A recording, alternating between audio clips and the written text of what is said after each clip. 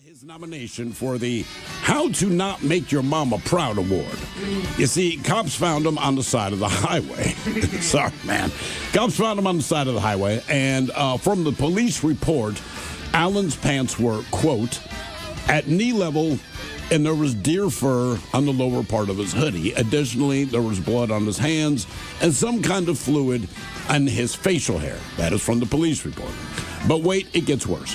When police got Allen to the police station, they say that Allen, quote, had some blood and deer fur on his penis.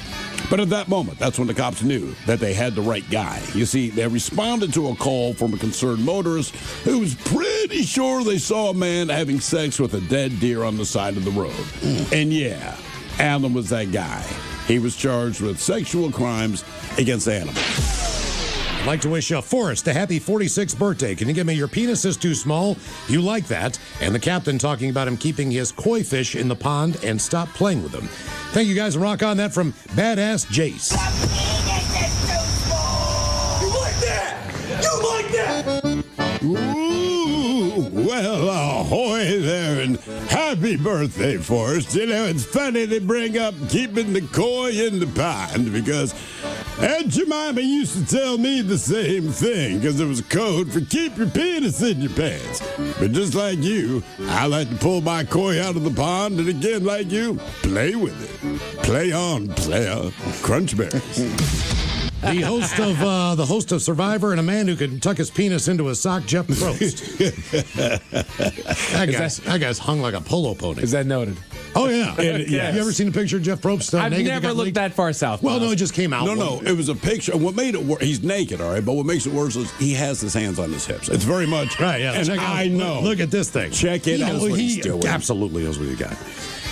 Gary Ridgway. Yes, Gary Ridgway. Ichiro Suzuki. He's American. Did you look at it? Let me see that thing. We told you. Yeah, No there way it is. this is real. No way this is real. Oh, yeah. I'm a survivor. Look at that thing. Jeff Probst. Yeah, dude, he's. Yeah, I told you. Yeah, I think it's that. Big smile, hands on hips. All the time, Tell too. me I'm wrong. You like that? Exactly. Could you survive that? Is that the totem for immunity? Wow. Jesus. People know But do that we name. call him famous or do we Ted say infamous? Kaczynski. Yeah. I mean, to some degree. Yeah, we I know his guess name. To be infamous, you must be famous. A teammate of mine and a guy that I grew up with, Rob Mullins, is the athletic director at Oregon. Oregon, yeah. So I'm sure he gets lots of Nike gear. Yeah. Who else? Jed Yorko played for the Milwaukee Brewers for about 10 years. My buddy Rich, who played for the Bengals for 11. And Sarah Culberson. Now, that was my neighbor who was adopted and then found out later in life that her dad was the king of, oh, God, what's the name of that country again? They call her the Mendez Princess or something. Yeah. But there's no country there. She's a princess. It's Sierra Leone. Oh, yeah. Sierra Leone. She's the freaking princess. She is the next in line for the throne when her mom passes away or something like that. Damn. So she could go there like and live in all the crap. And Didn't she like you or something? She was much younger than me. I took care of her. I was more. You were like a big brother kind of. Yeah. We walked Of a princess. We walked to school. Well, dude, you got to remember those are the dogs. That's a Disney movie, Mike. Make it happen. The big brother of the princess. And shout out to the Ted Smith. It was nice meeting you at Hops and Props Saturday night with my Peruvian fiance. Oh yeah, man. We had talk about it today. That's a great event. How many different fiancés do you have? Because you mentioned the Peruvian. Well, I got the Mexican one, the one from Guatemala, the Russian. By the way, did you ask Ted where I was when you saw him? No, I should have. Yeah, you should have. No, you should have. That's what anytime you see Ted out in public, ask him where Steve is. No, Ted Well, texted me. specifically that event, because Thrill goes, but we've never been together. Right. I flexed on this guy. Because he's like, this is my fiance. She's Peruvian. And I was like, oh, yeah, Pisco Sours and got to celebrate Peruvian independence on July 28th. Oh, look at you. didn't bring up the chicken? Why do you know that? You didn't bring up the chicken. That'd have been my only flex flag. I like your chicken. Right. How do you know Peruvian Independence Day? Sometimes in the summer, you got to look up reasons to celebrate on a weekend. Seriously. And we found that one. So we were like, all right, it's our celebration. See there, man. now? Ted was trying to snake your fiance from you. Oh, Peruvian Independence Day. I'm a big fan. The last one on the list, you got one strike, is from a chain that we cannot get around here. that we can't get around here. Because I was about to go Raising Cane's, but they just opened up a branch out here. Like but nobody talks about their fries. No, they're like the sauce. So we have Sonic here. Do we? Yeah. Steve, Can't be in and out. Oh, Whataburger. Whataburger. They said there's a reason it's not called What a Fry, but they're okay. Were you going to bring up my son to? Or I was going to say just ate them recently. So there you go. There are the 10 best French fries in America. By the way, quick side note, we also tried Raising Cane's. I know that it's open one. People You did. And when we were in Arizona a couple of weeks ago for the volleyball tournament, so he and all of his buddies were just like, can we please get Raising Cane's? It was just out of the way. We're like, F it, fine. So they ate it, and he was like, it's fine. Well, they had a line going around the corner in your district. It's not bad. I actually kind of liked it, but he was very unimpressed. Whataburger is 10, KFC fries are 9, 8 is Shake Shack, 5 Guys 7, Taco Bell 6, Wendy's 5, Arby's 4, Chick-fil-A 3, McDonald's is number 2. Number 1, Checkers and Rallies as far as their seasoned fries are concerned. Yeah. Brandon and Bruce, Bill Russell, Lane Staley, Nate Burleson. He's an athlete from Seattle. He went to O'Day. O'Day pumps out a lot. They do. O'Day. Name my buckwheat. Fred I thought that was very nice of them. Everybody from Fred Couples, Nate Burleson, Kevin Burleson. I think we call you high school O'Day. Corey Dillon. Who named this place? Buckwheat?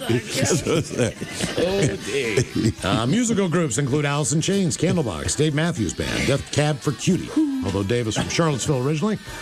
Foo Fighters, Harvey Danger, The Head and the Heart, Jerry Cantrell, Macklemore, Mad Season, Melvin's Metal Church, Modest Mouse, Mother Love Bone, Mudhoney, Nirvana, Pearl Jam, Temple. You still thinking about Probst Penis?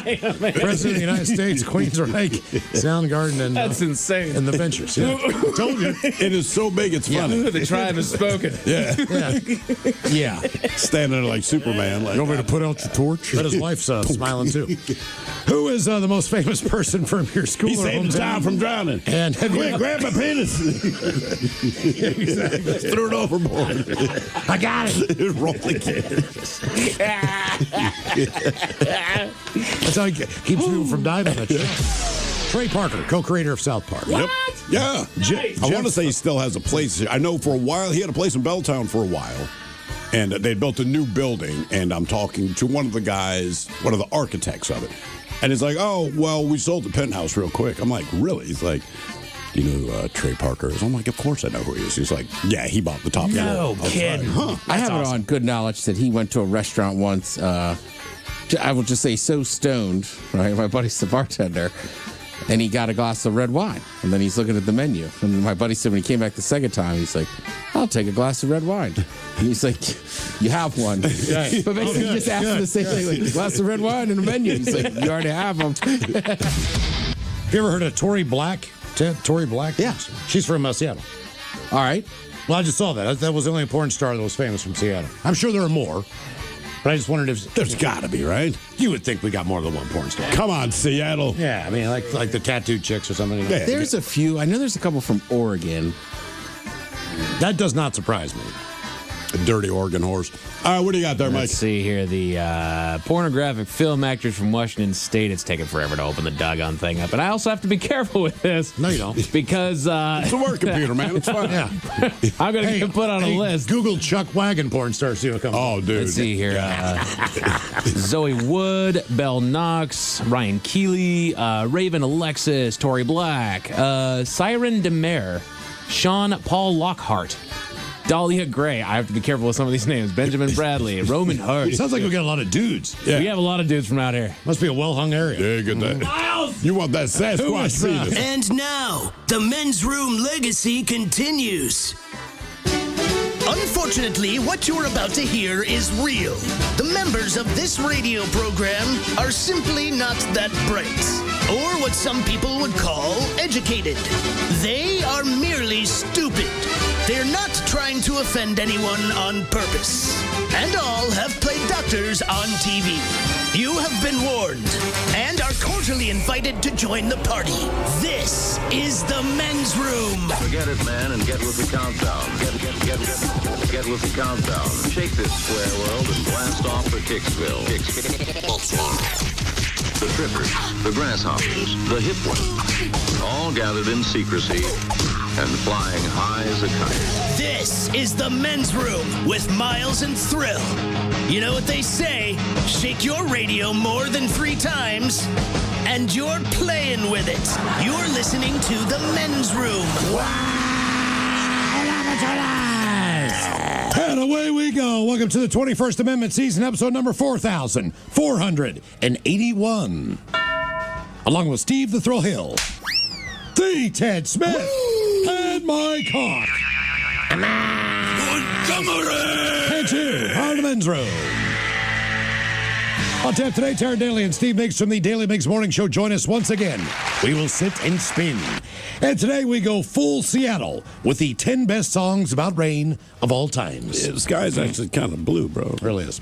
We will play Profile This, plus headlines, a Men's Room shot of the day, fun with listener emails, and everyone's favorite, TV Time with Ted. Click, clack. Drunk. All right, here we go. If the snow wasn't bad enough, escaped cows shut down a highway in New York State. Meanwhile, Spain rules that a man who was fired for having beers at lunch gets $55K, which is pretty great. Italian man trains his dog to take the trash and dump it on the side of a road. A man with drugs in Maine who crashed his car had quite the load. And everyone is losing it over a baby monkey and his IKEA toy. Yep. That is all coming on today's very special episode of The Men's Room. And now, here's the question. Hola, bitches. Good day to you and yours. All right, the YouTube show Hot Ones. It's popular. That celebrities show up for an interview while eating increasingly spicy chicken wings. Well, actor Chris Hemsworth, he was one of those celebrities, and he recently revealed that they had to pause recording mid-show because the heat of the wings made him sick. Now, worse, at the end of the taping, he spent the next 12 hours in the bathroom both puking and pooping some spicy fire. Good times. But at least he knew what made him sick.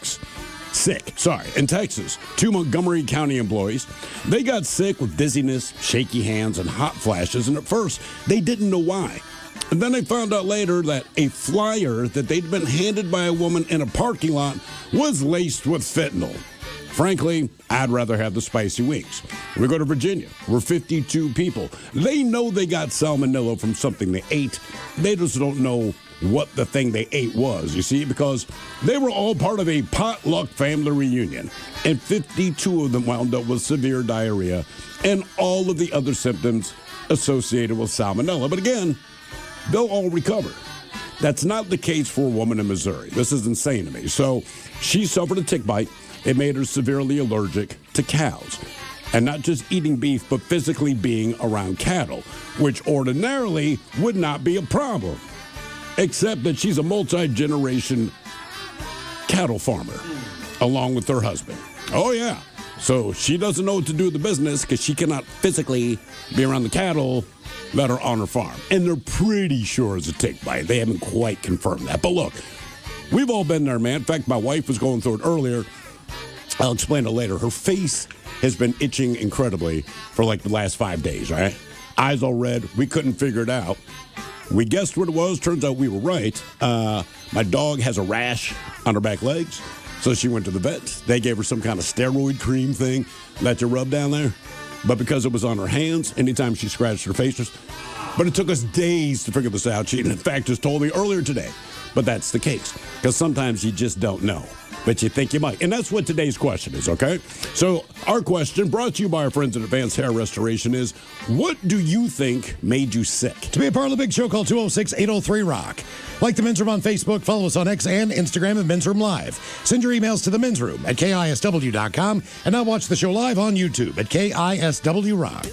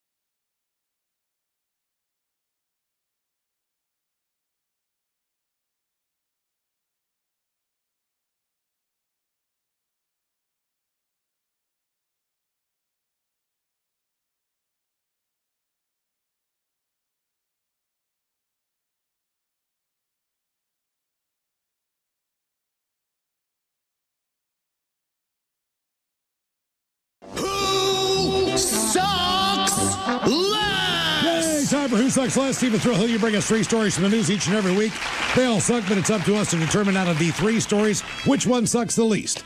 Now, if you happen to like the Men's Room on Facebook or follow us on X and Instagram at Men's Room Live, the debate is already underway on Who Sucks Less. And as always, we have 3 stories. One of them deals with vehicles. The other 2, because Ted demands it, deals with kids. Yep, gotta help them out. I know, man. You're talking about the kids. Thrill. Talk about the kids today. Most people don't know it. The voice you hear from Ted is his radio voice. If we're in the office, off mic, hey, Thrill. Yep, that's how it is. Talk about those kids, man. Yeah. It's like some people don't recognize me out in public. Oh, when they hear the voice, like, God, you look like Ted, but obviously you're not him. Yeah. Obviously not. I've seen it with my own eye. Go hard. No, I go hard. Come on, man. All right, so let's start in China, where a man... I'm not positive where my accent came from. Don't know. Some people Scotland. All right, so we go to China, where a man divorced his wife of 16 years after learning that none of his 3 kids that she birthed during their marriage were his. None of them. So in December 2007, he married this woman after she was 8 years his junior, and they got married soon after meeting her for the first time. Well, soon after tying the knot, the wife informed him she was pregnant, and he was so overwhelmed by the news that he was going to be the father that he never realized that his wife would have to have already been pregnant when they met. Anyway, she gave birth to the couple's first daughter, and her husband became a long-distance freight driver who was away most of the year, only coming home for short periods of time. Well, the years passed, and she gave birth to another daughter, which the husband assumed was his, because that's generally a safe assumption. But he started suspecting his wife's infidelity in 2019 when she informed him that she was pregnant once again, because, you see, this time he knew that he had not been home when the baby had been conceived. So he confronted his wife about it, but she insisted the baby was in fact his, and in the end, the man accepted her version and welcomed his 3rd daughter. In spite of all of the math that goes into this, she was like, nah, baby, you're wrong. Well, November of 2022, that's when he finally became that his wife had not been faithful. You see, he learned that she had been having an affair with a man named Wu, and that she had given birth to her 4th daughter at a hospital. Now, instead of confronting his wife, he got a lawyer. He went to the hospital to investigate. That's where he learned that she had indeed given birth to a girl there that month, but the release form featured his name as the father as well as his own forged signature.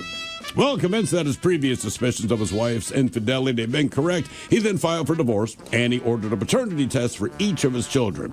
The result was shocking because none of the 3 daughters he had raised as his own had been conceived with him. Heartbroken man took his wife to court, asked for paternity of the children anyway, because he did raise them, but also for compensation for emotional distress. A family court issued its final verdict, and apparently this case is very polarizing in China, but he was awarded custody of the 2 eldest daughters, while his wife was ordered to give up her claims to material possessions and to pay monthly alimony to her ex-husband. Okay. So I do respect the fact that he's like, look, they're not mine biologically, but I raised them. I still want custody. But damn, man. So she puts out, just not for him. Now we go right here in the United States where everyone has lost their frickin' mind. Case in point, the father of a 4-year-old girl whose accurate NFL predictions made her a viral sensation says his family is now receiving death threats after her picks during the playoffs were losers. Again, this is a 4-year-old girl. Who'd she pick? So, Reese Donatelli, she gained a large social media following for her spirited and sassy football predictions posted to her dad's account. And what she would do is grab the mini helmet of an NFL team she believed would win, sometimes tossing aside the losers. Okay, it's not like she's like, hey, bet on sports here. It's a 4-year-old girl. She looks at colors she likes, whatever. Tosses the helmet she doesn't like, keeps the team she does like in front of her. Well, during the first weekend of this month's playoff games, several of her predictions, they did miss the mark, prompting some followers to claim her picks were, quote, cursed. I'll remind you, this is a 4-year-old girl.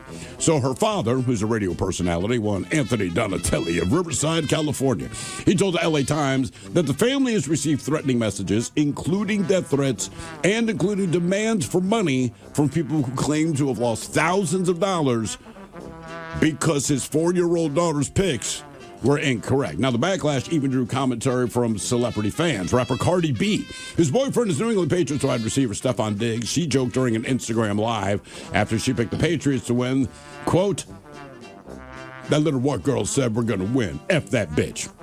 from Cardi B about a 4-year-old girl. Now, the father and daughter's Instagram series, dubbed Trust the Toddler, it began nearly 4 years ago when the father, who's a lifelong Steelers fan, he bought the mini helmets to teach his daughter colors, geography, and about football. But even the best have off days. Reese guessed the wrong team for all 6 games during the first week of the playoffs. The next week, she went 1 for 9, incorrectly predicting that the Buffalo Bills, the 49ers, and the Bears would win. And that's what led to death threats, again, against a 4-year-old girl. Just throwing it out there, man. Those are bad picks. They're terrible picks. And You should know that if you're gambling. Yeah. If you're going to bet on football, you can go with your gut, you can go on what you know to be true, or you can go with a 4-year-old girl who does not care about football and is picking football helmets by color. Your choice, your money, do your thing. God, man. And here's the question. You ever sold anything on Facebook Marketplace? Now, there are pros who do it. A 24-year-old guy in Missouri, he's facing charges after he sold the same 2 cars multiple times. Because, you see, he'd sell one. Then immediately, he would steal it back and then sell it again. His name is Mamdou Diallo. And cops in Kansas City said that between May and June of last year, he sold 2 cars to 8 different people. A 2013 Honda Civic and a 2013 Buick Verano. Now, the cops caught on after they got 8 different stolen vehicle reports that were similar. People paid cash, got what seemed like a legit title for the car, and then it was stolen the next day in all 8 cases. So he got caught after he tried to sell the same car to the same buyer a second time. A woman he scammed saw the car for sale again, used a different Facebook account to reach out. He tried to sell it to her for a second time. She also got security footage of him stealing the car around 1 a.m., 7 hours after he sold it to her. He's now facing 14 felony charges and up to how long in prison? I don't know. 98 years. Oh, Damn. You can kill someone and get less time. So, yeah, 98 years in prison. Hey, look, that's crappy, but 98 98 years. So, again, our stories today, we have the guy in China who he was married for 16 years, discovered that none of the daughters that his wife birthed were his. In the end, he got custody of 2. She's paying some alimony. We have just the general football betting U.S. public who are sending death threats to a 4-year-old girl because, in her infinite wisdom of the sport of football, got her picks wrong in the playoffs. And finally, the guy who would sell you a car, steal the car back, and then sell it again. Okay, Ted, it's easy for me. I'm going to say the man who divorced his wife after 16 years of marriage because she lied about 4 kids, she sucks the most. Because she put him through that long of a time, and the whole thing was just a lie. Even though he got a couple of his kids, even though he got some child support or alimony or whatever he got and got to keep all his stuff, it's just the emotional wear on something. Yeah, so that one to me bit. sucks the worst, sucks the most. Death threats against a 4-year-old. That's pretty bad. I know that I don't think anybody think that one sucks the most. was going to follow through on it, but Right, at but the same like- time, it's your family. This guy's It's a personality. 4-year-old girl It's a 4-year-old. picking football teams. Yes. Right, and obviously Miles and I are joking about how bad her picks were. Like Well, I would no, bet yeah, money no. on a 4-year-old. Here's the thing. Yes. They are bad picks, but she's 4. You should know better. I mean, they have animals that make picks. Sometimes they're right, sometimes Right, they're there's wrong. a but monkey, you an don't threaten to octopus. kill the dog. We don't know that. So I'm going to say that. Oh, you know about that dog that bounces the balls? Yeah. Yeah, he had some bad picks. He had to go into hiding. You said about Yeah, right. So I'm going to say Casey Guy because he got busted. Yes, he was doing what he was doing, but he's going to spend the rest of his life in jail. And 98. I don't know if anyone got their money back or got a car or out of the deal, but I don't know. I don't know one how way that or works. another. I mean, unfortunately, well, I do agree with you. That one sucks the least. Unfortunately, I don't think those people I'm assuming this guy probably doesn't have the money or spent the money. Probably. So it still sucks. Well, I but- don't know because he gets paid in cash. Keep in mind, he's stealing these cars hours later. So he has to have. So I can't imagine. Like, I don't know. Give me $20,000 for the car. I can't imagine I've spent $20,000 in 8 hours. I mean, No, it but- could be done, but I don't know. Yeah, but I do agree that sucks the least. I'm a thrill though, man. Like, sending death threats to a 4-year-old. What the hell's wrong with For you? football bets. And again, she's picking helmets on color or names she likes or whatever. Really, Cardi B, I can cut her some slack because she's doing an Instagram live. I think she's just kidding around. I would think so. To message the family and be like, Go to kill her. right? Or I mean, even to make fun of her, like throw like, why would you bet money on what a kid says? I don't know. Debate continues on Who Sucks Less. If you like the Men's Room on Facebook or follow us on X and Instagram at Men's Room Live. Coming up at 5:08, we will drink and toast with a shot of the day. You are listening to the Men's Room. All right, when you see your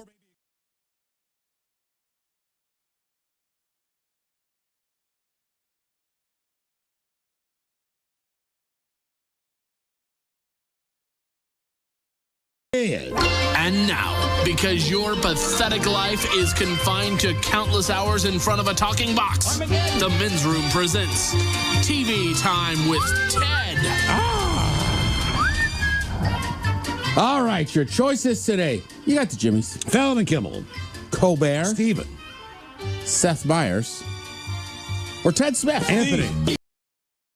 You're listening to the Men's Room with Miles and Thrill. 99.9 KISW. Oh, but y'all, it's away we go. Welcome to the 21st Amendment season, episode number 4,481. What a large and in charge program we have for you today. Guaranteed future repeat. Once again, we'll be joined by Taryn Daly and Steve Mix from the Daily Mix Morning Show, sitting and spinning with the 10 best songs about rain. Now, when we picked this list earlier in the day, we kind of thought we'd maybe be in the rain zone. But Well, now it looks like the Simpsons open. maybe this is keeping it away. You know what I'm Maybe saying? that's it. We have that power. Yeah, exactly. Yeah. Now, if we'd have done songs about sunshine, it would have rained. It'd be dumping rain, of Yeah, course. exactly. Don't fall for it. The best songs about rain coming up of all times. Fake on, spring. Sit and spin at 4:30. Don't fall for it, dude. And today on the yeah, I know Seriously. we've had one. This is kind of the second round of it. It's very nice, but you just know when it gets to like April, May, it's going to be like, how's it still 60 and raining?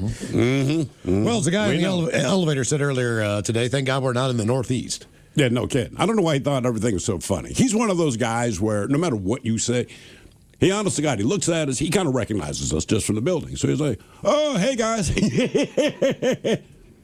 Hey, man, how you doing? I'm doing great. How are you guys? Oh, man, a little chilly. Really? You're cold? Dude laughed all the way up. Yeah, wasn't wearing a jacket or nothing. And not a funny thing was said. He was a positive young man. Yes, he is. Yes, he is. Man. Absolutely. Old man. Today on our question, we're going to be talking about what you think made you sick. Now, you know, no one is, obviously you're not all doctors. We're not. But play them on oftentimes TV. you get a pretty good idea what has happened to get you sick. Sometimes you're like, I don't know where this came from. I mean, when you get allergies, you know it. Correct. They'll happen in the spring. Yeah. You know what's going on. It takes me a couple days of itching my eyes before I go, damn it. But it's those allergies. Like I was saying, my wife had an allergic reaction. We just couldn't figure it out. Like 5 days ago, she's like, my face is itchy. And, you know, we've been together for a long time. So I was like, yeah. That was basically the entire conversation. The next day, my face is still itchy. Then she's all up in my face. Do my eyes look puffy? Does my face look bigger? And it's like watching your kids grow. You don't notice day to day. So I'm like, look, man, I don't know what to tell you. I believe your face is itchy. She's like, I want to rip my face off. So, baby, that seems a bit egregious, but I understand where you're coming from. The next day, seriously, man, my face is itchy. So then we go, laundry detergent, still the same thing. Did we eat anything? Like nothing. Well, you don't put clothes on your happened. face. Right. You don't put what? You got to pull them over your head. Well, yeah. Right? All that kind of thing. And then finally, she's slathering up the dog's hindquarters. And I'm like, do you think it has anything to do with the crap that's on your hands as you are massaging this crap into the dog? Because the thing that you're massaging into her is actually a steroid. She goes, I don't know. So she placed a call to the veterinarian a couple of days ago. They got back to her today, earlier, and they're like, oh, yeah. So That's she was exactly it. she was diagnosed by a veterinarian. By a veterinarian. That is the woman I married. Okay. Yeah, they were like, look, man, lots of people have really severe reactions to this. Yours is kind of mild, and we're both just wondering, why wouldn't you tell people? The dog does not put it on herself. You can put gloves on. You can. If you know that. And she has. Ahead of time. And it's still, and I can't explain it, but her face was itchy. But at least we finally figured out what the source is. All right. Just last week. But that said, she also gets allergies. Her and Ted cycle up on the hay fever allergies. Yeah. You guys start literally within like 12 hours of each other. So if I see her sniffling and rubbing her eyes, I'm like, I'm going to go to work and Ted's going to be a disaster. Or if we're at work and you start going down the flames, Ted, I'm like, when I get home tonight, my wife's going to be a disaster. Well, and allergies, right, are just annoying because you're not like sick. You're not sick. But like, I'm kind of like your wife. Like, I can't take a Benadryl, I'll just go to sleep. Yes, you will. Right? So you just kind of deal with it. Yeah. And it's so hard not to itch your eyes. Oh, yeah. Just last week, man, I was having some bathroom issues, man. So I got sushi for lunch, then I got some miso soup and some edamame, and, you know. But you did it like 3 days in a row. I know. And every day, like, I didn't realize it. So, like, the next, I didn't have just ridiculously bad diarrhea. Then the next day I go get. You dropped what, like 4 poops before the show? Was here, Friday, Thursday? Yeah. Here, right? Because it's like, God damn it, I got ass again. Like, Yeah. This is amazing. Right. So then I get it the next day. I'm not putting any of this together. Why did I not put this together? I have no idea. I could basically get the same thing I got the day before. The exact same thing. Mm-hmm. Now, you'd say to yourself, maybe you got bad sushi. And my money says maybe it's the edamame. Mm-hmm. It could be that. I don't know what it is. But eventually, I caught on to this. I'm like, I've had diarrhea for 3 straight days. I've also had sushi for lunch for 3 straight With miso soup 3 and straight edamame. days. Yes. Yeah, maybe it's just the combination. I know that. It's all we were like, it's seafood, man, right? So it's like 95% water. Makes sense. Yeah. But I was telling you, as of yesterday, I was going to go get it today. I was like, no. Don't. No, don't do it. Don't do it. I forgot. I was excited this morning because my poop was brown. Now, I know that is standard fare, but it was like green. Right? I told Miles it looked like you open a package of frozen spinach. He said it looked like Yoda. That is what it looked like. And I'm like, look. They say, well, it could be from eating a bunch of leafy greens. And I'm like, if you know me, you know that is not the cause. The only other thing is some bacterial infection. So I had some bacterial infection. That had to be it. But I don't know where it came from. I don't know if someone gave it to me. I don't know if I ate some contaminated food. Because, again, other than drinking a lot of beer over the weekend, we didn't do anything much different. But I'm like, this is green, man. And it was like 3 of them. Do you eat like, blueberries? No. I can do it. Nope. Yeah. Generally, if it's green, it just means you have an infection. Okay, well, I actually Googled it because I'm like, this is day 2 of this. It could be salmonella. It could be norovirus. Exactly. You might have got the norovirus. But I didn't feel bad at all. Typically with salmonella and norovirus, it's also either diarrhea or you have stomach cramp or something. Like, I felt fine. Mm-hmm. And that's why I wiped my ass and I'm like, oh my God, What the hell is this? So no idea. Chris Hemsworth has revealed he had to pause recording the show Hot Ones because he thought he was going to be sick. The actor appeared on the YouTube show in which guests have to answer interview questions while eating progressively spicier hot wings. He did this in May of 2024 to promote the movie at the time. This is Furiosa. Yeah, Mad Max starring saga. Mike's the halibut lady. Got it. She in there? Anya Taylor-Joy. You nailed it. Anya Taylor-Joy, yes. Now, while he managed to sample all 10 hot wings, Hemsworth has now revealed they had to halt recording mid-show because he became unwell. He said, quote, I did all 10 wings. I was getting really cocky, kind of just more. This one's not so bad. And by the 9th or 10th one, it's a different game. They stopped recording because I was about to throw up, and they got me some ice cream and milk. Hemsworth managed to make it to the end of the program. However, he paid for it afterward when he spent hours in the bathroom. We were all supposed to go out to dinner that night, and I really hadn't eaten all day by the time I did the show. First thing I put in my stomach was this bowl of hot sauce. Then I just went back to the hotel room, and I sat there for the next 12 hours hugging the toilet. I was on the floor. Nothing was operating properly. Everything wanted to come out of me. Nothing was operating properly. That's see, and that's the reason that I don't go crazy on hot sauce. If it gets to the point where I can't taste the food, it's not working. Or it's just, my mouth is now numb. It's not. What's the point of eating if you can't taste anything? And that's kind of. No, I agree, man. I like the flavor of some hot sauces, but to your point, if it's so hot that all I have is heat, like, I'm done. But for an example, I will not. I enjoy a Bodhisattva every once in a while from Georgetown, right? Yeah. Now, I can't drink those before I eat. Because why not? If I drink 1 or 2 of them, for whatever reason, my mouth just tastes like the IPA. Oh, it does. Yeah. I took down sure. 6 on Saturday. Somebody had brought a 6-pack over. We hadn't gotten to it. It was there Saturday. We were off. So from the time I started drinking to the time I went to bed, it was 6 Bodies. Right. And you're right. The only thing I could taste in my mouth was Bodhisattva. Yeah. But I'm okay with it. Honestly, they don't have men's room IPA. I like that because it's a little bit more crisp. Yeah, Then I'll go Bodhi every time. Sure. But I can't. But not if I'm going to eat. Then I got to drink light beer first. Then maybe I will have one at the end of the dinner.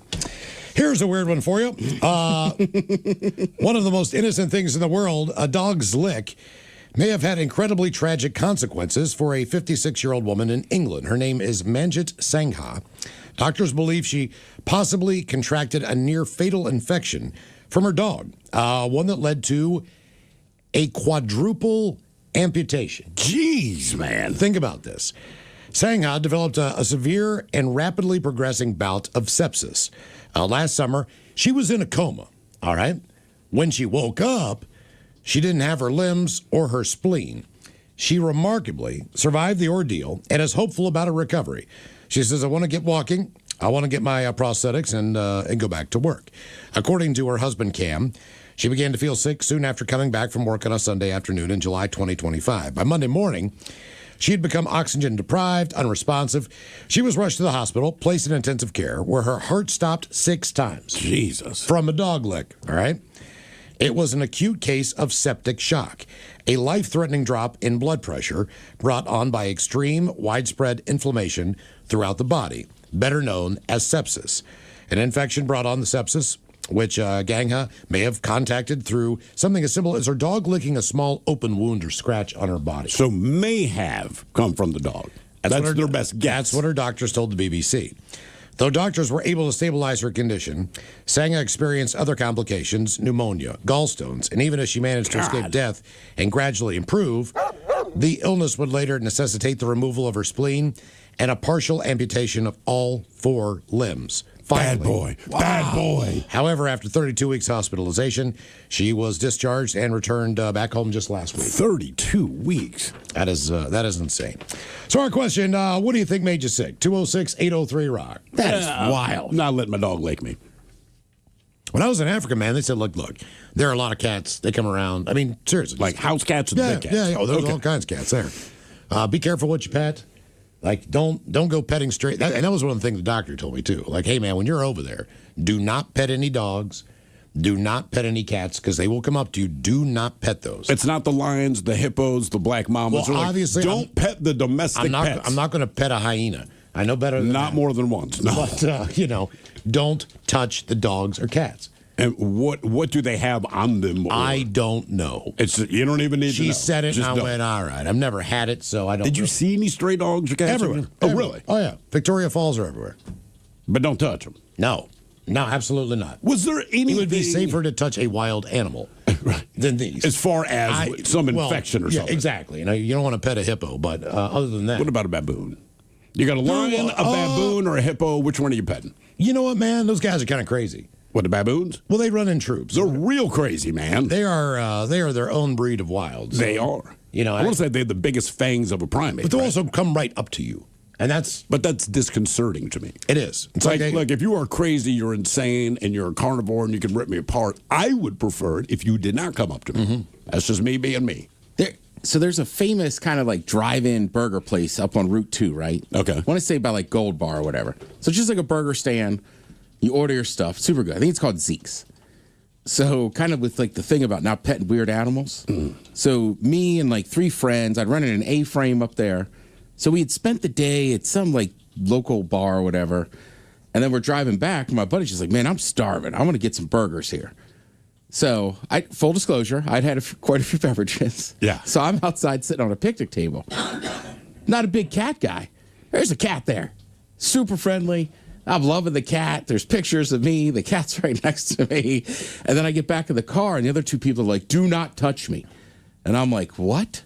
And they're like, you're hammered. Look at that cat. And I mean, when I kind of looked at it, it's like missing patches of fur. It had nothing to do with the burger stand. This was just a random cat roaming around. You didn't notice any of this in the moment? No. I was just like, yeah, Joe, get a picture of me and this cat. It's so friendly. There's some mangy-ass bald cat rolls up to you, and you're just out there playing with him. Loving it. Yeah. Right, and you know me. Like, I'm not a huge cat guy. But I was like, this cat's cool. But if you're bald and mangy, Ted's your guy. Right. So the other 2 people, other 2 friends, she was just like, do not touch me, because we're right by the house, by the cabin. She's like, you need to go in and, like, wash your hands, wash your face before you talk to anybody else.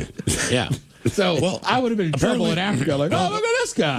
The problem is that they're pretty wild, and they might bite you and give you rabies. Sure. Yeah. I Googled this to see what was going on. So in fact, dogs are trained to bite and scare away Africans from residents of white and rich people. Oh, no secret that some dog owners fed marijuana to canines, making them fierce, crazy, and unfriendly. We hate and dislike dogs, whether street mongrels or stray cats. Every African has a story about a dog. Each of us even knows tactics to keep fierce dogs away. Jesus Christ, like pretending to pick up a rock or something like that. But they very much urge you to not pet dogs and cats in Africa. There are lions and hippos and all the rest of that, and they're like, yeah, we don't like dogs. That's it. Well, I'm assuming the dogs are closer to where they live. Also, other diseases. Most dogs are not domesticated. They are just street dogs. Yeah. But that doesn't mean that their demeanor is aggressive. You don't see that. They just kind of walk around and do the thing. When we were in Mexico, My wife, the Aztec ruins, all right? So you're a couple hours outside of the city. It's fine. It was cool. But we get there at sunrise. I'm already grumpy. But we get out of the car. We have a private guide, okay? And as soon as we get out of the car, these 5 dogs, full grown, they come up to the car. And I'm kind of like, oh, S. Now, the tour guide, obviously, he's dealt with this before. He's just like, get the F out of here, whatever. Most of them ran off, but this one just kept following my son. Just liked him for whatever reason, right? But this dog followed us, honest to God, for like a mile and a half. And I had my son next to me because he's like, look, man. I said, look, the dog seems to like you. Is it a big dog? It's bigger than my dog. It's not a huge dog, but bigger than mine. It's a good-sized dog. I mean, it wasn't like stalking your kid for food. No, I mean, the dog, he had like the dog smile, his tail was wagging. But again, it's a stray dog in the middle of a freaking desert at the Aztec ruins. And the guy's like, oh, yeah. They're out here all the time. So he just kind of, he didn't kick them, but he'd kick at them. Right. He's obviously seen them before. And I'm like, dude, I'm really uncomfortable. And he's like, well, look, I don't know what to tell you. I said, but this dog has been following my son for like a mile. He's like, he'll stop. And sure enough, it just got to the point, the dog got tired of it and walked away. And both me and my son quietly looked at each other with kind of a sigh of relief because it's like, why won't this dog leave you alone? And I don't really want to scrap with this thing because it's not being aggressive, but I don't want to do anything to make it aggressive because I don't feel like fighting a Mexican desert dog. That's the only thing that goes to my head. What if he was a city? Mexican city dog. Well, I'm from the city. I can deal with that. Yeah. But those desert dogs. What's up, bro? But I don't know what's going through the desert dog's head. Well, it's a jungle dog, isn't it? Where the ruins are? Isn't it more of a jungle? It used to be jungle. It's a lot more. It's all just looks like desert. I feel like on the perimeter was a little jungle-y. Okay. But when you're there, I mean, there's not a tree to be, like, get to the perimeter, yes. But where the ruins are, there's no vegetation, man. Our question, what do you think made you sick? 206-803-ROCK.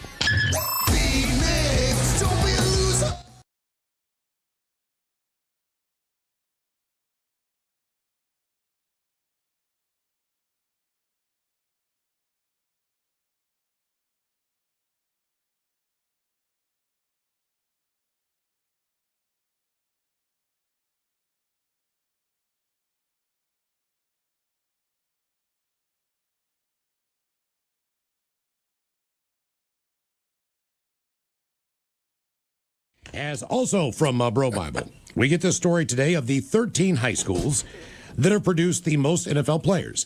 Now, it should be noted that as far as states go, there's no state that takes high school football more seriously than Texas. Yep. And it trails only California when it comes to ones that have produced the most NFL players. However, as of the schools individually, none of them are better than the top 13. All right. So Texas is a football haven, but it does not have one school that dominates. It's just more spread out over the state. But here, if you go to Texas, it explains itself. Glenville High School, Cleveland, Ohio. They have 28 people that have gone on to play in the NFL. They also have Family Feud host Steve Harvey, who went to high school there. He grew up in West Virginia, but I guess they moved to Cleveland at some point in time. Then there is... You think football players, they get in the locker room like, bro, I went to the same high school as Steve Harvey. I don't know. Yeah, you got to think the younger guys, because Steve Harvey's been around for 8,000 years. He's doing Family Feud. He's one of the original kings of comedy. Yeah, so I think those guys are like, dude, can you believe I went to school with Steve Harvey? Next up on the list, Miami Central Senior High School, Miami, Florida. No surprise. They also produced 28. Male High School, and male is an M-A-L-E. Okay. And Louisville, Kentucky, also had 28, and other notable alumni, Hunter S. Thompson. Okay. Went to that high school. And number 9, it is the IMG Academy in Bradenton, Florida. Typically, when you hear Academy, yeah, they're going to produce some players. And IMG's brand new, too. Yeah. It's not that old of a school. Seriously, and they're already on this list. I think they've only been at school for like 20 years. They just got in trouble for taking money from cartels. Oh, Jesus Christ, man. Oh, yeah. That school is... Look, it'll be on the list. I went to a private school. We obviously do recruit. Yeah. But IMG is like... Different level? Those kids are coming from all over the place. You didn't take cartel money? No. Okay. You guys aren't living. So IMG is a little bit different, in my opinion. Also with 31, the Hargrave Military Academy in Chatham, Virginia. Yep. That is a private school. Former NBA coach Larry Brown also went there. Then we go to number 8. That would be McKinley High School in Canton, Ohio. It's public. And it's produced also NFL coach Josh McDaniels, NFL coach Wayne Fonts. Who else? Percy Snow played there. It's a public school. Then we have St. Augustine High School in New Orleans, Louisiana. 34 different NFL players. Also, John Batiste, musician, went there as well. At number 6, Susan Miller Dorsey High School in Los Angeles, California. Also had 36. Former NFL coach Hugh Jackson went there. O.J. Simpson's trial lawyer, Robert Kardashian, Beach Boy member, and Kevin Love's uncle, Mike Love, and cocaine trafficker Rick Ross, all from that school as well. Now, Ted, here you go. Freeway Ricky Ross. 5 is DeMatha Catholic High School in Hyattsville, Maryland, has produced 37 NFL athletes, including Chase Young, Rodney McLeod, Cameron Wake, Josh Wilson, and Brian Westbrook. Nick Cross on the Indiana or the Colts right now. Yep. Other notable alumni: former NASCAR driver and current team owner Coy Gibbs, former Notre Dame basketball coach Mike Bray, and NFL broadcaster James Brown. Yep. Mm-hmm. Also, winningest Notre Dame basketball coach of all time, Mike Bray. Is that right? Yeah. And Ted Smith. Ted Smith, yep. Brian Westbrook, once when I was a sophomore during a two-a-day, as I was getting pancake blocked, he ran by and I touched his ankle. I mean, like, I would know him. I know his little brother more. Yeah. But like Brian, like I could say hi to him if we were to DeMatha Senate. He'd know who I am. But that's about it. You're the guy slapped my ankle. I remember you. Yeah. Oh God. I mean, in my defense, the two guys that absolutely pancaked me. One guy ended up playing D-line at Virginia Tech, and one guy ended up being a fullback at Alabama. Oh, damn. All right. So I mean, look, I got demolished. But they were good. Yeah, that's fair. Coming in fourth with 41 NFL players, that would be Miami Northwestern Senior High School, Teddy Bridgewater, Antonio Bryant, Amari Cooper. Yep. What else? Number 3, St. Thomas Aquinas High School in Fort Lauderdale. Yeah, they're super good. We've gone down there to play them, DeMatha, and lost. Joey Bosa, Nick Bosa, Michael Irvin. Also, PGA Tour golfer Jason Duffner. In second place, I think Michael Irvin was crazy back then. Yes. Yeah, Tigers don't change the stripes. Well, look, some people end up going crazy. Like, here's a guy from Pittsburgh, Antonio Brown. Yeah. Like, he ended up being crazy, but he wasn't always crazy. Michael Irvin, like, as long as he's been on my radar, he has been, he's been crazy. Yep. He has. I did like he addressed people saying he does coke at the games. He's like, I'm on the sideline. Well, coke lasts for 4 hours. Now we get to 2 and 1. I'm not saying I don't want to. I'm just saying I don't. I mean, it's basically what he said. He's like, look, I haven't done it in years, but if it's that good, I'll do it. In second place, Long Beach Polytechnic High School in Los Angeles. Yep. 61 NFL players. Damn. Juju Smith-Schuster, Deshaun Jackson, Willie McGinnis, Tony Hill, and Carl Weathers. Who played NFL football. What team did he play for? That Carl Weathers. That's a good question. I did not know that he played NFL football. I don't know if he makes started. Sense. I mean, I know he's on a team. I mean, yeah, you look at him and go, okay. And what do you got, Mike? He went undrafted, joined the Oakland Raiders. Of course he did. Kind of badass. Go figure. And then number 1 is Fork Union Military Academy. Fork Union. In Fork Union, Virginia. Yep. 68 NFL players. Eddie George, Vinny Testaverde, Dexter Coakley. What else? Other notable alumni include basketball coach Mike Young, Under Armour founder Kevin Plank, and Ryan Wood. Also went to that high school. So, honestly, Ted, that's pretty impressive list of people. That's just your high school. And that's just football. Right. Right. Who, that's a basketball school. Who'd you put into the NBA? I mean, just say it. We know you want to. Markel Fultz. I mean, he was the number 1 overall pick. He played at Washington. I think we have 6 guys in there right now. Victor Oladipo. I don't know if he's still in the league. He played at Indiana. Yeah, I remember. The Grant brothers. I graduated with a guy named Keith Bogans who played like 12 years in the league. I was going to say, I know his name. Joseph Forte. I mean, there's so many of them. All right, Mike, let's go to your hometown of Enumclaw, Washington. Let's go, baby. Casey Kane. Yep, let's move on. Steve, we'll go to your hometown of Baltimore, but that's it. Pretty much. That's it. Well, there was okay. I mean, say hometown Baltimore does all right, man. You got Jada Pinkett Smith, even though she annoys the piss out of me. We had Frank Zappa, Juan Dixon, Michael Phelps, Frederick Douglass, Cisco, Frederick Douglass in the way back, Babe Ruth, Thurgood Marshall, Edgar Allan Poe. Okay. Let's be clear about Edgar Allan Poe. Baltimore claims him. Edgar Allan Poe was from Philly. he wanted to leave. Well, he was born on the Eastern Shore. He hated Baltimore and wanted to move back to Philly, but he died before he got the chance. So basically, Baltimore buried his ass. We claimed him forever. But make no mistake, the man did not like the city. That's why I never claim him as one of our own. He's like, I don't like it here. Carmelo Anthony. Yeah. As you said, Michael Phelps. Kevin Clash, who is Elmo. Mm-hmm. That's right, Elmo. From the hood, brother. Cisco. Monique. Mm-hmm. Divine, actor and drag queen. Tupac Shakur. As you said, Zappa. Billie Holiday. John Waters. Tupac lived there for like 20 minutes. And the High one and school, only. Right? I want to say he did. Maybe he did 2 years. So again, when you say, "Oh, Tupac's from Baltimore," he's not. Right. He lived there for a hot minute. He definitely did 1 year at the Baltimore School for the Arts. Maybe he did a second year, but that was it. Right. And then, of course, you got the Hoff, David Hasselhoff. Yeah. Now, on this list of celebrities from You Baltimore, want to know what white people are like in Baltimore? David Hasselhoff. I have met two of these people, and a lot of these people have obviously have passed on. But we had John Waters on the program. We thought we were going to get him for 15 minutes. I believe he spent over an hour with us, Ted, with that, would you say? He was on for a minute, yeah. Yeah, he was on for a long time. He had just gotten done. And I don't know if he was doing this for a movie or just because he's an odd guy. I think it's just because he's an odd guy. He decided to hitchhike across the United States of America. Yeah, I'm pretty sure it's just because. And he did it. Like, it wasn't like he's documenting it. He wasn't making a movie. No. It's just like, yeah, it was just something to do. And, geez, this was a long time ago, but the GNC stores where they would, you go in there and get your supplements and all that crap.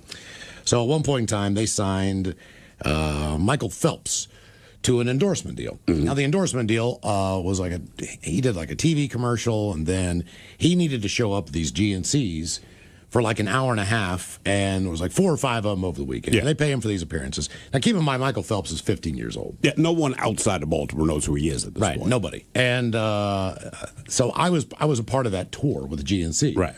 So, every other weekend, I'd be in a GNC at the frickin' Mondawmin Mall or Marley Mall or wherever it was, and sit there and basically talk to his dad. His dad was a cop. Yeah. And he's a 15-year-old kid. He's very shy. Mm-hmm. So he doesn't. He's not doing a lot of talking. He's just kind of standing around. He still had bad teeth back then. And talking to people and doing his thing. But couldn't have been a nicer guy. I mean, he was a man. Sure. He was a 15-year-old man. I mean, he was probably 6'2" at that point in time, which was impressive. But man, he was a beanpole. And I mean, because he hadn't really taken off yet as far as, his size. He's still a kid. Mm-hmm. So I was like, man, you're a good swimmer. He's like, well, they say I'm pretty good. Yeah, that proved to be true, Mike. Yeah. It's kind of just how. I'm pretty good. Yeah, I'm like, well, how often do you swim? He's like, I'm at the pool at 5, and then I'm there till like 11, and then I eat lunch, and then I go back at 1, and then I swim till 5, and then I go home. Right. And I'm like, so you really don't even go to school? He's like, not really. No. And I'm like, would you rather be in school? Sometimes. But I would have had a resounding nope. But I got to get tutored, so then I spend all my nights doing schoolwork, blah blah blah blah. He's like, I normally go to bed at 11. I'm like, this kid's working full time. He is working full time, but look, it paid off, and now he doesn't have to. Right. Yeah. He does not have to do another thing. He was good enough where that didn't matter. All right, let's go to my hometown of Morgantown, West Virginia. We've got Jeff Bowden, who's an NCAA football coach. We have Terry Bowden, who's also a football coach. Tommy Bowden, which is also a football coach. We got a lot of football coaches.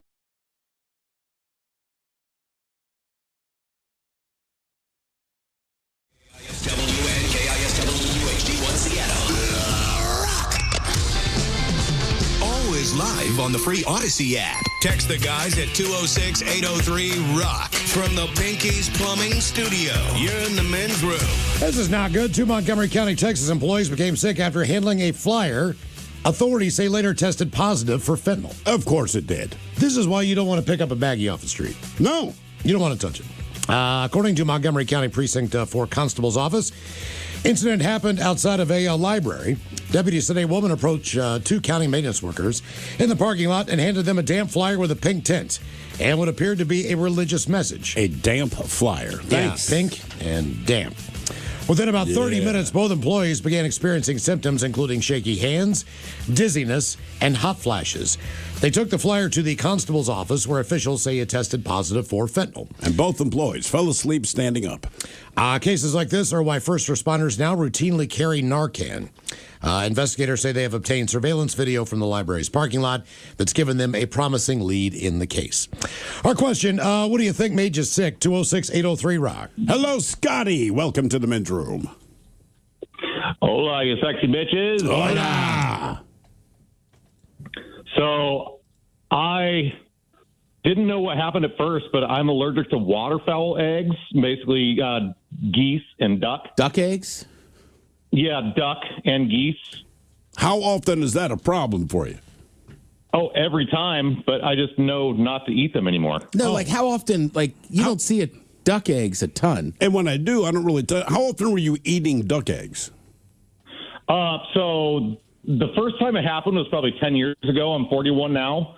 And I was in my shop working away, and my wife made a quiche because some friends of ours gave us some goose eggs because they had geese, obviously. And I was all excited to eat them. And so she made two different things. She doesn't eat meat. She eats seafood, but not land animals. All right. And so she made this quiche, and I put some leftover hamburger in it. And I got ridiculously sick. I mean, it was like somebody was stabbing me in the gut with a buck knife. How does someone keep geese as a pet? They can fly. So are they clipping their wings and putting them in a pen? I mean, how does that work? No, when they're domesticated, they're just too fat and lazy to want to fly away. Oh, okay. Right. Okay. I know a lot of people like that. I did not know that people kept those as pets. I didn't either. Yeah. Yeah, and so even today, I mean, we have ducks, and they're just too fat and lazy to go anywhere. And there's different breeds, like there's Indian runners that we have, and they just don't want to go anywhere. They're like, hey, where's my food? Where's my water? How many ducks do you have? We just got 3 new babies, so we're up to 6. Now, can you physically handle duck eggs? Like, can you pick the egg up as long as it's in the shell? Yeah, that's not a problem. And I can actually eat goose and duck meat, but just not the eggs. There's an enzyme in the actual egg, like the embryo itself, that my body just rejects. Wow. Well, now, when you had the goose egg quiche, which I've never tried myself, was that the first time you'd had goose egg? Yes. How about ostrich? Do you think you could eat an ostrich egg? I would try it hesitantly. Okay, so maybe don't. Yeah, I was going to say maybe. Well, so far he said waterfowl, so I'm assuming you can eat chicken eggs, right? Oh yeah. We have like 20 chickens, and chicken eggs, love them. Is there a bird you don't own? Where do you Maybe live? let's just start with that. Where do you live, man? Green Acres? Hour north of you guys, up in Mount Vernon. Okay. County. So you got a bunch of chickens, you got a bunch of ducks. What else do you have rolling around up there? Just a couple cats. I had a dog, but she just wandered off one day, and Probably tired of all the Never found geese her and again. ducks. Do the cats not F with the ducks and the geese? no, the ducks are actually pretty ferocious. I mean, I can pick them up, but I mean, if a cat went to go mess with it, it would. I don't know. Have you ever eaten one of these guys? Oh yeah. So we just We're talking about the cats. No. Oh, no. Okay. No. So I'm not Asian. So you have eaten some of your ducks. Yes, the ducks and the chickens. Yeah, we've done that a bunch. Nice. Were you apprehensive to try duck meat after the whole egg thing? Were you apprehensive to eat the meat of the animal? Did you go to the doctor and they explained that there was a difference between the egg and the meat? Well, so before I ate my first goose egg, which is what happened the first time, and this has happened 4 times, by the way, and I can get into every one of those if you want. Was it a goose egg each of these 4 times? No, so the first 2 was the goose eggs, because I ate a goose egg and then literally didn't know which end to stick in the toilet type of deal, and felt Ultimate like my dilemma. guts were just it was so terrible. And then the second time, like I said, the first time I put some hamburger meat, which was a little bit questionable, so I thought I just gave myself food poisoning from the questionable hamburger meat. Sure. And then the second time, my wife made another dish with the goose eggs, and I got equally sick as the first time. And I'm like, it's the goose eggs! Just dying. And then we got ducks, because ducks and geese eat slugs, and we do a bunch of gardening and whatnot. No wonder you want to eat them. Okay. How do they taste? Do they taste gamey? Like, do the chickens taste gamey? Or I thought you meant the slugs. The geese or whatever? No, as long as you, you got to pressure cook them or crock pot them, kind of do like a slow cook. You don't want to just, like, take the meat right off them and throw them on the barbecue or anything, because then, yes, it's very gamey. But if you put the right seasoning in and crock pot or stew them down, you can make some really good soup and stuff like that out of them. How many pounds are these ducks? Or chickens, whatever, any of it. Yeah, I mean, the chickens probably only weigh 2.5, maybe 3 pounds, and probably similar as the ducks. Do you name these before you eat them? We name a couple. Our kids give a select few that they really like. So, like cacciatore. Now, are those the ones you don't eat just because the kids have determined they like them? No, we'll eat them all. Will you name one of the ducks cacciatore? What's that? Sorry. Will you name one of the ducks cacciatore or chickens or Peking? Yeah, seriously. Done and done. That way you know what you're going to make. Come here, Peking. Yeah, exactly. That's what I'm saying.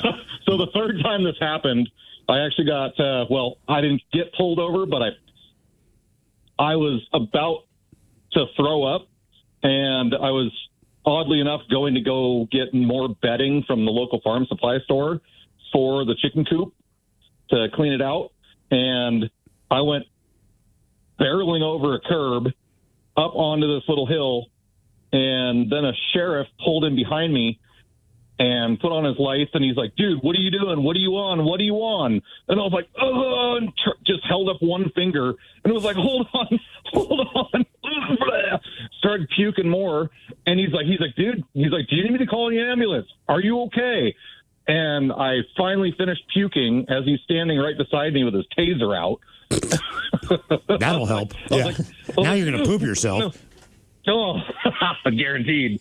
So then finally I was able to catch my breath enough that I was able to explain to him, "Dude, I'm allergic to duck eggs. I just ate a duck egg. My wife fed it to me. She thought she could tell the difference between the duck and the chicken eggs." And your wife's trying to kill you, brother. That is what I'm hearing in these stories. Did the cop believe you? Yeah, I told him, I was like, "Dude, you can follow me home. I live just down the road that way, like a half mile away.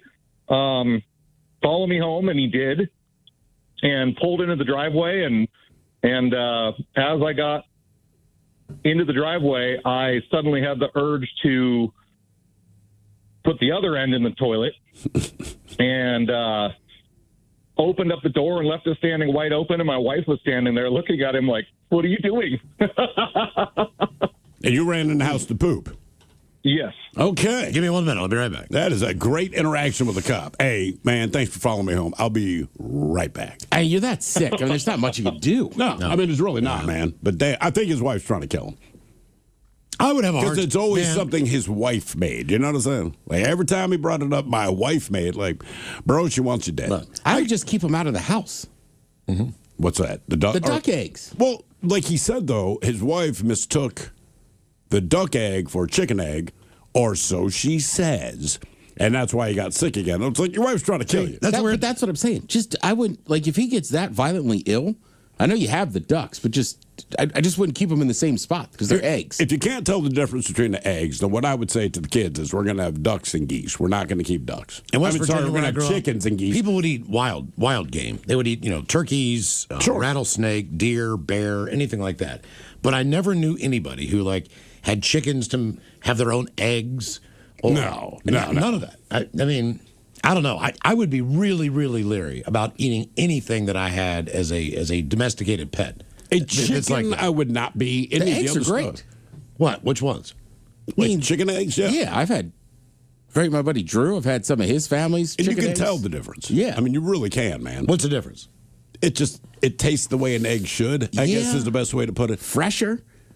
Yeah. I mean, think about it, right? So we keep the price of chicken down based on the fact that you raise them on these massive, massive farms, right? But that's like when bird flu hits it, suddenly the price spikes because, 50,000 of them are killed. But on the farm, they're just eating all the garbage. They're just eating whatever you normally have to give, naturally to a chicken. Right. So you can taste the difference.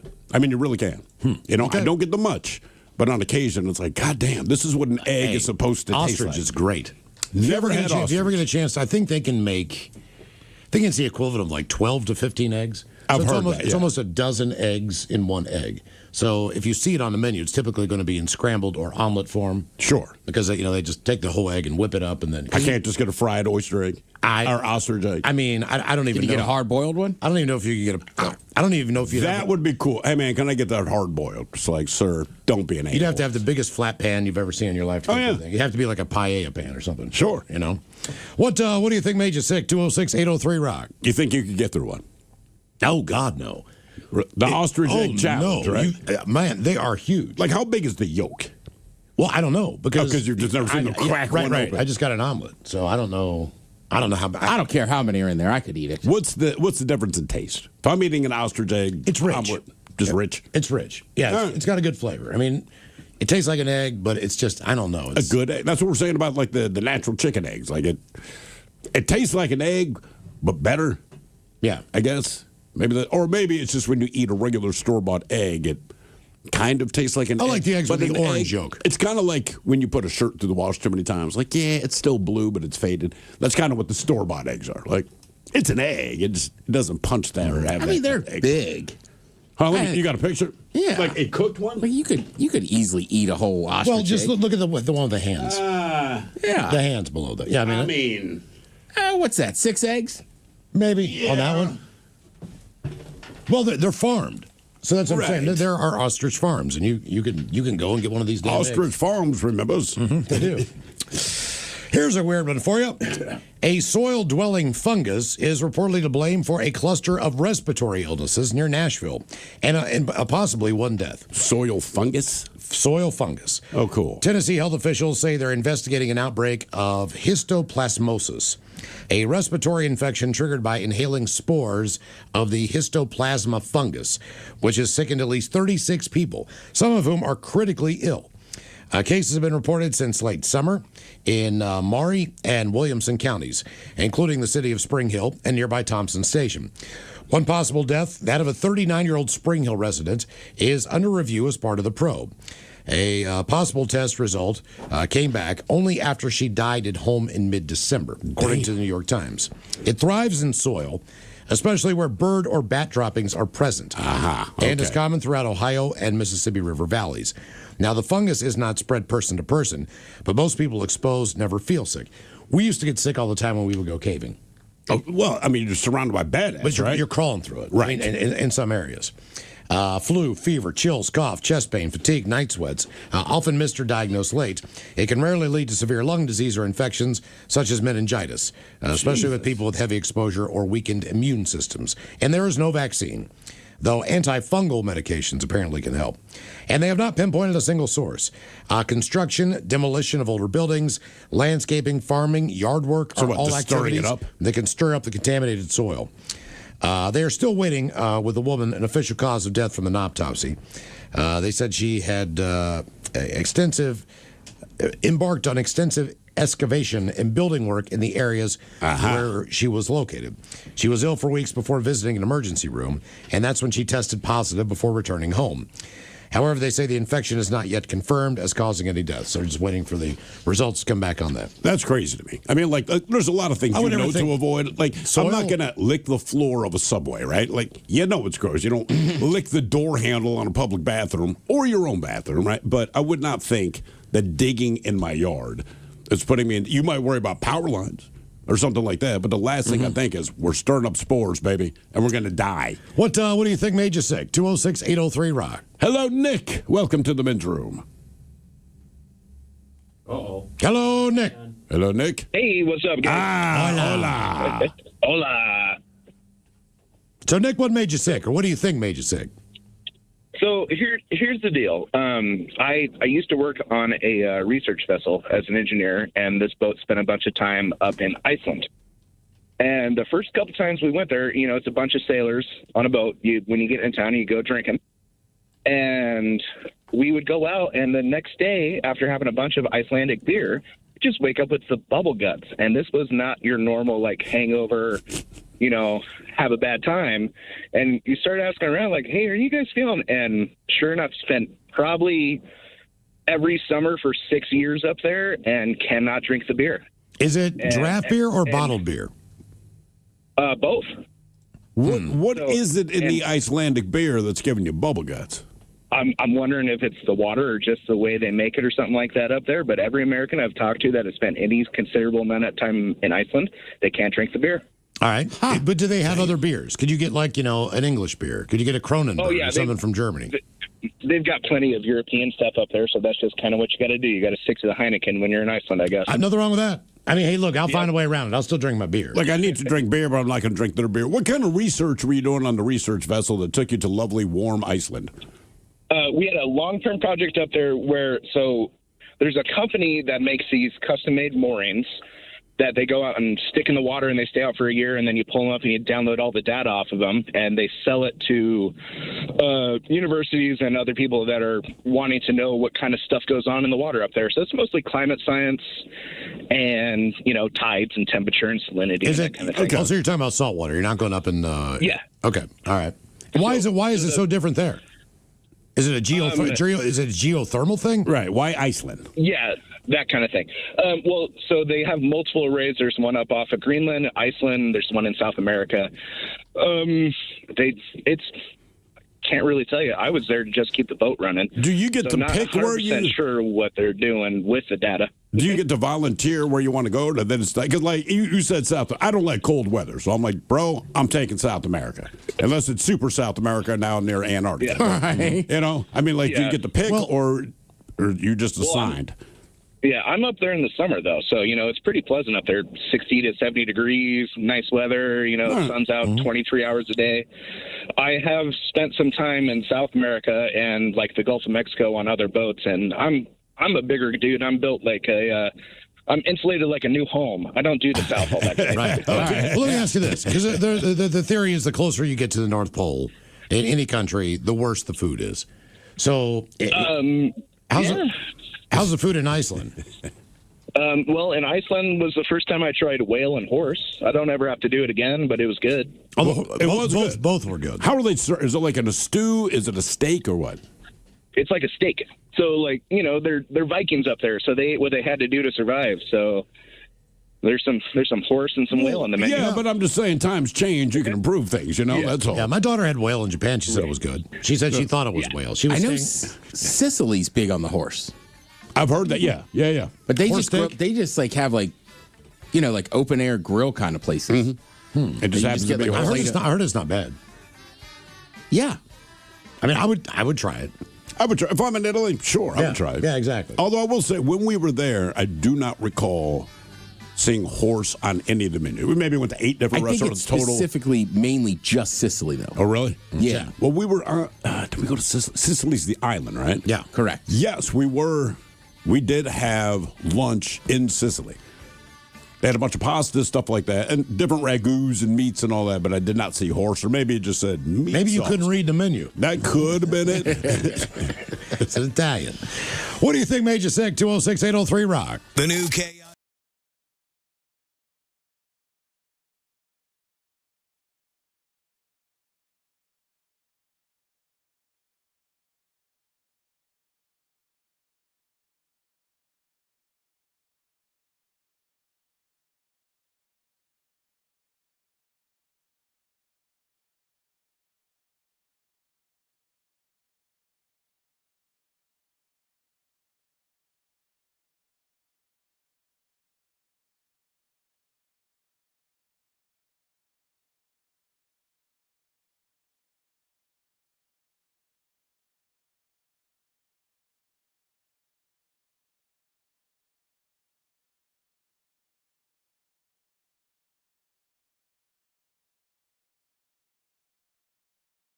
A lot of football coaches that come out of there. Bobby Huggins, West Virginia University and Cincinnati basketball coach. Pretty famous.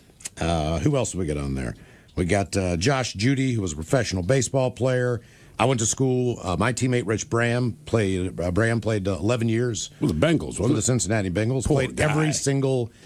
every single position on the offensive line. Damn. I want to say, I did the math on this last time I saw him. I was like, man, how many quarterbacks? You have to remember, Cincinnati went through so many quarterbacks. Oh, God, yeah. It was like just a rotating cast. I mean, if you look at the list of the number of quarterbacks that the Bengals had over the years, it's a who's who of everybody. Yeah, journeyman, failed draft picks, you name it. Hoda, she's from Morgantown. On the Today Show?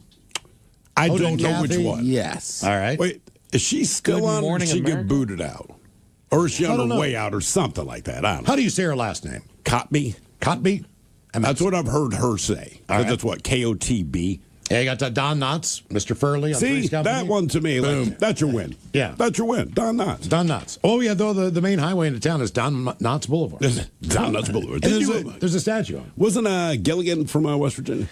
Bob Denver. He was not from West Virginia, but he ended up living there on a farm when he retired. That is weird. And look, I'm not trying to He was West Virginia. I'm just saying, most people, Steve Harvey, you're from West Virginia, something good happens in your life, and then you go away. Bob Denver's like, hey, I'm madly successful. I'm very famous. I'm going to move to West Virginia. I don't know people who say this is that. what he wanted to be a farmer. You see, There's a lot of places you could go. I know that, but he wanted to be in the middle of nowhere where no one would bother him because he wanted to grow weed. So what happened is That's right, because he used to send it to the chick who played Mary Ann. Yes, he did, and that's how he got popped. He got popped. He would mail Mary Ann. That's the thing. He would next mail time you Don see- Knotts got caught. No, Not Don Bob, Knotts. Bob Denver. Gilligan. Gilligan. Bob Denver. From Gilligan. But Gilligan and Mary Ann, they became friends in real life, and he got busted because he was sending Mary Ann, wherever she was living at the time, sending her weed to California. the mail. Was it California? Yeah. So he was mailing weed to California, which seems counterproductive. But West Virginia and Kentucky typically grow very good weed. It's a great weed growing area because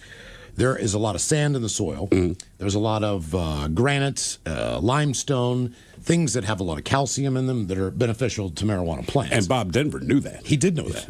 And he went there, and he also made his own hooch. When he got busted for growing weed, they raided his house, and they took all his moonshine, too. Come on, Gilligan. Even though he wasn't selling it, which is the interesting aspect of that. Right, because it Typically- used to be about, you can't sell it because that's not taxed. But if you're just drinking your own crap, they shouldn't care. But looking back at Gilligan's Island, he's not anyone I ever took seriously, but I appreciate him as a human being so much more. Now, as far as my high school goes, you got Tyler Wells, who pitches for the Orioles. Or maybe he doesn't anymore, I don't know. You got Skylar Neese. She was famous because her friends at the high school I went to took her out in the woods and murdered her. And she became like a Lifetime movie mystery type. Does that count as being famous? I mean, people know her Your name. rise to fame is that you were murdered by your friends in the woods. The Lifetime Right.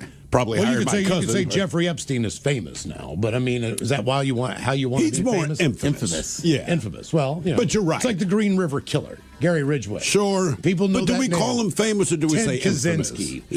Yeah. I mean, to some degree, Yeah, we I know his guess name. To be infamous, you must be famous. A teammate of mine and a guy that I grew up with, Rob Mullins, is the athletic director at Oregon. Oregon, yeah. So I'm sure he gets lots of Nike gear.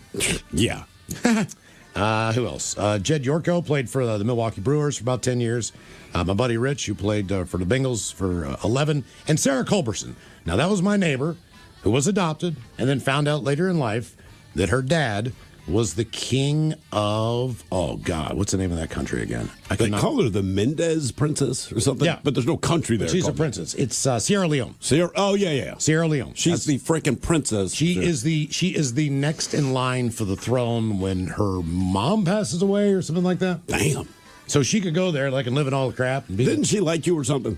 She was much younger than me. I took care of her. I was more. You were like a big brother kind of. Yeah. We walked of a princess. We walked to school. Well, dude, you got to remember those are the dogs. That's a Disney movie, Mike. Make it happen. The big brother of the princess. Those are, when you're a kid like that and you got to walk to school, those are the dog days, man. Yeah. When I'm saying dog days, like you walked in a group because the dogs are going to come out. They're going to come out and attack you, man. Everybody had a dog like on the porch and just got pissed off and run out and bark at everybody and snap at people. So, we all just carried our band instruments as defense mechanisms, and if we had to, we'd kick somebody's dog in the head. I'll kill the dog with a trombone, bitch. Don't think I won't. Exactly. Don't test me. Yeah, cob to the face. So our question, who's the most famous person from your school or hometown? And have you ever met anybody famous? 206-803-ROCK. Because your pathetic life is confined to countless hours in front of a talking box. The Men's Room presents TV Time with Ted. All right. First thing I'm going to start talking about today. Did anybody else get up yesterday morning, 5 a.m., USA versus Canada gold medal game? Yeah, baby. I got up at 6. Oh, did you? But I didn't watch it. Well, I was up. That's right. You Well, you were on a plane, right? I forgot it was on. Did you really? Yeah, I just went up and got breakfast and went and played golf. I watched it at Elmer's in Tacoma. I watched the overtime. I mean, hell, I got there at, 7:30. And that was right when they went to overtime. I saw none of it, no. You didn't watch any of it? I did not. I was very excited. There were some small bets out there if I'd actually get up to watch it, because I'd been at an event the night before. And I was like, don't worry. Were they supposed to get their ass kicked? I mean, wasn't that the idea? I wouldn't say they're supposed to get their ass kicked. Canada was clearly favorite. We haven't beat them in, 45 years, 46 years? We haven't won a gold medal game, or a gold medal. We had lost to them in 2010, which was painful. Then last year we had the Four Nations tournament, which we lost to them again, which was kind of painful. So, it was a long time coming. So I think we'll start with... Al Michaels from 1980. Well, we'll just start with the setup and the actual game winning. 46 years ago today in Lake Placid, the miracle on ice. And the United States team with an opportunity here in Milan to win the gold medal for the first time since. And this game will head to sudden death overtime. Puck lines up behind the net. Blocked across it comes. Jack Hughes wins it. The golden goal for the United States to defeat Canada. For the first time since the 1980 miracle, the United States takes the gold. Which is just awesome. Yeah. It's great. It's almost like they just replicated what the women did. Yeah, well, the American women win more often. Yes. But obviously, there's just not as many good women's programs, so it's a little bit tougher. Right. But the United States hockey, our hockey program's great. They've been doing a lot of stuff, but, Canada invented the sport. Canada's Canada. Canada's very good at it. I always joke around that none of obviously the roster of the Florida Panthers is made up of a lot of Canadians. Yeah. But it's still kind of funny that none of the Canadian teams can just win a Stanley Cup. Yeah. So, and Canadians, they take pride in their hockey, right? There's Absolutely. a lot of things you'll never take from. It's just like, oh, it's ours now. Did Russia just suck this year? Don't they typically have a pretty good team? I don't know that Russia was involved because of Ukraine stuff. Oh, right. So they might not have been there. But yeah, traditionally, Russia's always going to be good. Finland. Like getting those, Sweden's usually really good. Yeah. So all those things, right? So, that's what I'm saying. Like, we've had good teams, but Canada is just... They're that good. They're that good. And they have the best players. So... Right, it wasn't like they were supposed to kick our butt, but they were definitely favorite. And then here's some audio with Jack Hughes, who scores the final goal, and just talking about being American. This is all about our country right now. I love the USA. I love my teammates. It's unbelievable. The USA Hockey Brotherhood is so strong. I'm so proud to be American today. Unbelievable game by Hellebuck. He was our best player tonight by a mile. Unreal game by our team. Just a ballsy, gutsy win. That's American hockey right there. That's a great Canadian team, but we're USA. We're so proud to be Americans. Tonight was all for the country. And also, he's right. The goaltender just played out of his mind. He made some saves that shouldn't have been in there. Well, one of the guys from Canada after the game, and you're salty, but he's like, I think you can look at the tape and see who the better team was. Like, well, everyone knows because the better team won. Correct. To their credit, they were dominating, but the goaltender was good. And then when it came down to it, sure, the States put that goal in and won. And that's how the game is played. Right. Like, sorry, man. That's how the game is played. I'm also glad it's over with so we can get back to some Kraken hockey. They're playing pretty decent. Correct. Well, that's the good thing. I was saying to Mike earlier, you would think with this momentum, that'd be good going into the NHL season. People should be pumped up. And look, I had talked about it. I wasn't that fired up for the Olympics, but Friday night, I didn't do crap. So I was just kind of sitting around watching Olympic stuff and everything else. And it is weird that, like, the first week, all right, whatever. Sure. But then, man, I was kind of in and out of my house on Saturday a few times, but I just had it on in the background the whole time. And then, I got up Sunday, watched that. 99.9 KISW. The shenanigans continue. This is the Men's Room with Miles and Thrill. I think we're going to take a little bit of a detour here on the show. Now, if you were listening Friday, we were reading the story about if you ever have a problem at a Burger King, you can call the president. Which is amazing, right? Because that does not happen. I don't know how the hell he got our number, but if this is for real, is Tom there?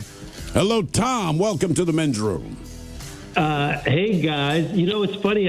I'm calling back people, and I didn't know I was going to run into a radio station. Okay, so look, here's the thing. All right? So on Friday's show, we were doing a news segment, and the news came out that the president of Burger King, if there's some kind of major complaint someone wanted to file, they could call you directly. Okay, so we just covered the story, but we never called you. Now that said, there's a strong possibility that our morning show may have placed a call to you, or one of our listeners did. But what's amazing to us the morning show is that you're making good. The morning show would have been the Daily Mig show with Steve Miggs and Taryn Daly. That was a woman, I think, that left a message. That would have been Taryn. Okay, she did leave a message. Now, did she say what this is in reference to? You getting a hold of her, Mike? No, she said, hey, whatever her name was, Karen, did you say? Taryn with a T, yeah. This is Karen, and love what you're doing, and just want to, we get these voicemails, and the voicemails are translated through, I don't know, AI or something, and I couldn't make out what it said, so I was calling Karen back to find out either, because we get half praise, half people saying what we want you to do better. Us too. We understand what she wanted. I will say, it was confirmed. It was the morning show. It was the morning show. Taryn just texted me. They said that they did. Okay. All right, so Tom, you're the president of Burger King. First of all, big we love you. Yeah. That's all. I still like the original chicken sandwich. But our co-host here, Miles, years ago, he worked for 2 weeks at Burger King. Yeah. He's still claiming that he worked for you. No. Is that stolen valor? I'm a graduate of BKU. I trust you. I believe you. He worked for 2 weeks, and he talks about this. Is that 1986 in the brown uniform? Right, the brown polyester uniform. Because they never wanted me to return it after they fired my ass, and so I would wear it. I would wear it to like Halloween parties and stuff. Listen, I get it, and I think I guess it's gone by now. But if you need a new one for next Halloween, I'll hook you up. Do you actually have the old brown polyester style uniforms? Well, I have access to all the old uniforms, but I actually only started here 5 years ago, so I wasn't privileged to wear that with pride. Yes. Well, I don't think anyone wore it with pride. I remember those uniforms. So do you guys kind of keep like an archive of all the uniforms or logos, everything that's kind of come and gone? I think we keep an archive of about everything. We don't keep any of the old Whoppers around, but anything non-food we'll keep. Well, truth be told, you guys have the best hash rounds for breakfast of any fast food place. That's I've heard that, and the original chicken sandwich love is alive and well. I was very surprised at how many people called me with that one. Yeah, I'm with you, dude. I still love it, and it's just, I don't know if it's because I grew up on it or whatever, but it's great. What are some of the things, not necessarily their complaints, people complain about everything, so put that aside, but as far as the things that people are giving you accolades for, like if you're the president of Burger King, what are like two of the things where you're like, I cannot believe how much people like blank? Well, I already said the chicken sandwich, and this is not surprising, but everybody loves us for the Whopper. And everybody, let's see, what else are we getting a lot of love for? And the hash browns, too. Like you said, we're getting a lot for the hash browns. And then we're getting a lot about changing the fries. Like, can you change the fries? But it's hard to know what to do with it because and I'd love to hear what you guys have to say. Some people love the thick cut fries that we have. Some people want more of a shoestring fry. Like those guys, whatever those guys are with the golden arches, I can't remember their name. Right. Somebody out there. We've heard of it. I would say, man, honestly, with Burger King, I think we had a discussion about this either Friday or maybe even yesterday, but Burger King changes its fries, we feel like, more than any other fast food place. Too much. So it's like, man, look, just you're not going to make everybody happy. I have a wife. I cannot make her happy all the time. So you live with these things, right? But like, figure out whatever you think the best version is and then freaking stick with it. And then if you want to introduce a different fry, give people, quote unquote, a limited time choice, right? It's much better than In-N-Out Burger's fries. I'll tell you that right now. Well, and Burger King also, like, you got the onion rings. Yes. Yep. I mean, Tom, this could sound stupid, but as long as I got you on the phone, is that just a mistake when I get a couple onion rings in my fries? Is that like a surprise Are thing? they hooking me up? Because everybody's happy when it happens. Yeah, it is. And no, it's a clever marketing ploy that makes somebody's day special, right? It does. I'm grinning ear to ear just thinking about it. So, Tom, when I was working, I was doing the chicken sandwich. Oh, here we go. Shut up. I was doing the chicken sandwich. the chicken nuggets, and at the time it was called the Whaler, which was the fish sandwich. The BK Whaler, correct? Right, exactly. So I had to go into. Did you really get fired after 2 weeks? Here's what happened. Here's what happened. Here's what happened. Here's what happened. In 1986. Card on me. Well, no, listen. We only had a landline phone. Okay, all right, where I was living. And the manager changed the schedule. Sure. Okay? This is the story he tells us. No, this is what happened. He changed the schedule. I was supposed to work on Sunday morning. Something happened, but there was a schedule in the restaurant and on the door. Now, the manager claimed he called my house and left a message. That did not happen. As far as I'm concerned, my mom would tell me, because it was the answering machine days, right? Sure. And trust me, I'd gone through all the VHS training tapes in the closet. I'd watched them all. I'd passed all the tests. I was next up to work the fries, possibly the drive-through. I was just. He was on his way, is what we're saying. Yeah, I was. Okay, but when I came into work on Sunday, he said, "You're fired because you missed yesterday's shift." And I was like, "I wrote down the schedule." He's like, "I had to change it." He's like, "You need to be aware of these things. I called you and left a message." I'm like, "No, you didn't." And he's like, "Take your stuff and get out of here." And I'm like, "You son of a bitch." I wish you would have elevated that one. We could have gotten to the bottom of that. That is unacceptable. Yeah, well, I was 16 years old. This is 1986. But I was so mad, and I was so happy the Burger King came to my hometown in West Virginia because we never had one, and that made me not want to go, and that sucked because Burger King was my favorite. Because Burger King actually puts mustard on their hamburgers. Yes, where most places don't. So, like, that was one of my sales. Plus, it's like a flame broiled burger, you know. By the way, Tom, just some listener feedback here. One person says they loved getting the gold crown as a kid. Is that something the kids still get when they go in, or no? Absolutely. But, it's funny. When I take these calls, I actually had somebody in Arizona say, "Hey, every time we go to Burger King, we don't get a crown anymore." So gave us the opportunity to call up the owner and say, "Hey, what's up there, brother?" What happened to Creepy Burger King? The Creepy Burger King, I think I'm allowed to say this, he's been fired. He was. Oh, just like Miles. Listen, okay. He was waking up in bed with people's wives. It wasn't right. It was kind of a bad image, I guess. You could make him a pimp or something. Yeah. Exactly. He had a huge hairy chest. He had this big, creepy cartoon head. He frightened people. He frightened me. He was creepy. Like, we got used to him after a while and kind of enjoyed the commercials. But I would say, like, the first month those commercials came out, like, we'd come to work like, Jesus Christ, that guy is terrifying, man. Exactly. Yeah. You're not going to go to a restaurant where you might see that guy. So, could you give us a sneak peek? Is there anything new down the pipe that we can expect? I got the communications team sits here with me, and they're giving me the stink eye right now. Are they really? The fun police. Kick them out. You're the president. Yeah. Just look for some menu elevation over the rest of this year on our core product. Well, that honey chicken biscuit is fantastic. Yeah. Well, and he's a biscuit lover. I love that people call you to tell you that they love the Whopper. It's like, we're Burger King. We know. That's kind of what we do. But yeah. Thanks for letting us know. News to us. Damn. Yeah. Okay.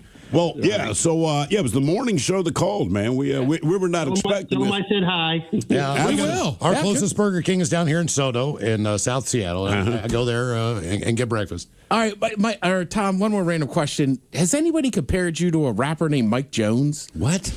Because Mike Jones was famous for giving out his cell phone number. You're the only other high-level person I've ever heard give out a cell phone number. No, I was just sitting around bored one day, and I said, I'd love 15,000 people to call me. So, Is this a big time with Lent for your fish sandwich? Absolutely, big time for Lent. Yep. So, okay. Well, it's a great fish sandwich. It's not, man. I have got a couple of calls on the fish sandwich. It's been a wild we just start week 2 tomorrow, but it's been some wild evenings taking these calls. Well, I do remember this. I was not, the station I was working in was not too far away from the drive-in window. Yeah. So you could hear a lot of the communications of people coming through the drive-through. And since I was doing the big whaler or the fish sandwich, the Whaler was called. You could hear people, and this is West Virginia, so keep this in mind. People were asking if it was really whale. Oh my God! I am not lying. I am not lying. And I was just like, you got to be kidding. Was it better to say yes? No. I mean, like, well, the woman was working the drive-through window. She always just look at me, just shake her head. She's like, "Did you hear that?" It's like, wow. Hey, have you ever heard the Dane Cook bit on Burger King? No. Look that up. It is not fit for prime time, so don't play it on the air. But it is the funniest thing you will ever hear in your life. And just a quick question for you: how does one end up being the president of Burger King? Like that's not just something that happens because you answered a want ad in the back of the paper. You know, the Burger King Nation is all looking at me and asking that same question. Okay, all right. Is there a Burger King lifetime card? Is there like one of those things where like you give to somebody? Like Jay-Z rolls in and he has like he's a like the Burger King card for life. There is a black card out there. There's only 5 or 6 of them, and I've heard from some celebrities that have them. But then apparently they keep calling and saying they're not working properly. So I really? So what is the criteria for someone to get a Burger King black card? And would all of the employees know? If I worked at Burger King and somebody rolled in, and even if it's a celebrity, but if they said I have the Burger King black card, I just would not believe them. Well, then you just swipe it and it says, "Yep." Oh, okay. That's good. So, and you know, and now that you mention it, it has been some celebrities that have been in our ads. Okay. Our training, when the managers went away to training, I think they go to Jacksonville. Is that still the case? It's Miami, actually. Oh, much better. All right. Okay. Yeah, that's pretty cool, man. You get to run Burger King and live in Miami. I mean, hell, it's freezing cold here. Yeah, no kidding. It's not cold there, is it? Well, it's cold for Seattle. It's not awful in Seattle. It's not. It's sunny. We'll take the sun. Yeah, we got a decent day. Yeah. All right. Well, Tom, thank you for calling back. Thanks for calling back. Yeah. Hey, great talking to you. And like I said, tell the morning team, sorry I called a little too late. No, that's all right. It worked great for us. Yeah, we stole the bit. Thank you, Tom. Take care. Wow. They can play this on their show. Honest to God. I can't believe I got to talk to the president of BK. And you got the vents about getting fired.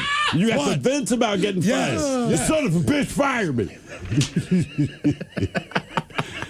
You just have to understand, off air, Mike goes, hey, because Mike was not here Friday. Right. So he didn't even know we'd even talked about this. And we did not call him, but Mike's like, hey, there's a guy named Tom on the line, and he says he's the president of Burger King. And I haven't heard this bit. I haven't heard this story or anything about this. All of a sudden, there's this guy named Tom who's calling and saying, I'm the president of BK. That's when I pulled the story. That's why I was like, man, this is really different for you really to be able to call the president of a company that's give them that their honest big, opinion, and they are going to call you back. So I thought that was a bunch of crap. I said the same thing. I'm like, is he really going to take the time to call anybody back? Then his ass ends up calling our show the wrong show, but still. Like, right, and I reached out to Tara, and she said that they left him a voicemail they asked for like T-shirts and stuff, and then now we got Steve Miggs that's emailing us here. So if you're both still listening, sorry we stole your bit. Oh, that's good. Yeah, that's good. I didn't know. Asked for a T-shirt. Thanks for setting up that interview for us. So pissed. Actually, he says, this is from Miggs. He says, this is amazing, fellas. I cannot believe he actually called. I can't either. He did, but just to see Mike, who was not here, even when we brought it up, like. Because we had explained to Mike. I was like, hang on. No, Mike, it could be. Is this like a whole thing? But you we can didn't call him now. Yeah. Right. It just wasn't us. This is the wildest damn thing that has ever happened in my career. That is weird. Like, he says he's the president of Burger King. And to be honest with you, if Miles had not covered, the only place I've heard it was from Miles. If he had not covered that story, I would have zero belief that the president. I mean, of it's Burger been going. King, It's been making the circles on social. But you're right. I kind of forgot about it until Mike said this guy Tom says he's the president. And it's his dinner time. It's 6. That's what I'm saying. It's kind of 6:30 on the East Coast of Miami. And you'll talk to people that'll make claims about themselves that you don't quite believe. However, he said it with such authority and so directly, and it sounded like he was ready to take a call from somebody. Yeah. That I truly believed it. He said it in the way that I believed it. It's like, okay, we got and the funny thing is, he did not expect to be on a radio show. No. He just thought he was going to talk to Taryn. Oh, I'm sure that freaked the PR department and the communication people out. Oh, yeah. Which station is this in? What's that phone number? Exactly. Well, he already said he's sitting in a room full of them, right? Which we call the, what are the Easter Island heads? You know, they're just all frowning and staring at you, right? Yeah. And then you're going live on a radio station. You know they were sweating. I guarantee you. We should have invited him to the St. Patrick's Day parade. And like, dude, it doesn't take long. You're the president. Fly out here, bud. I mean, it's also funny, too, is we don't have to mention other places, but literally, we were talking yesterday about those damn hash browns. Yes. Because I forgot to cook mine that I bought when I was watching that USA hockey game. I do love that original chicken sandwich. A couple comments. Please give us cheesy tots all the time. Oh, my God. We should have read these. Mike, if we don't really say should've. this for the end of your spectacular. Oh, yeah. This is awesome. so you guys are talking to the Burger stupid. King president. Can you please tell him Oak Harbor Burger King sucks? Jesus. What else we got? Ask him if there's any vegan options coming out. Asking for Miggs's wife. Well, they had the Impossible Burger. Did they? Yeah. Mm-hmm. Yeah, we've had it. They did that for a in minute. studio. Please ask him to bring back the Italian chicken sandwich. Ooh, that was good, man. That's just a chicken parm, isn't it? Yeah, basically, but BK style. Listening to the CEO of Burger King, I'm going to eat a Burger King tonight just because of him. I second that motion to view Dane Cook's comedy piece about Burger King. Actually, the whole bit is hilarious. Yes. And this one says this is the greatest radio that ever existed. So that cracks me the F up, That's man. crazy. I did not expect that phone call. Let's take a break real quick. Good work out of the morning show. We'll get back on track with the question. What do you think made you sick? Burger King, damn it. 206-803-ROCK.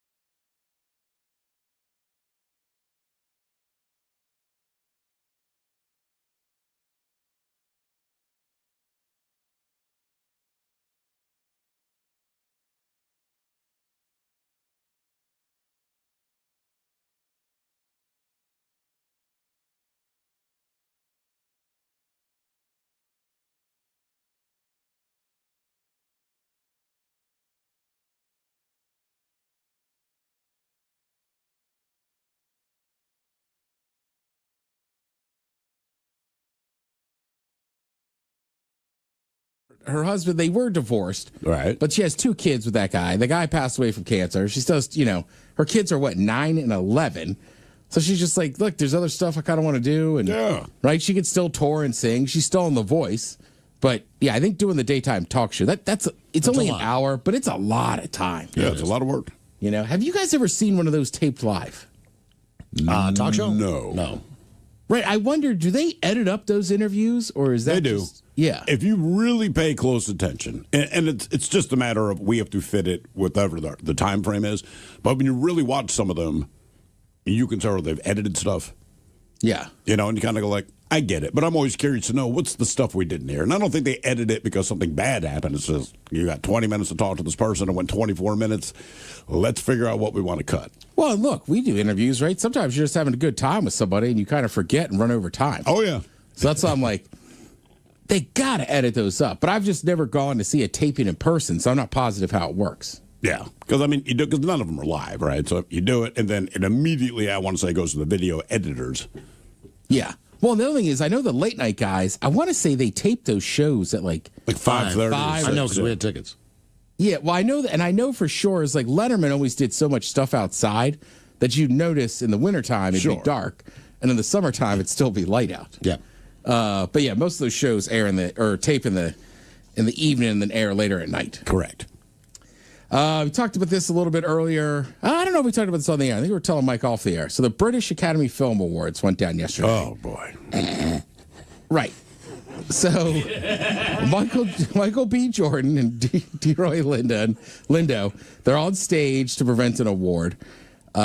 Someone yelled out the N-word at them. Mm-hmm. They pause for a brief moment. They carry on. Turns out the shouter was a guy named Josh Davidson who has Tourette's syndrome.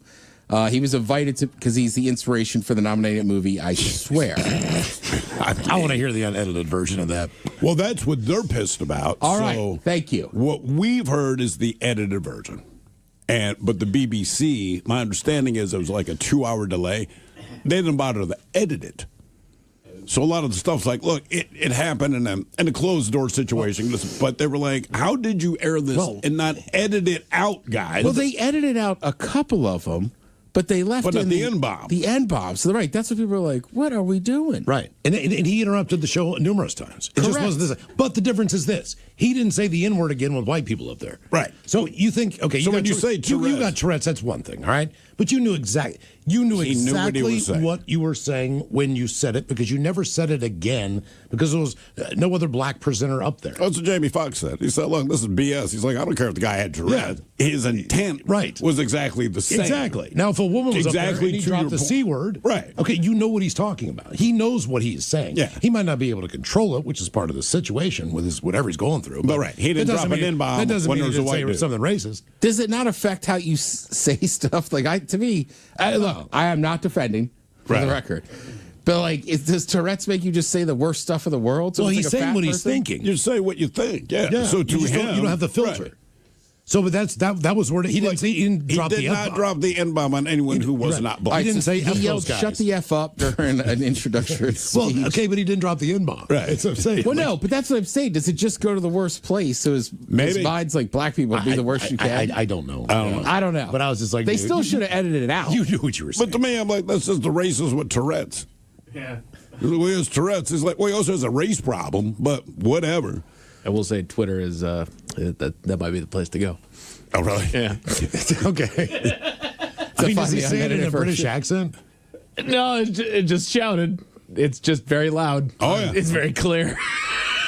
Well, the one guy just froze and looked, and his eyes opened wide. They'll be like, are you kidding? But they kept going, and I think he was cognizant enough to realize who did it and who said it. But that, I mean, still, you're up on stage, and this guy's dropping a racist, and he shouted it. Right. So there was no. They came out there and they announced, "Hey, this guy's in there." To that guy's credit, he left on his own. He was like, I can't be here any longer. So the second half of the show, there's no outbursts. They didn't ask him to leave, but he was like, I should just leave. Yeah. Oh, so he left. Yeah. I mean, I don't know if you wouldn't you. I don't know. Let's just say I don't understand Tourette's as far as what is your mental capacity? Is it just that you don't have the filter on this? It's Or just the filter. are you cognizant or are you conscious of what you said? Oh, Yeah. You know? Yes. But what That's if what I'm saying. That's what I'm saying. Like, Yeah, right. what if he's just This sitting there like, racist I ass can't who believe I happens just to yelled have Tourette's. Yes, N-word at exactly. these people. Like, he did not Actually- mean to say it out loud. He would but never. he did. He'd never drop the C word on a dude. Well, I guess you probably would in England. Huh? In England, maybe, sure. Yeah. Yeah, Prince Andrew. That was actually his nickname. I'm not making this up. So, like the Secret Service for the royal family, they call it the Royal Guardians or something. They were talking to a couple of people that used to do detail for Prince Andrew. And they're like, oh, our nickname for him was the C-bomb. Okay. And they're like, why? And they're like, because he annoyed every freaking person he was around. He was just a horrible human being. We knew it, so that's what they called him. We're talking about Kelly Clarkson earlier. The Voice is back tonight, 9 p.m. on NBC. 29th season premiere. Adam Levine, Kelly Clarkson, John Legend. Thank you, Tim. We appreciate it. You're listening to The Men's Room. Thinking. KISW. The shenanigans continue.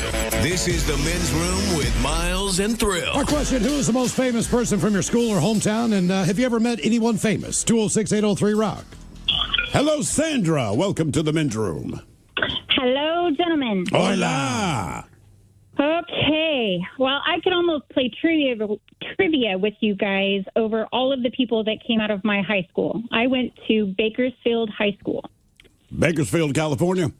Yes, sir. Hear nothing but great things about Bakersfield. Yeah, really do. Well, we've got Jordan Love and David Carr. Anyway, so from my high school would be Frank Gifford. All right. All right. And then Merle Haggard. Wow, Merle. I thought he was Haggard. from Muskogee.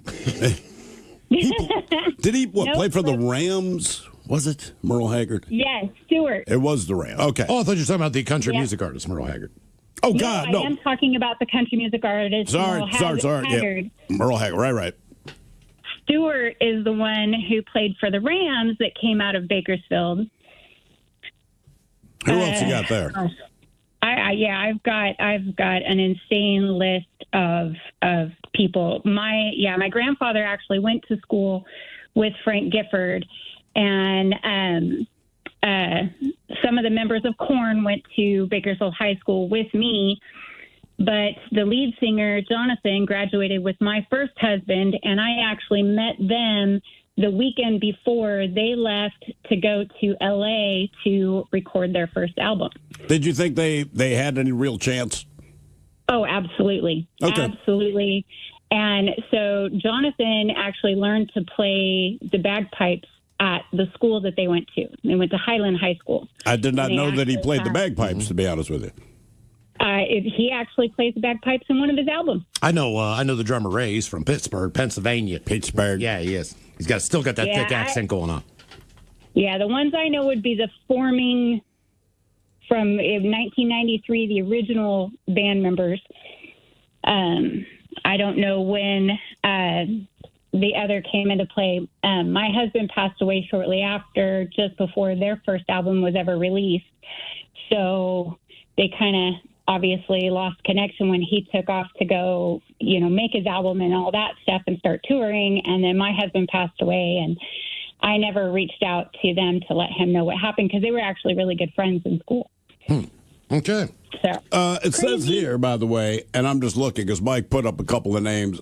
Buck Owens, like the guy from Hee Haw. Why is all these country-type people coming out of Bakersfield? So Bakersfield used to be the streets of Bakersfield, White Yoakum, that's about Bakersfield. Bakersfield was, before I-5 was built, that connected the highway all the way up, you took the 99 through, and just before you hit the Grapevine, the big mountains that you had to go over, it was a huge stop for a lot of people, a lot of artists who were going to LA to perform or record and things like that. So they stopped in Bakersfield, and many legends have all performed in Bakersfield. So basically, I-5 kind of ruined that for you guys. I think California, too. The whole cars thing with the whole interstate passing all the small towns totally did that. Well, I think there's a lot of cowboys, too. When he retired. 99.9 KISW and KISW HD1 Seattle. Always live on the free Odyssey app. From the Pinky's Plumbing Studio, you're in the men's room. Text the guys at 206-803-ROCK. I'm not mad at Burger King anymore. No. That got you over the hump. Yep, sure. It has been years. No, I was 16 years old. I'm 56 years old. That 40-year vendetta is done. After only 2 weeks. Yeah. After only 2 weeks. Some of the comments on YouTube. Let's see here. It's the king of BK. Awesome. BK, have it your way. Guys, that was freaking awesome. Chicken sandwich, top shelf. Let's see here. Can you tell them what, let's see here. This is great. Can't wait to see Miles dressed up in his old BK outfit. I hope we can get that done, man. I don't think I can fit into it anymore. What else? We'll let them know your size. Probably the wildest thing I've ever experienced in my career. That's from Mike Hawk. Yeah. Anyone remember the BK chicken sandwich ad with the song All Right Now? Who was that? Free? Paul Rogers? I think, maybe? I think they had. I should have told him to bring back the international Italian one. He did ask, man. You had his ear. Rodeo Burger's awesome. This is great. Fries, double cheeseburger, and a soda. My go-to at BK. I always get onion rings if I go to BK. Love getting the crown as a kid. That was a great call on the BK onion ring question. Because dropping it in the fries. Yeah, that always excited me. It still does. You're always happy. That's what I'm saying. I like, look, obviously it's got to be a mistake. But I was like, I'm going to have. Well, there's a divider. We got him. There's a divider in the bin. So, sure. When you're pouring the basket in, a couple are going to fall over the side, because they're round and they roll. But you're always happy that they do. Mm-hmm. I mean, I think until about the age of 25, I was one of those people like, the only onion rings are like a Burger King's. Yeah, I was kind of there with it. Because as a kid, you go to like a restaurant and there's like that whole onion pulls out. Yeah, always, every time. Yeah. Let's see here. You drive by the BK in Bury and you can always smell the heavy flame broiling emanating from the place. That BK is always packed, man. Yeah. My buddy lives over by that BK. I drive by it a couple times a month. I'm always like, people love that BK. I'm 46. I still get a crown. I think if I was eating in the restaurant, I would get a crown. I would get a crown and put it on my head. Yeah. Also said that smell makes your mouth water. King almost looks like the most interesting man. He does a little bit. Mm-hmm. I am the most interesting king. Dude, that guy spent years at Domino's, too. Who did? Tom. Oh, did he? Oh, you're doing the research on him? Yeah. All right, so what's his story? Since the guy called in. So, again, I guess the morning Taryn left a voicemail with him, he calls back, doesn't realize it's a radio station. Just keep that part in mind. He didn't know he's calling into a live show. So he has all those communications people around him who I guarantee you their ass is puckered when they realize, dude, you're about to go live on the radio. You thought you were just going to talk to an individual. And as far as people going, how does the morning show feeling about you guys still in the interview? Look, we don't know what they had planned. According to him, Taryn was asking for like shirts and stuff like that. He was just trying to return her phone call. So we did get the email from Miggs who just said, this is great. Yeah. How pissed is the morning show you guys are doing this interview? I don't think they are. I think they think it's as funny as we do. Yeah. This is just radio and YouTube gold right here. What else? Story of Dane Cook. Oh, he worked at a BK lounge. That is hilarious. What the hell's a BK lounge? That's what he called. He called it the BK lounge. All right. Yeah, so this Tom guy spent 3 decades at Domino's before he joined Burger King. All right. Okay. Well, I love Domino's. I think their thin pizza is some of the best. Deep dish, pretty good, too. You mean Domino's? I'm going to have to give BK a shot again. Local store has sucked for ages. Yeah, give him a shot. Well, let him know. I've been going there man, their breakfast sandwiches are great. Hey, look, the morning show happened to call him. Miles reported that we talked about it last week. You can find it on social media. You can find the number. That's the whole point. Right. He wasn't kidding when he said he's always wanted to field 15,000 phone calls. And the guy called the store in Arizona to say, hey, give the kids the gold crowns. I mean, like, that's getting it done. All right, let's get back on track on our question. What do you think made you sick? 206-803-ROCK. Hopefully no one's calling about Burger King. Yeah, we didn't tell them what we were talking about. Yeah. That is a little bit ironic. Hey, what made you sick? Most of it's food. And then here you are, hey, president of Burger King. Well, and you'd have to think, with that many restaurants, it's going to happen. Well, yeah. It's inevitable. I mean, look, one of my favorite places in town, I got food poisoning there once, right? I didn't stop going. I have gotten, right. It took me a little bit to order that specific food item, but I was just like, there just had to be some small mistake. Right? Sometimes it happens. Look, you make yourself sick. That doesn't mean you quit cooking. You just stop cooking colorful mushrooms. Exactly. Yeah, I still do mushrooms. That's the point. Yeah, exactly. Oh, you live on the wild side. This is a weird one. A tick bite made a rancher allergic to her own cattle. And it's a worsening issue for farmers. Sharon Pennington comes from a long line of farming women. Early last year, she began experiencing anaphylaxis, a severe full-body allergic reaction that can lead to difficulties breathing, a sudden drop in blood pressure, and heart problems. That's the shock stuff. Right. Pennington began noticing these symptoms when working with orphan calves and nurse gals on Love Lake Iris Farm, which she owns and her husband do in north central Missouri. That's why this is such a problem. One cow calved, and she had too much milk. I was milking her and around all that fluid and just wondering, why in the world am I going to pass out or die? I don't know what's going on with me. Pennington was having frequent allergic reactions, but she could not identify what was causing them. There was one instance where she decided to sleep in her car after her husband cooked bacon, and it became difficult for her to breathe in the air. Another time, she couldn't figure out why she was panting and unable to catch her breath. For days after that, she discovered a cattle brush that had made it inside the house.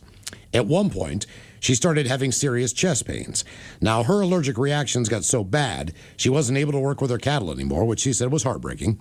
Days later... Because you own a cattle farm, yeah. Obviously, you have a passion for that. She went to the doctor, did a blood test, which came back positive for alpha-gall syndrome, which is an allergy to mammalian meats and byproducts, such as dairy and gelatin. Jesus. That comes with a bite of a Lone Star tick. I wonder if that applies, because there's a lot of gelatin, like certain makeup products and stuff. Not even eating it, but just certain products. Jell-O. Right, Jell-O. Yeah. Pennington has severe anaphylactic reactions when she comes into physical contact with livestock, which is a real problem when you are a cattle farmer. And she is not alone. Sean Cross, a researcher at the University of Nebraska Medical Center, recently completed a first-of-its-kind national survey on farmers and ranchers with diagnosed cases of alpha-gall. 201 farmers with alpha-gall who responded to the survey hailed from 28 different states. But the majority live in areas where the Lone Star tick, which is responsible for most of these cases, is common. Missouri, Oklahoma, and Arkansas. And I don't know if you guys remember me talking about my buddy Jeff. He lives in Raleigh, North Carolina, and he works for the water department there. Yep. One of the things that he needs to do is go to streams that feed the water sources and test the water and see what's in those waters. So he goes up the farthest tributaries he can. So sometimes some of those rivers, lakes go out of state. Right. Okay. So he's got to go to a different state just to see, like the Mississippi starts in Minnesota. Minnesota, yeah. All right. So he's got to travel these tributaries and do a lot of hiking along these riverbanks. And he started getting severely ill from something. And it took 3 years for them to figure out that he was bitten by a tick. Jeez. And now he cannot eat beef, pork, lamb. What am I missing? There's one more. Basically, he can eat chicken and fish. Right. Well, you said mammalian, right? So if it has 4 legs, he can't eat it. No. Yeah, exactly. Damn. That's so that's what mammalian means? As in mammals. Mammalian. Like a mammalian mammals. All right. I'm just like, I'm glad you explained it. I had no idea. You don't remember the Mammalian Man March? It was for cows. Yeah. No comments. Who wants to be a millionaire? You remember all this stuff? I want to be a millionaire one day and win the lottery. You could win $1 million. So no mammals or seafood. No, he can eat seafood. Seafood and Just chicken and seafood. Chicken and seafood. Turkey. He can eat any kind of fowl. I mean, I still think that's better. He can eat grouse. He can eat all that Then crap. what? Well, I mean, because burgers guess- are done. You can't get pepperoni on Yeah, pizza. you're so- li- I mean, well, look, it's not I'm- just- yeah, I'm it's The, lying. the silver lining in this, he had Breakfast would be hard. He had pretty bad cholesterol Yes. problem. Can't eat pig. So his cholesterol. I'd lose chorizo, bro. I can't do that. His, I had to lose it because of the heartburn. His, I don't care. I mean, his cholesterol level's gotten much better. I would eat, imagine that it did. turkey bacon. Yes. Okay. Yes, he can. Yeah. any I'm kind- just being selfish, trying to figure out what I'm gonna eat for breakfast now. It'd be. I mean, look, I can get cheese pizza, and that's fine. But every once in a while, you want to switch it up, and I'm not going down the vegetable road. Right? Pepperoni, it's gone. The sausage, gone. You still The got chicken. You still got cheesesteak. chicken wings. You get. You still got chicken. fried chicken. Yeah. You still got barbecued chicken. You've got any kind of fish, and he does live in North Carolina, so there's a lot of fish there. But Right. But every once in a while, I mean, look, just a little bit of meat, you can switch up your menu, right? yeah, but he was effed up for a long time. Like he Well, if it took them 3 years to figure it out, they were running all these different tests because they thought initially it was some type of bacterial thing. Sure. That he contracted from a water source. Mm-hmm. So they had no idea what it was. I don't know how you get bit by a tick and don't know it unless the tick bites you and drops off.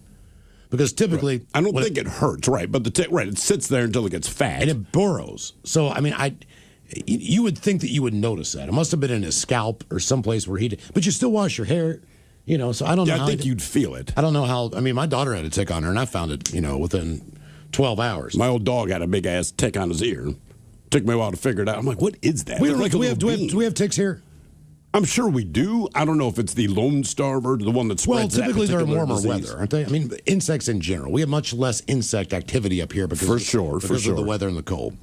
What do you think made you sick? 206-803-ROCK. Someone says you never had chicken on pizza throw. I have. The barbecue man. chicken pizza is great. It is. But it's a different type of pizza. But that's my switch up. That's all I'm saying, right? Because that standard, I'm just going to get pepperoni or pepperoni and sausage. Yep. And every once in a while, I get the barbecue chicken, but it's kind of a treat because that's not my go-to. I think if I had to eat it all the time, like, well, I don't want it. You know what? I think I would eat a lot of Asian food, man. Give me the Kung Pao chicken, right? Duck. Where it says chicken on the Chinese menu, I will eat any of that except chicken and broccoli. That's stupid. Too much broccoli. That's some of the best broccoli. It's in that sauce. Look. Probably some of the unhealthiest, but it's great. I don't disagree with you on that. If I had to eat broccoli, please put it in that sauce so I can stomach it. But it doesn't need to be there. It is for too much. Hello, Luke. Welcome to the men's room. Hola, gentlemen. Hola. Slayer. So what do you think got you sick, Luke? Well, actually, this is what I know made me sick. Basically, I was 8 years old. My family and I, we were vacationing in Leavenworth around Christmas time. My brother and I, we decided, let's go sledding like we did every year. And once I hit this bump and I went flying off my sled and into the barriers. Fortunately, they were made of hay bales. But unfortunately, I woke up at like 4 a.m. the next morning vomiting. It turns out after a few hours, my parents decided to take me to the hospital and get a CAT scan. It turns out I had a concussion, and that's what made me throw up. That will do it. That will do it, man. Yes, it will. Mm-hmm. Yeah. Fortunately, we didn't have to. I managed to get. I don't know how long it took me to recover, but it wasn't bad enough that we just needed to go all the way back home to Puyallup or anything like that. But yeah, sure. Everything worked out okay in the end, ultimately. Okay. Well, that's good. I mean, that's the best you can ask for with a concussion is that it works out in the end, if you believe that's the case. In my instances, when I get them, I can't eat. There's just something about it that just makes, for whatever reason, it's just like there's still a bit of nausea. I was going to say, yeah. And it's just hard to swallow anything and keep it down. I mean, well, until the headaches go away, because typically you're getting a headache. Sometimes it's the equivalent of a migraine, I've been told. Right. I've never had a migraine headache. But you've had a concussion. I just know that was the worst headache as far as loud noises, light, So I got a concussion. That is very much like a migraine. Got a concussion on Friday night. I did not feel normal until about Monday afternoon when we were going through film study from the game on Friday night. And that's when I learned that I did not remember any of the second half. Yeah. But you had a great second half. I was on fire. Mm-hmm. Yeah. I was on fire. It was almost like for some reason, my brain focused in, even though my brain wasn't there. It was like it's trying to overcompensate. Probably just did the basics. You know I think what it's they the always opposite, say. right? You just did the fundamental stuff. Right. Lock into pressure. the thing you need to do. Every read, I knew. Every check, I knew. Every ball I threw. In the first half, I was garbage. I mean, I wasn't garbage. But you're thinking too much. Exactly. You're not going to second guess yourself with a concussion. You're just. And when going I'm to in there, go. I just wanted to get the play over as quickly as possible and move down the field. Yeah. For whatever reason, because it was. The feeling is at the time, because all you know is, at least this was the case in 1987, you've just had your bell rung. Because that's what they call it. That's what they say. They minimize how they say. And you got, and there's a lot of times you get remember, your bell rung. PTSD used to be, he's got shell shock. Right. Right? It's this kind of blow off statement. Now we're like, it's actually really bad. What do you think made you sick? 206-803-ROCK. Hello, Zach. Welcome to the men's room. Hola. Hola. Could you hit that blind for me? I'm dying in here. I could, but I'm not going to. Please. There we Thank go. you. Yeah. Okay. So, Zach, what do you think made you sick? So I know what got me sick was the humidity. I was deployed to Afghanistan back in the early teens, and it was dry. It's obviously a desert. We saw rain only twice. I didn't get sick for the entire 11-ish months I was there. The minute we left Afghanistan and went to Uzbekistan as a layover for like a day before flying back to the States, we got there and it was negative 20 degrees, but it was 100% cold humidity. Yeah. What is that? What is that like? I mean, how cold does it feel at that point?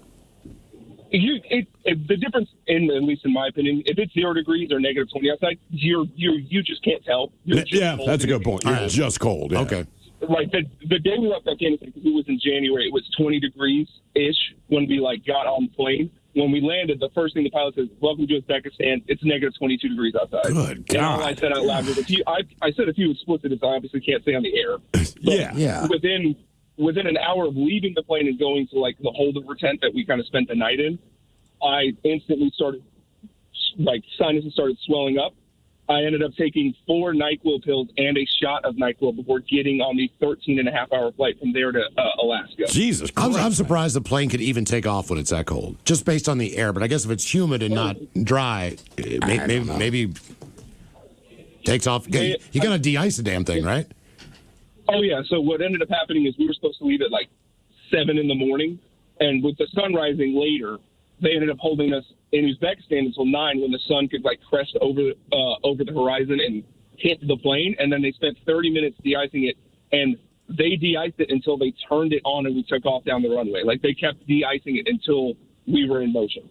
Look, man, I've never had a plan to go to Uzbekistan, but just hearing that, it won't happen. You're not sitting. Are you in a cargo plane, or are you in an actual commercial airline? So from Afghanistan out, we were in a C-17, but then we took a commercial airliner, but it was one of those Airbuses. I think it was 286, right around there, the 280s. Number of souls on board, counting the crew. Okay, and are you flying over the North Pole in that instance? I want to tell you yes, but with 4 NyQuil pills and a NyQuil shot in my system, I slept. Within 10 minutes, I fell asleep, and then I was tapped on the shoulder awake in Anchorage. Jesus. And how much warmer did it feel in Anchorage than Uzbekistan? Well, in Anchorage that day, if I remember correctly, they said it was in the negatives, but they had back in the day, I was, everyone smoked cigarettes coming back from deployment. They were like, if you want to go outside and smoke, there is a special area here that you can go out that we've closed off this wing of the airport for you guys. Now, can you guys smoke on the flight? Not on a passenger plane, but I mean, if you're on a big cargo plane and all that, can you light up? They didn't explicitly tell us we couldn't, but you're packed in there like sardines. I'm 6'7". Jesus. I was just kind of within myself almost, just for and it was only an hour and 50-minute, maybe 2-hour flight out. But that whole time, you're just talking with your buddies oh my God, we're going home. Are you afraid being that big that you're the biggest target to hit? Yeah, I mean, I was going to ask that. Oh yeah, I actually called you guys this was months ago, but I mentioned this similar thing about like being in Afghanistan and being this tall that I had a sergeant who tried to put me in a gunner's hatch of a Humvee. I remember that call. Yeah, that's insanity. And then my first sergeant seeing us as we're getting ready to leave the Bob, going, hold the F up. Oh, no. Get him out of that. I can see his head, his face, and his shoulders above the metal plating. You think the sergeant just wanted you dead? Be like, sup, bro? Let's do the math on this. For what it's worth, him and I did not get along. I don't think he actively wanted me dead. I just don't think he cared what happened. Why did you get such an ass assignment? I mean, you're flying to Uzbekistan and then flying to Alaska, and like, what the hell? There's no easier way to get home. Yeah, basically on the way there, it was because I was based out of JBLM up here, so it was here to Maine, and we landed in Bangor, Maine, then into Germany, and then Germany into Uzbekistan, and then Uzbekistan down into Afghanistan. And when you get to Uzbekistan, it's always a one-day holdover. On your way in, you do your rollover training, and then they kind of give you some extra equipment, and that's where you get all your ammunition. And then on your way out, it's mainly just a holdover of like, hey, you guys can't take a C-17. You're going to have to take a commercial liner. That thing's going to land sometime tonight. And instead of trying to pack you out at negative 20 degrees in the middle of the night, here's a giant bed with 11 space heaters. Go to sleep. Afghanistan's got some of the biggest mountains in the world. Were you able to see those flying in? So when we flew out of Uzbekistan, or into Uzbekistan, sorry, from Germany, we could see a handful of mountains. It was, really pretty to look at. When we flew out, it was night. Okay. So I couldn't see anything. But in Afghanistan, I was in the southern region of Afghanistan. It was not too far from the Pakistani border, but we could see, mountains kind of, but a lot of just like taller hills, as I would call them. Okay. All right. Fair enough. Damn, man. That sucks. Yes, it does. Everything about that sounds awful. Okay. But I guess Uzbekistan is, no matter what, going in, going out, like, sorry, fellas, we're stopping in Uzbekistan. And they don't really sell the military on, hey, luxury. Smooth travel. Yeah. 10 songs about rain coming up at 4:30, and we've got your emails on the way next from the men's room at KISW.com. Came back and built the Crystal Palace, and he performed almost all the way up until he passed away.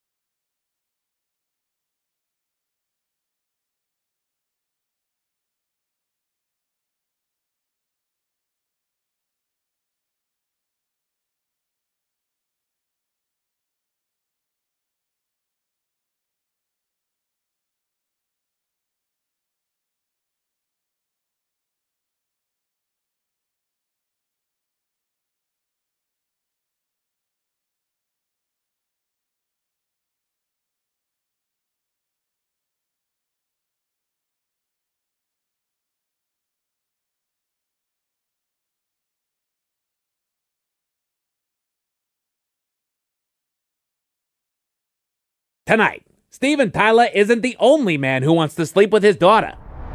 But first, we're all familiar with celebrities. It's how and why they're celebrities. But one local hotel worker got the shock of a lifetime when he found out that one of his idols was staying at his hotel.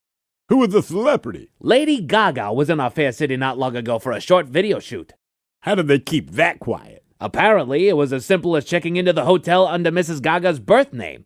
Would you have recognized the name of Stephanie Joanne Angelina Germanata?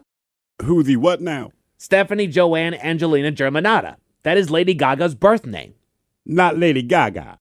No one would name their child Lady Gaga, Felix. It's a stage name like Sting or Lizzo. Sting was born Gordon Summer, and Lizzo's real name is Melissa Jefferson. See, I didn't know that. In theory, they could easily book a hotel under their birth names and nobody would be the wiser. Just like Lady Gaga did, surprising her biggest fan. You know what Whoopi Goldberg's birth name? Whoopi Goldberg? Yeah, Whoopi Goldberg's birth name was Slappy Goldstein. No, it wasn't. But whatever it was, I understand why she and others would use a stage name. I actually changed my last name when I first started in broadcast journalism. It was my agent's idea, and I think it was probably for the better. Stone Ledbetter is not your real name. Well, it is my real name, as I legally changed it decades ago, but my birth name was Stone Longpickle. Longpickle. Yes, Longpickle. That's my family's hereditary last name. Yeah, no wonder you changed your last name, Playboy. Longpickle. See, that's why I took my agent's advice and changed my last name to Ledbetter. Yeah, your agent did you a solid, Playboy. Thank you, Felix. It would seem that way. I get it, though, man. Before I started working here, I used a few different stage names. Why did you need a stage name? Names, plural, man. I worked in film for a bit in my younger days. You worked in Hollywood. I did not say I worked in Hollywood. I said I worked in film. You were in movies? I was, Stone. Have I seen any of these movies? You've probably seen my image in the thumbnails of specific adult website categories. Felix, I do not visit adult websites. You're lost, man. But yeah, I was in a few foreign films of the adult variety. I would tell you the category to search under, but there's no word in the English language that translates to my personal expertise. I was huge in Liechtenstein. Liechtenstein? Yeah, they love them some Papa Bueno. What was Papa Bueno? Not what, who, and I was Papa Bueno. That was my stage name. You went by Papa Bueno during your adult film career. Papa Bueno. Only for one film. I've also gone by Foxy, Foxy, Foxy, The accent is on the, Then for my next 3 films, I went by Pablo Tongue. That is a hideous name, Felix. Pablo Tongue? Nah, man, it was descriptive. Now, for a movie I did in Uzbekistan, I was known as Terrence Funk. Then, when I returned to Liechtenstein, I went by Gus Finger, before I finished my film days under the name Ned Sexy. Ned Sexy. Yeah, the saying was, Ned Sexy is dead sexy. Wait, you were Ned Sexy? You've heard of Ned Sexy, Bonnie. Dead Sexy Ned Sexy? Oh, yeah. You were in the movie Forrest Plump. And Rodzilla and the Tight Stuff. Yeah, that was me. My sister loved you. You've seen his movies. Just bits and pieces. I was young, but my sister was always watching Ned Sexy films. Enough! This is a professional news broadcast. I'd rather not revisit your history of smut, Felix. Okay, my bad, man. Wait, did you also go by Spurt Reynolds? That was me. I loved you in Motion's 11. No, Bonnie! Let's just go to break. We'll be back next hour. Hello, ladies. Like what you see? You know you do. But you can see even more by subscribing to your YouTube channel and social media pages. Just search @InActionNews. I'm working on an OnlyFans account, but I don't have feet just yet. But stay tuned.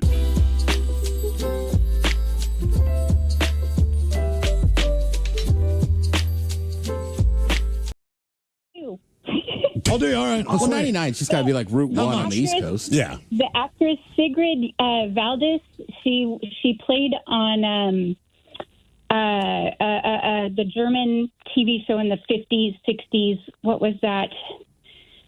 Got me. Hogan's Heroes. Hogan's Heroes. Oh, Hogan's Heroes. You said German. I was like, okay, I guess there was Clink. All right. By the way. Anyway, but she was a porn star, and I guess was on that show as well and came out of Bakersfield High School. Apparently, I don't know if you already knew this, but according to one of our YouTubers here, it says Bakerfield is where the character Annie Wilkes from Stephen King's Misery was supposed to be born and raised. Yes. Yeah, That's based on a true story? No. That's just fictionally? Yeah. Okay, gotcha. All right. You'll see Bakersfield mentioned in a lot of his books. He hated Bakersfield, so Bakersfield, for whatever reason, was just like the place from hell or whatever for him. That's and where he bad put it people in a came lot of his books. That's all funny. over I never the knew place. that. Mike, you read a lot of Stephen King. Do you see Bakersfield pop up? Not a whole lot. No, it's usually his places like Castle Rock and it's always Maine is where it's going to happen. But I mean, right? Or there's a place in Colorado. I keep screwing it up. It's not Denver. Boulder, Colorado. Bakersfield shows up in a little snippet, like driving through Bakersfield and this happened, or some weird little thing that pops up in his books. Okay. All right. Very interesting. I'm watching a Stephen King series right now on Netflix. Which one? 11/22/63. Oh yeah. What is it's like that a about? time travel. This guy finds out this restaurant he goes to. There's like a time traveler. So basically, he's going back to 1963 to stop Lee Harvey Oswald from shooting Kennedy. Okay. But I didn't really know it was a Stephen King thing. So it is historic, but I never. We return to the men's room with Miles and Thrill. Tara Daly, Steve Mix from the Daily Mix Morning Show. Coming up, we'll sit and spin with the 10 best songs about rain. But first, time for a few emails from the men's room at KISW.com. You've got mail.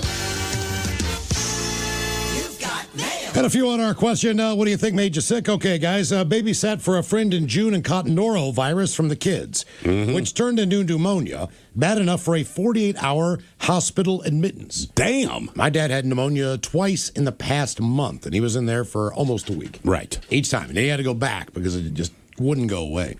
I had pneumonia when I was in high school and had to go to the hospital. Really? It's and then I had it once as an adult. Yeah, my mom gets it like once every 3 or 4 years, and it's into the hospital she goes. Well, the problem is once you get it, you're susceptible to it. Yep, that is it. Guys, I ate smoked turkey that had been in my fridge for far too long. I was dumb and thought it was fine because I misheard something. Never ate it again after that. Lymph nodes. Scratched one until it bled. Apparently seeped inside me. Not quite sepsis, but a sudden fungal flush from the garbage I released into myself. Now I know. Last summer, I was cleaning out the bathtub that I have buried in my backyard for my ducks. As I was bailing out the duck poop, fortified water, some splashed on my face and a little in my mouth. Within hours, my guts were fighting off whatever bacteria was in the water. And for 3 days, I was either puking or crapping. But hey, lost 8 pounds. That from Rose in Tacoma. Jesus. Not me, but when my wife got sick was endometriosis. Yeah. Super underappreciated disease in many women. In fact, supercalifragilistic sitting in a bar in New Jersey right now watching the show on YouTube because we had to come to New York to get numerous lesions surgically removed from her intestines. Yep. Sadly, it cost us about $30,000, but because there are only a few renowned specialists, it's what we had to do. And now you're sitting in snow. Great news is after 20-plus years of suffering, it's finally over, worth every damn penny and more. P.S. Ted, she would also pet the feral cat without paws. Yeah, but the difference is Ted did not notice that the cat was all mangy and half bald until after the fact. Cheers, boys. That was from Irish. Because you wouldn't have touched that thing. No, but his face had plenty of hair and stuff. It was just, yeah. We were jeeping in the desert of Utah with my family and stopped a few times at the creek to let the kids play in the water. As we continued driving, I was drinking out of my water bottle filled with fresh, clean water, unbeknownst to me, by my daughter, out of the stream for her frog. I got violently ill with Giardia and had to miss my anniversary Giardia. cruise. Yeah. Giardia, I guess, to the Bahamas because of it. My wife ended up taking her sister and sent me a picture of the happy anniversary cake at dinner. Lesson learned, double check that there are no rocks in your water bottle from the stream. Hello, guys. Brian from Seattle, now in Huntsville, Alabama.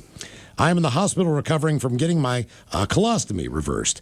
Last time I pooped in a toilet was at Overlake Hospital in 21. We'll have to let Overlake know. As soon as I do that here, they'll let me go home. I don't care if you share that. I sent you guys an email earlier letting you guys know I listen to your full shows going to sleep every night. Yeah, saw that. Let's see. I didn't know you couldn't poop. That was not part of the original email. How do I watch you live? Brian, we're on YouTube. KISW Rock. Yep. You can watch us there. Miles had a tick burrow into my leg after walking our dog, and I had it for a few days under the surface of my skin. It kind of looked like a mole. My wife spotted it because she could see its legs sticking out where it burrowed in. Was damn lucky I got it removed in urgent care and did not get Lyme disease. That from M. Okay, time for a few birthday emails brought to you by Men's Room Roasted Red Salsa from San Juan Salsa Company. Dip responsibly. Hola, guys. Just wanted to give my husband of 3 years, main squeeze for 10 years, a happy birthday shout out. No words can describe except man of my dreams. He loves The Simpsons, horror movies, and always up for a good adventure. He would gladly take a Homer Simpson fish sandwich and take advice from Coach Ted. This weekend we'll be flying to Vegas to celebrate his 45th birthday. Our lawyer's on standby for any unexpected shenanigans. Respectfully, that from Monica. Fish sandwich. Are you sure? Oh, his name is Scott. Scott. Yeah. All right, we're going to Vegas for the weekend. First of all, I feel like you got to go pretty ape-ass to get arrested in Vegas. Yeah, I can confirm that I've had some questionable behavior. No, just kind of let it go. Yeah. With a warning. I would also highly recommend, I was talking to somebody the other day, and they said, Ted, I don't think my body's Vegas pool ready. It's not. Neither was mine. Go to a Vegas pool, man. They're awesome. Second of all, hit an In-N-Out. Skip the fries. Get 2 burgers like Miles and I do. Third of all, there's an old casino in the middle of the strip called Bill's. Cheap minimums. It's a casino? It's just freaking Bill's Casino. Wait, is that the one you said that had the $1.50 Bud Lights or whatever? That was a different bar. No, that is the stage door, I believe, that has the cheap bucket of Bud Lights, which is great. But, like, in the middle of the strip, because we were cutting through to go somewhere, like, nobody goes into this casino. It's still there. And you could play, like, even on F1 weekend, I was playing, like, $10 minimum craps. Okay. Yeah. Also, if you find Ryan down there, he'll buy you a beer. That's right. Gentlemen, today's my 39th birthday, and I'm glad that I finally got to see you all at Live Night the other night. And it was great talking to Miles about golf while Thrill's eyes glossed over. It's what we do. With that said, for my request, I would love to have the Ted Smith do his patented Year of the Dog. LARP on and stay beautiful. That from Kelly the Man. Goddamn right it's Year of the Dog. We're out there getting stuff done. Guys, may I get a very special 40th birthday shout out and some dirty Germans and a couple of fish sandwiches for Chris. He is a longtime daily listener. It would absolutely make his day, not to mention help add a little entertainment on our long car ride back to Seattle after we celebrated his birthday snowboarding up in Revelstoke. Cheers, guys, and thanks. That from Jen. Yeah, first of all, in Deutschland, snowboarding means doing cocaine. But because it is your birthday, I'm going to offer you a very special food item. It is known as Black Schnitzel. I'm the only one that can serve it to you. Yeah, so I'm just glad. Because even over here in Germany, since we know you were up there in British Columbia, did you wipe away the tears over the weekend? Yeah. Was they sad? Silver's a good color. Did they get a new luge track with just Canadian tears? Jesus. Anybody else? Couple of fish sandwiches too, Mike, for good. Oh, yeah. Can I buy you a fish sandwich? A filet of fish sandwich. Anybody else get triggered watching the German bobsled team? Why is that? No. Why? What did they do? A lot of dudes screaming very aggressively in German. Oh. Okay. Kind of triggered me a little bit. I was like, I don't know. What are they? They're getting all riled up again. Yeah. But even when they're happy, they sound angry. Yeah, but when they're doing that 4-man, there's coaches up there. It's a lot of big Germans, and they're like, I don't know, man. Yeah, boys. Great. I was just like, I looked at my buddy, I go, I don't know if I don't feel safe. And finally, happy birthday to Brendan Looney. Give him a traffic jam Jimmy fish sandwich. Sure, I get a fish sandwich. Tell Jimmy we said hello. Drink a car bomb tonight for him. Fish That's sandwich. right. All right, guys, here we go. Happy, happy, happy birthday. Happy, happy, happy birthday. Happy, happy, happy birthday to you, to you, to you. Ja, the Dirty Germans brought to you by Men's Room Original Sausage. Available through Uli's World Famous Sausage, mensroomlive.com, and other fine retailers. Schweinefleisch. Thank you, Mom. A couple extra emails real quick, guys. Catching up on your show from yesterday on the Odyssey app. Thought I'd share my celebrity encounter with you. Back in 2010, dating a guy who lived in Portland and had just come in on the train and met him at a restaurant he worked at. So while he was finishing up his shift, I sat at the bar next to 2 gentlemen. Within minutes, I pulled a Ted and was chatting these fellas up. They bought me a few martinis. We had some good laughs and chatted for about an hour. As they stood up to leave, I thought, wow, These are some tall freaking dudes. After they left, everyone that worked there came rushing over to me and said, do you have any idea who those guys were? I said, no, I sure didn't. It was Larry Bird and his dad. They were two of the nicest tall guys I've ever met. Shockingly, we talked about golf a lot. Cheers, guys. That's from Suzanne at the 884 Pub. Oh, nice. Yeah, very good. Larry Legend. The hick from French Lick. Ted, this one for you. Ted, which Sherman's Deli did you go to when you visited Matt down in Palm Springs? My family and I are headed to Phoenix from San Diego, but want to go to Sherman's on the way there. Take the scenic route. I was looking to verify if you went to the Palm Springs or Palm Desert location. Thanks in advance, LARP Year of the Dog, very respectfully. That from Kyle. Kyle, I went to the original one in Palm Springs, but if you go to the one in Palm Desert, whatever one, they're the same. Like MCTP goes to the one in Palm Desert all the time. Okay. And one more. By the way, we're taping a new episode of the podcast tonight. Got on a local comedian from Olympia, Sam Miller. Oh, really? Okay. Right. Yeah. Ted, I was also born with 3 kidneys. I cannot donate it. They are usually attached to the other kidney and can't be separated. Usually one is not functioning fully, and no, you cannot charge for body parts. Why not? Not legally, anyway. That's your body part. Yeah, I want to sell it. If I had an extra kidney, I'd be, yeah. Like, sorry, man. I know you need it. Like you said the other day, what's it worth to? Right, yeah. Also, just so you know, here on Sit and Spin, quite obviously, we tape this earlier in the day simply because these guys are not going to stay till 4:30 every afternoon. Trust me, we would be talking about Burger King at this point. Yes. And the fact that we talked to the president of Burger King, there's no doubt about that.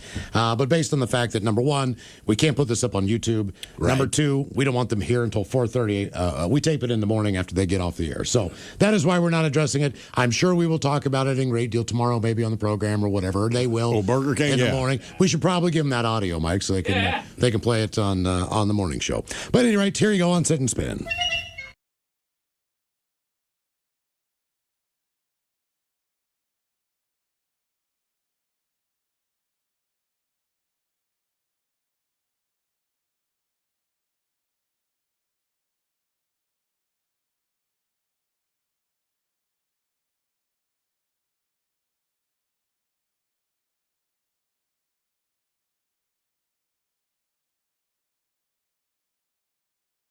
Never got through the book, and the problem is it's a huge book. It's like 800 pages or something like So that. it's a limited series. I got to finish it as I'm on 5 out of 7, but I'm like, yeah, this is getting a little crazy. Is that the one with James Franco? Yeah. Yeah. Yeah. I got to see that one.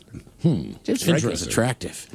Who is the most famous person from your school or hometown, and have you ever met anyone famous? 206-803. There's the promo. Hello, Matt. Welcome to the men's room. Afternoon, boys. How you doing? Hola. Hey, Ted, 11/22/63, and Mike, the show is really, really good. I actually watched it again this last weekend just to remember some things. It was pretty darn good. YouTuber just checked in and said the same thing. 11/22/63 is an awesome book. All right, I'll finish it off tonight then. Okay. So I'm from Lake Forest Park, and I'm getting older in years, and I couldn't remember if anybody famous is from there, but Rainn Wilson, who's Dwight Schrute on The Office, then Michelle Akers, basically the first superstar of women's national soccer, is from same high school. She went to school with my sister. But my wife and I, girlfriend at the time, met and actually had dinner with Paul Allen in Hawaii on the Big Island. We were staying in a hotel just north of Kona, and he has a house in Kona. And we were at this restaurant, a teppanyaki restaurant, and I'm sitting there, I'm looking at him, and I'm like, oh, my God, that's Paul Allen. I had to do a Google search. This was in 2015. Right. Before he was sick, because I was like, I recognize the hairline. I'm like, that's got to be him. So I do it. Yep, it's him. And then the cook, he's going around the table, and he's like, where's everybody from? And we're sitting 2 couples away from him. And so the first kid, his name was Chet, I believe. It was actually Paul Allen's assistant. He's like, well, my name's Chet. I live in Seattle. And then he's like, and what's your name, sir? And he's like, my name's Paul. And he's like, where are you from? He's like, I'm also from Seattle. And the cook says, so are you Seahawks fans? And he's like, and just real nonchalantly, he's like, yeah. And goes to the next couple. Yeah, a little bit. Yep, next couple. And then comes to us. And I was like, my name's Matt from Seattle. And And he's like, "You a Seahawks fan?" I was like, "Yeah." I'm keeping it cool because I don't want to be that guy. Sure. Then it gets to my girlfriend. She's like, my name's Amy, and I'm from Seattle, and she yells, "Go Seahawks!" And just it was hilarious and embarrassing at the same time. Yeah. And then I actually sent you guys a picture. I texted you guys a picture of the two of us getting a picture with him after dinner. Super gracious. They left early because they said he wasn't feeling well, and I'm thinking that was probably the beginning of his cancer in retrospect. Yeah. But really nice guy. Shook his hand, thanked him for everything he did for the city. I said there's millions upon millions of people who are just indebted to you. So, and none of them live in Los Angeles or San Francisco or San Fran. Yeah, exactly. That's pretty cool, man. That's probably the richest person you'll ever meet. Yes. Oddly enough, speaking of the Seahawks, I found myself in Greensboro, North Carolina over the weekend, and the shuttle driver that took me from the airport to the hotel, he and I started chumming it up a little bit. He found out I'm from Seattle. He says, I visited a buddy out there. He says, but what's weird about Seattle is, he says, I actually went to high school with a member of the Seahawks. He says he didn't go to college here, but he went to high school at Goldsboro High School. Jaron Reed is his name. Have you ever heard of him? It's like, yeah, I'm actually kind of a big fan of Jaron. Yeah, that's your guy. Hell yeah, dude. So that was just kind of a fun little nugget. That's pretty cool. Yeah. Damn. Who is the most famous person from your school or hometown? And have you ever met anyone famous? 206-803-ROCK. That's kind of what happened with me and Shane Gillis. Right? It's my buddy got me backstage. Yeah.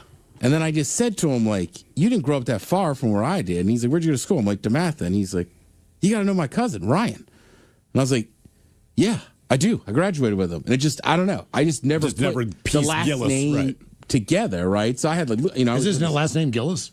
Yeah. Oh, no way. He played at Notre Dame. So if you ever hear Shane talking about watching his cousin play, that's his cousin Ryan that I went to DeMatha with. But he knew, he knew Looney's story and all this stuff. So it was kind of weird. That's why I was like, he was a nice enough guy, but I think it really helped. I was just like, oh, yeah, I do know your cousin. That's a different kind of icebreaker right there. Yeah, right? My cousin owes me $20. I think they're doing a new season of Tires right now. They are. Yeah, he signed a big deal with them. Who's the most famous person from your school or your hometown? And have you ever met anyone famous? 206-803-ROCK. Hello, Dean. Welcome to the men's room. Dean. Hello, Dean. No Dean. No Dean for you. Hello, Amanda. Welcome to the men's room. Hola, boys. Hola. How you doing? We're doing good. How you doing? I'm doing so good. Wonderful. All right. So have I got some names for you all? There seems to be a common thread this day. I grew up in a little town called Los Alamitos, California. So I grew up in the L.A. area, you could say. Yes, the L.A. area, right. Yeah, that's right. So I have a few names. I went to the Orange County School of Performing Arts, which is called Los Alamitos High School, but they kind of did the two schools together. And I was the class of 97, but in my class, the biggest name from my senior class was Matt Morrison, or otherwise known as Mr. Schuster from Glee, Matthew Morrison. Oh, yeah. All right. I went to school. She was a freshman, I believe, or a sophomore, but Miss Jody Sweden, DJ Tanner, or who is that? Stephanie from Full House. Stephanie Tanner, yep. Yeah. Ah, okay. In my graduating class with me, I had Taryn Manning, who was I don't know her name from Orange is New Black, but she was in Crossroads with Britney Spears. So Taryn Manning. And then also Michael Fishman, DJ Connor, I think, from Roseanne. Roseanne, yep. Yeah. That was an unfortunate-looking young man. Mm-hmm. Yeah. But so... That's a nice way of putting it. Yeah. I went to school with them, but that being said, like, I went to a lot of... Because of the school I went to, we, as a class, or, we just knew a lot of people. So, like, the coolest thing I did, I suppose, the elder of everybody, was I went to the red taping, or the red carpet for what is that? The Princess Diaries. So I got to hang and chill with Anne Hathaway, but the coolest one from that was meeting, what's her name? Julie Andrews. She was like so eloquent and like every grandmother, like the perfect grandmother. It's Julie Andrews. Yeah. It would not matter what So you what the- say. what the- like she is right. She's exactly what you say. So what the hell happened to you then? Yeah, In your what the career? hell? Where'd you go wrong? I know I didn't go wrong. Like, I mean, I do community theater. I'm a KJ, so I love to sing and all that. But I got to tell you, the coolest thing was so I went to another filming. It was another red carpet, and it was for that movie, A Walk to Remember. And so that was like Mandy Moore. She was in that show. So I go to that red carpet, and then my friends and I, after the red carpet, we decide we're all dressed up. So we went to the Troubadour. We went out to the Troubadour Club, and there was a band just kind of, nobody knew who it was or anything, but we just went. And the thing of it is that when I went to the red carpet for the Walk to Remember, we were hanging with Mandy Moore's co-star, which was Shane West. And so after I said, after that red carpet, we went to the Troubadour, and there was a band out there. They were called the Average Joes. So we get up there, and it's Shane West. It was his band. So I had just kicked it with him on the red carpet, and now his band's there. And so now we're all chilling and going up on stage singing with Shane West, who at the time was not a big deal. I don't think he's like a huge deal anymore, or maybe he has been, but that dude was amazing. Like, he was just like, he was chill as all hell. Like, he was so fun. Mandy Moore is there shaking with us. Like, we were having the time of our life at the Troubadour. And then I got to talk, because that lady you just had on was talking about corn. I worked in Long Beach, California, at this little place called Dino's Pizzeria. And there was this hellacious group of guys. They were upstairs, like, just partying, having all this crazy time, playing their music. So, Dino's Pizzeria was, it was sort of fancy, but not really. I mean, it was, you don't just go in there in your board shorts, Right. So the owners of Dino's is like, what the hell is going on? Like, I'm losing customers. So I get asked to make to send up a meatball calzone. One wanted like a vegan calzone, all this crap. And so, and specifics on, they wanted a drink, but it was it was a kamikaze mix. So it was like orange crush with soda and Pepsi and all this crap. It was just like a mix of it. They wanted a big picture of it. So I'm walking up the stairs to this hellacious apartment, and it was corn. They were up there playing, just causing all kinds of crap, and my friend ended up, wedding with one of them. But wedding, yeah. Oh, yeah. You know what? You know wedding. Delivering a lot of pizza. Yeah, right? yeah. Offering up some pie. Show her the inside of her calzone. It's funny because we hear this story of these guys being hellacious and all this.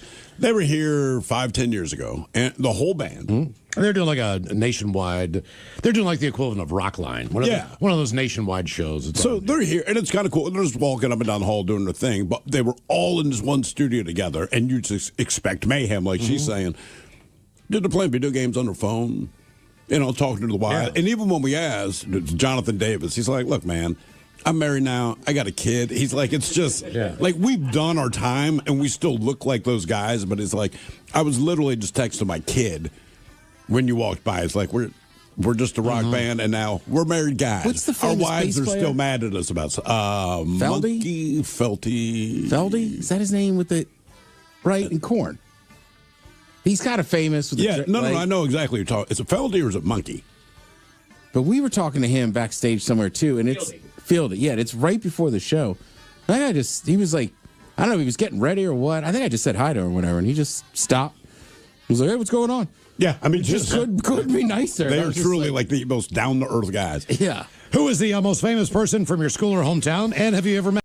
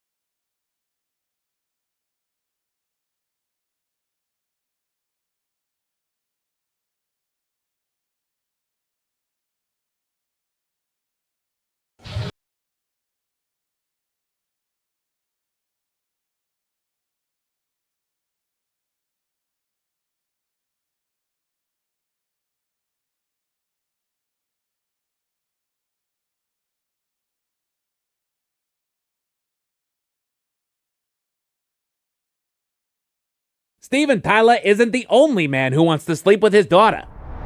But first, we're all familiar with celebrities. It's how and why they're celebrities. But one local hotel worker got the shock of a lifetime when he found out that one of his idols was staying at his hotel. Who was the celebrity? Lady Gaga was in our fair city not long ago for a short video shoot. How did they keep that quiet? Apparently, it was as simple as checking into the hotel under Mrs. Gaga's birth name. Would you have recognized the name of Stephanie Joanne Angelina Germanata? Who's he what now? Stephanie Joanne Angelina Germanata. That is Lady Gaga's birth name. Not Lady Gaga. No one would name their child Lady Gaga, Felix. It's a stage name like Sting or Lizzo.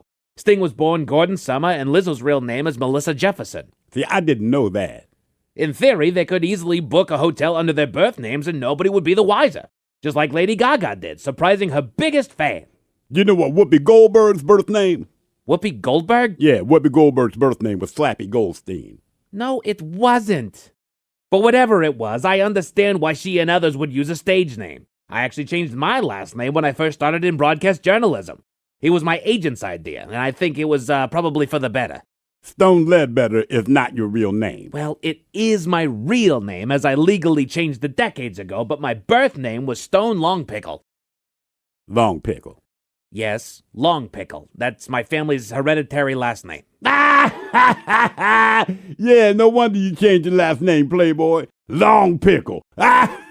See, that's why I took my agent's advice and changed my last name to Ledbetter. Yeah, your agent did you a solid, Playboy. Thank you, Felix. It would seem that way. I get it, though, man. Before I started working here, I used a few different stage names. Why did you need a stage name? Names, plural, man. I worked in film for a bit in my younger days. You worked in Hollywood. I did not say I worked in Hollywood. I said I worked in film. You were in movies? I was, Stone. Have I seen any of these movies? You've probably seen my image in the thumbnails of specific adult website categories. Felix, I do not visit adult websites. You're lost, man. But yeah, I was in a few foreign films of the adult variety. I would tell you the category to search under, but there's no word in the English language that translates to my personal expertise. I was huge in Liechtenstein. Liechtenstein? Yeah, they love them some Papa Bueno. What was Papa Bueno? Not what, who, and I was Papa Bueno. That was my stage name. You went by Papa Bueno during your adult film career. Papa Bueno. Only for one film. I've also gone by Foxy Foxy Foxy The accent is on the Then for my next 3 films, I went by Pablo Tongue. That is a hideous name, Felix. Pablo Tongue? Nah, man, it was descriptive. Now, for a movie I did in Uzbekistan, I was known as Terrence Funk. Then, when I returned to Liechtenstein, I went by Gus Finger, before I finished my film days under the name Ned Sexy. Ned Sexy. Yeah, the saying was, Ned Sexy is dead sexy. Wait, you were Ned Sexy? You've heard of Ned Sexy, Bonnie. Dead Sexy Ned Sexy? Oh, yeah. You were in the movie Forrest Plump. And Rodzilla and the Tight Stuff. Yeah, that was me. My sister loved you. You've seen his movies. Just bits and pieces. I was young, but my sister was always watching Ned Sexy films. Enough! This is a professional news broadcast. I'd rather not revisit your history of smut, Felix. Okay, my bad, man. Wait, did you also go by Spurt Reynolds? That was me. I loved you in Motion's 11. No, Bonnie! Let's just go to break. We'll be back next hour.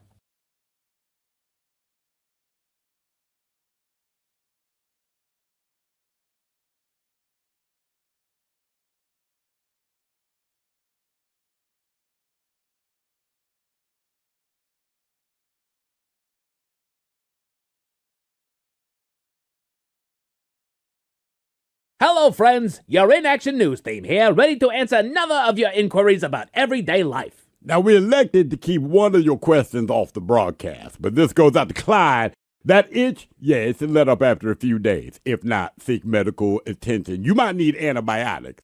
Well, that just defeated the entire purpose of leaving it out, Felix, but we do have this one from Peter. Dear In Action News, I hear the other guys talk about meats all the time, and I have no clue about any of it. I want to feel more manly and do more with meat.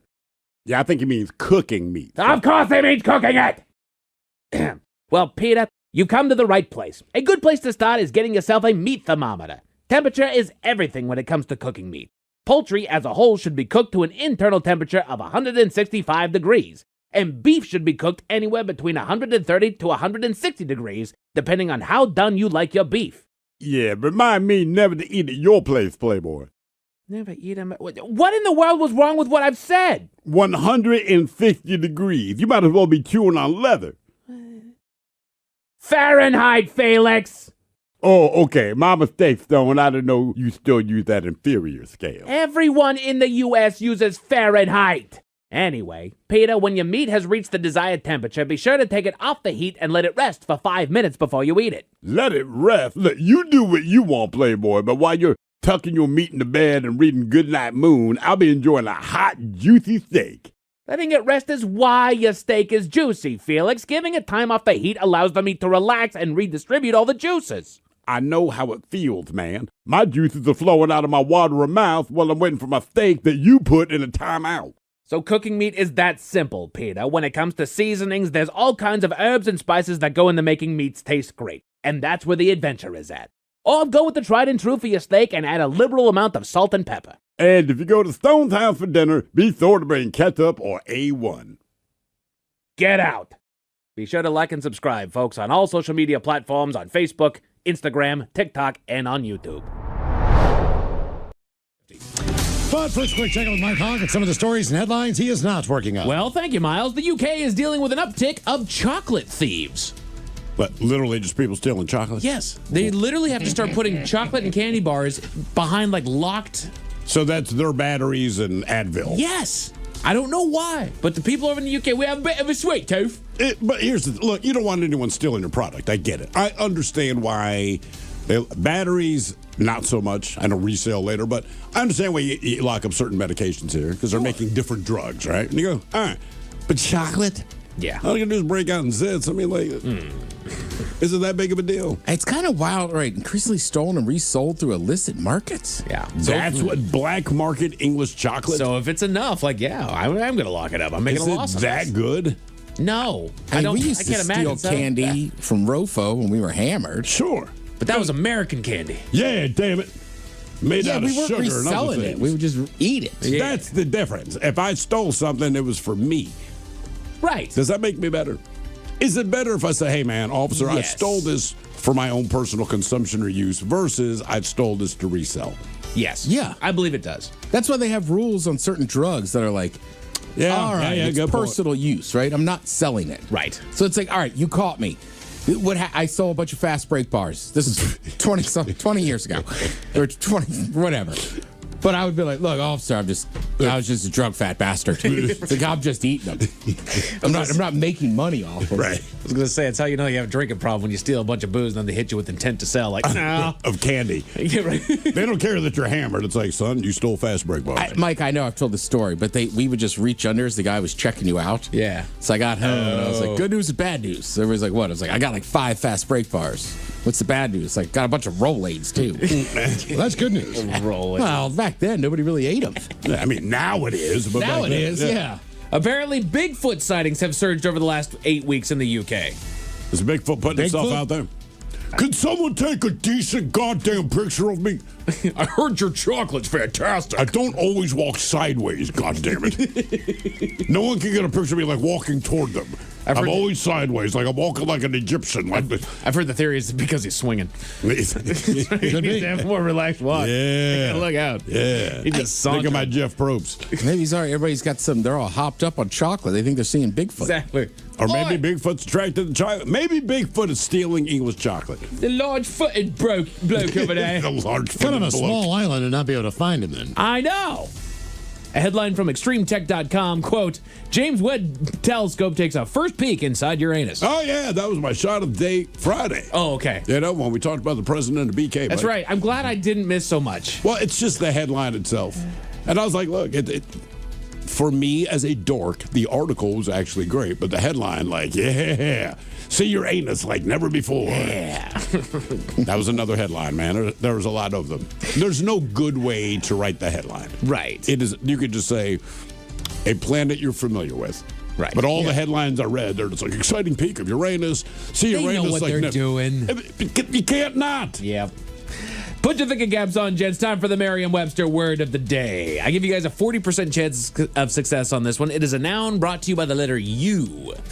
And it is an informal adjective meaning very many or indefinitely numerous. Umpteen. You nailed it. All right. Well done, Good sir. job. 40% chance. My ass. Crushed it. Crushed it. I did not realize that was a real word. Neither did To I. be honest with you. Honestly, Merriam-Webster is showing me how many words I didn't think were words are actually words. Actually words, yeah. According to a new study, what you eat in your 40s could shape how sharp your mind is decades later. That makes sense. Yeah. If you're eating a bunch of crap, it's going to rot your brain. But I guess what? Your metabolism's slowing down, all that kind of crap. so- Exactly. You're slowing down, getting back into physical exercise. If you're eating stuff that's putting you down, you're not moving. How many times, the number of days where I've thought, all right, I'm going to get up, I'm going to work out today, and then I end up drinking, and then it does not happen. I just end up drinking without thinking I was going to work out. That way I have no guilt. Sure. Is there any age you can just eat? Maybe your teen years, but like what you eat when you're an infant, it's going to affect you years later. What you eat in your 40s will affect you years later. Other than you, Steve, you're a bit of an anomaly because you really can't eat and drink whatever you want, and your body doesn't care. Right, but there is a bulk of people I've known that they seem to eat whatever they want, and it wasn't until later 40s, 20s or 30s where it caught up with them. Oh yeah. So that's kind of the difference. So I think some people there is an age they can get away with it, and you'll find out. Oh, yeah. That's it. And I love that, too, because they always told me all of the secrets to staying in shape and doing well. Oh, yeah, this is it. Yeah. Yeah. Turnabout's fair play, jerk. There's some crazy dudes on the internet. Like one guy's just like, I don't know, man. Just don't eat. And you're like, what? He's just drinking vodka, smoking cigs. I mean, you'll stay thin. Yes. Right? I mean, you're not eventually, I healthy. think that's going to catch up with him too. But he's like, yeah, I'm still ripped. It's like, yeah, all right. Okay. Give it time. A survey found that Americans feel okay about their own lives, but think the country is the big thing falling apart. Well, I mean, it all kind of goes together, doesn't it? It does. I get where it's at though. Like, all right, my situation, I'm handling me. I'm handling what I got going on. I know there's a few things that I got going on wrong, but it's like that makes sense. The big picture out there is what's freaking me out. I'm okay here. Like I've got this contained. I've got this figured out. That makes sense. Yeah, if you can keep everything, like the world's a weird place. If you keep it at arm's length, you're okay. Yes. That's always kind of my position. Just keep your ass outside of my property. Exactly. Right, and that's the other thing too, is you can't do much about it. Right. Keep abreast of it. Keep the conversation going, but yeah, there's very little that we can do. I'm gonna grab my wife's boob tonight. I'm like, I'm keeping abreast of keeping abreast of the just one, situation. baby. Just one. Right or left? Take a Mike's advice. Mike said. Fellas, take a breast tonight. I'm going to write world problems on one of her boobs. You're the breast around. And then hold it when I watch the news. Mike said I could do this. He's on the radio. While they may not improve the air as much as you think, indoor plants can still improve how a room feels. So basically, there was a study that went out was like, good plants for your room, it'll improve your air quality of your home. It's like, I mean, if you have a million of them, sure. Exactly. But it could help how the room feels, which is what decor does. Also, something to take care of. Yeah. That's the part I hate. Yeah. Let's get a fake plant. Nah. Not for you? No. All my plants are real. We got fake plants here. We do. Which cracks me up. Doesn't the gal still water? About a year ago, she was looking at it. I said, it is not real. You work for the company. Do not water a plastic plant. She's like, thank you. Well, that means it's a good-looking plastic plant. It is a very good-looking plastic plant, but it's plastic. Did you say it sets the tone and the mood, like in the room? I mean, it can, It changes how the room feels. Yeah. She's like, what is that? I'm like, well, it's hopefully like you, it's a succulent. Jesus. Goddamn. Ted with the game. So you don't want a bush? Those are, I keep those outside. I got you. You're in the house. I mean, you'll take it, but yeah. It's a succulent. Next we go to the ficus room. Yeah, ficus. I think succulent's probably the only one I could name drop too. Yeah. It's a succulent. Yeah. Yeah. Well, if it's just your bedroom and you're alone, you get a palm tree. Hey, baby. All right. I mean, I've been lonely. It's a palm tree. I just need a couple tulips in I there. stare at the succulents and the tulips while fondling the palm tree. That's how guys buy planes. Tulips, I'm in. Ted, you got a redwood, don't you? Well, yeah. There's trees out back. Bonsai. All right. Miles, what day is it, my friend? What'd you tell me, National Bartender Day? The Men's Room Top 10. The Men's Room Top 10. So close, it's World Bartender Day. Oh, meaning every bartender in the world. Exactly. And you know, What do you think, like you're excluded if you live in a different country? Right. It's just, I think globally is the day that we recognize this day, you know. So we've gone through list after list of, you know, things to not do at the bar and whatnot. But the thing that we haven't looked about is what bartenders love about their regulars. So we're celebrating the bartender, and then there's obviously people that they don't like seeing walking into the bar a whole lot. We're going to talk about the ones that they're okay with coming into the bar. So here are the top 10 things that bartenders love about their regulars. I don't mean to like listen intently. Well, we're both I'm just thinking about names of people now. Right? So I will say at our local watering hole, I definitively know the people they don't like. Oh, yeah. But because they tell me, I feel like I must be one of the ones they do like. That's where I was going to go with it. And by the way, Ted, they never bring you up. So not yet. No, every time they bring up Ted, it's always the same thing. Like, whew, Ted was in here, man, with a buddy. They were tearing it up. Or, man, Ted came in here and insisted, I will not say who, but he's like, he does a little dugout. Oh, yeah. Ted's like, hit the spliff. He's like, dude, I was just so high, and then I had to go home. That's usually the MO with Ted. Bringing good energy. Regulars who make the atmosphere better just by being there. Mm-hmm. Which, that's what you want in a bar. You want it to be lively. You want people to want to be there. There's a bar that literally the wife and I will walk by, and we will never go in there because if there's a fight in this particular area, it's going to be at this bar. Oh, really? Oh, yeah. Yeah, it's not a place I want to Yeah, you're going to pick the time of day. Yeah, exactly. Sometimes you know when to get out. We did walk by there really stoned one time as we were watching a fight. We just sat there and watched. We got yelled at. Don't watch this fight. Exactly. Thanks for watching. Like, hey, thanks for putting on a show. What are you going to do? Jump in? I'm walking a dog. You're right. Have I been to that bar with you? Not that one. It's All right. close to it, but not that one. No. Being self-sufficient. Knowing how the bar operates, where to sit, not needing constant hand-holding. Yeah. Yeah, man. Just wait, shut up. Which I would think after a couple times of just being at that bar, you should kind of have that down. Like, I'm always awkward when I go into a different bar because I don't know when I open a tab, I don't know if they keep the card or if I take it back. They'll let you know. Hold on, I'm going to ask you a question that I guess I shouldn't have. Hang on there. No. It's not that place. Not that guy, no. Suzanne, no. It's not that place. Oh, okay. Yeah, she was asking. I'm not down that way anymore, Suzanne. Mike, I'm with you. That one does throw me off sometimes. Is then I'm just standing there like, do I get it back? No, Right. we keep it. Okay. Like, I don't want to be that guy. Do I go up to the counter to order? Are you going to roll them around? Like, once you kind of get the feel for how the bar operates, sure. Like, now you're good to go. Being observant of the bar's vibe. You're not leaning over the bar, waving, or taking up too much space. Don't wave, man. Jesus. Right. They see know you're there. That's their job. Exactly. They'll get there. You know, it happened over the weekend. I was at a hotel bar during a massive thing that was going on. There was some sort of sporting event that was going on. The bar was absolutely raucous. I found an opening and I sat there and waited. I didn't wave. I didn't acknowledge anybody until she walked by. She's like, "Be right back. Be right with you in a second, honey." Yeah. Like, They know you got you're it. there. You're doing They your got thing. you. They are slinging back there. Top 10 things that bartenders love about their regulars: respecting personal boundaries, not asking to buy the bartender a drink, or oversharing, treating the relationship as friendly but professional. You know, I'm not wearing underwear. Can I buy you a drink? Here's a handful of videos that I'll get online where the bartender shows herself and then shows her regulars, and it's like, guys, she's just bilking you for your money. Oh, yeah. Like, Oh, yeah. Stop being weird. Yeah, there's a few of those that we know. Oh, yeah? Yeah. Is that the one that gets to talking about? One of like three, yes. Okay. Yeah. She ain't into you, man.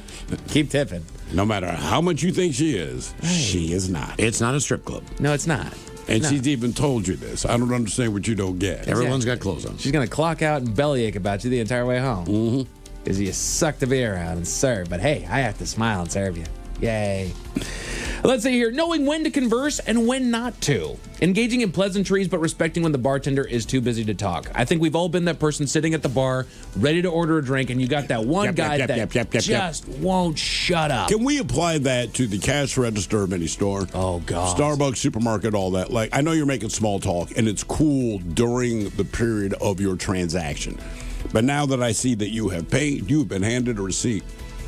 There's a line behind you, and you're still talking another 90 seconds about some bull ass that nobody, including the person who works here, gives a rat's That pink includes you, pimpled ass barista, about. and people going to baristas. Yeah. Yes. Stop. No, Shut up. You see the 8 people behind you. Shut up. You just got your drink. That's actually what I was thinking. I was just like, dude, there's a line.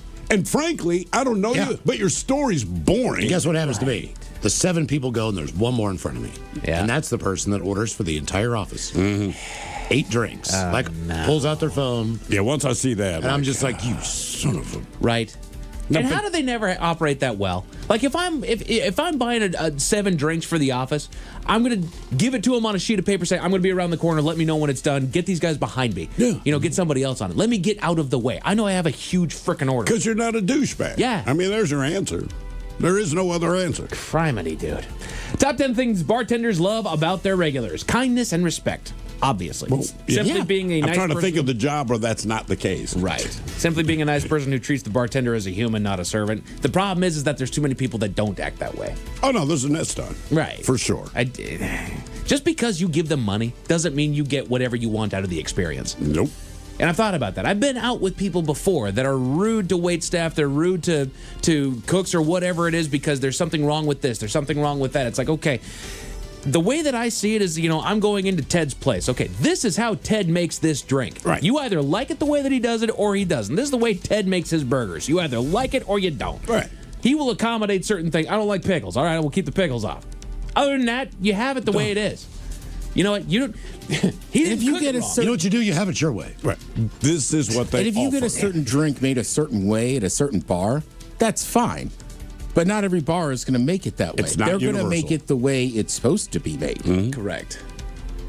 We do know somebody that has been trying to get back to the former glory of a drink that she's been enjoying, but ever since she left our spot down there in Burien, she has never found anybody else who's made it right. Yeah. My biggest issue is if I go into a bar, because I typically I just get a beer and I get a shot of Jack. Yeah. If the bartenders are familiar with me, I get the shot as I perceive a shot. Yes. If I have not been there before, they give me, as my wife calls it, an actual shot. And I'm like, what is that? You're at the airport. Yeah, well, the airport, I know they got to measure Or a it. hotel. Jeez, oh, Yeah, Mary. they don't have a route. Come on, man. You don't need that jigger. Get rid of that thing. Throw it away. Exactly. I still love that Ted called it out. No, give me one of them thrill shots. No, miles. Or a mile shot, rather. Oh, but same difference, yeah. Yeah, exactly. No. It's like a beer. Like, fill the glass. That's the point of doing it. You don't, like, fill my beer halfway. I don't expect that with a shot. Being low maintenance, ordering simple drinks, not asking for complex Beer and off-menu Jack. concoctions. Right. God, there's nothing worse than, like, the college girls. We're all going to get the margarita or the mojito, and they got to muddle all the crap. Like, you mother. Right. Also, just read the room a little bit. Right? If you're at a bar where everybody orders in one line, that's not the time to get some complicated cocktail. Patience during rush hours, understanding that the bartender is busy and waiting to be served rather than waving or snapping or ordering complex drinks. Exactly right. Yeah. Or like sometimes after Sounders matches, we used to go to this one place and they'd have a giant line, right? But the bartenders did a good job. I mean, it didn't take that long. But I went up there once and my buddy was ordering something and I go, what the F are you doing, man? Well, that's what I like to drink. I'm like, look at that line. Just for Get a now. beer. Right. And give it half an hour. That line will die down. Right. Another night's move, if it's a bar you don't normally frequent and it's super busy, I'll typically go up there and throw an extra bit of cash away and just be like, I'll be back. It'll be the same order. And I'm telling you, they can have a huge line. They see you. You already took care of them. And you have not paid your tab yet, mind you. They already have my drink waiting for them. And I'm like, right, that's the veteran move. Ordering the usual. Oh. Having a predictable go-to drink makes service fast and efficient. As soon as I sit down, they're pouring both of my drinks. I don't say a word. I just walk in. Yeah, that's what I mean. It's done. It's already done when I open the door. And I think bartenders shouldn't judge your outfit. Uh-oh. Men in cowboy hats can drink White Claws. Was this Saturday night? We were wondering why I saw that was the up on picture. beer, buddy. We did. We I was just like, goddamn Ted. All right. Oh, Cowboy Ted was out of Hops and Props. Yeah, and later he he was. switched to a White Claw. People were like, Cowboys can't drink that. I said, Cowboys do drink it. Cowboys drink what they want. Goddamn cowboy in front of you drinking it. Cowboys can't drink that. We may or may not have opened up beer, buddy, like, why the hell is he wearing a damn cowboy hat? We got Cowboy Ted out here. Western Ted. That's probably the best picture I put on there in a while. And then this is the number one thing that bartenders love about their regulars. It's going to shock you. This is what they love about their regulars. Generous cash tipping. Every time. Cash. Consistent, Bring good cash. cash tips are Yeah, highly man. valued. Always. Absolutely. That's always the way to go. Like, put it on card, then we're going to pay the tip in cash. A man in Italy has been fined for illegally dumping trash, but technically he didn't, Miles. Well, who did? Tell you all about it at 5:50. Thank you, sir. Headlines are coming up at 5:50. In the meantime, have we made it to drinking time? Somebody out there deserves to be recognized. And the men's room knows just who it is. So to you, we say, bottoms up, sailor. You're the toast of our shot of the day. Big time it is, and as usual, we head to the drink desk and Steve at Thrill Hill to find out who we're toasting. Yes, indeed. In this shot, it was made aware to me by our very own Mike Hawk, who put it in an email link, and the subject just said, "This is so stupid." So today we toasted German Natural History Museum in Berlin, specifically paleontologist Lorenzo Machetti, who I'm guessing is not from Germany, but probably Italy. Anyway, earlier this week, he announced that they had found a fossil in the, oh boy, Goldlatter Formation in the Thuringian Forest Basin. Anyway, he says the fossil, it opens new perspectives on the early development of reptiles. So the impression that was left in the fossilized mud shows it was made by a reptile about 3.5 inches long, and it was made 300 million years ago. They believe the ancient creature plopped itself down in the mud before moving on with its day. Now, they believe this because it's the oldest fossil on record of a reptilian butthole. I am not joking. That's the thing. So that's right. The reptile left a fossil of its leather Cheerio in the mud, kind of like a dog leaves its paw print in the cement. And in case you were wondering, and I doubt that you are, it, quote, smashes the previous record of a fossilized anus by 120 years. It smashed that anus. Oh, yeah. So, I mean, they had a picture of it. When you look and they say it, you're like, that's a reptilian butthole. They're excited. Again, 300 million years old. So there you go. If you ever wondered about the oldest anus on record, there it is. Feel free to use that info at the bar tonight with your favorite bartender.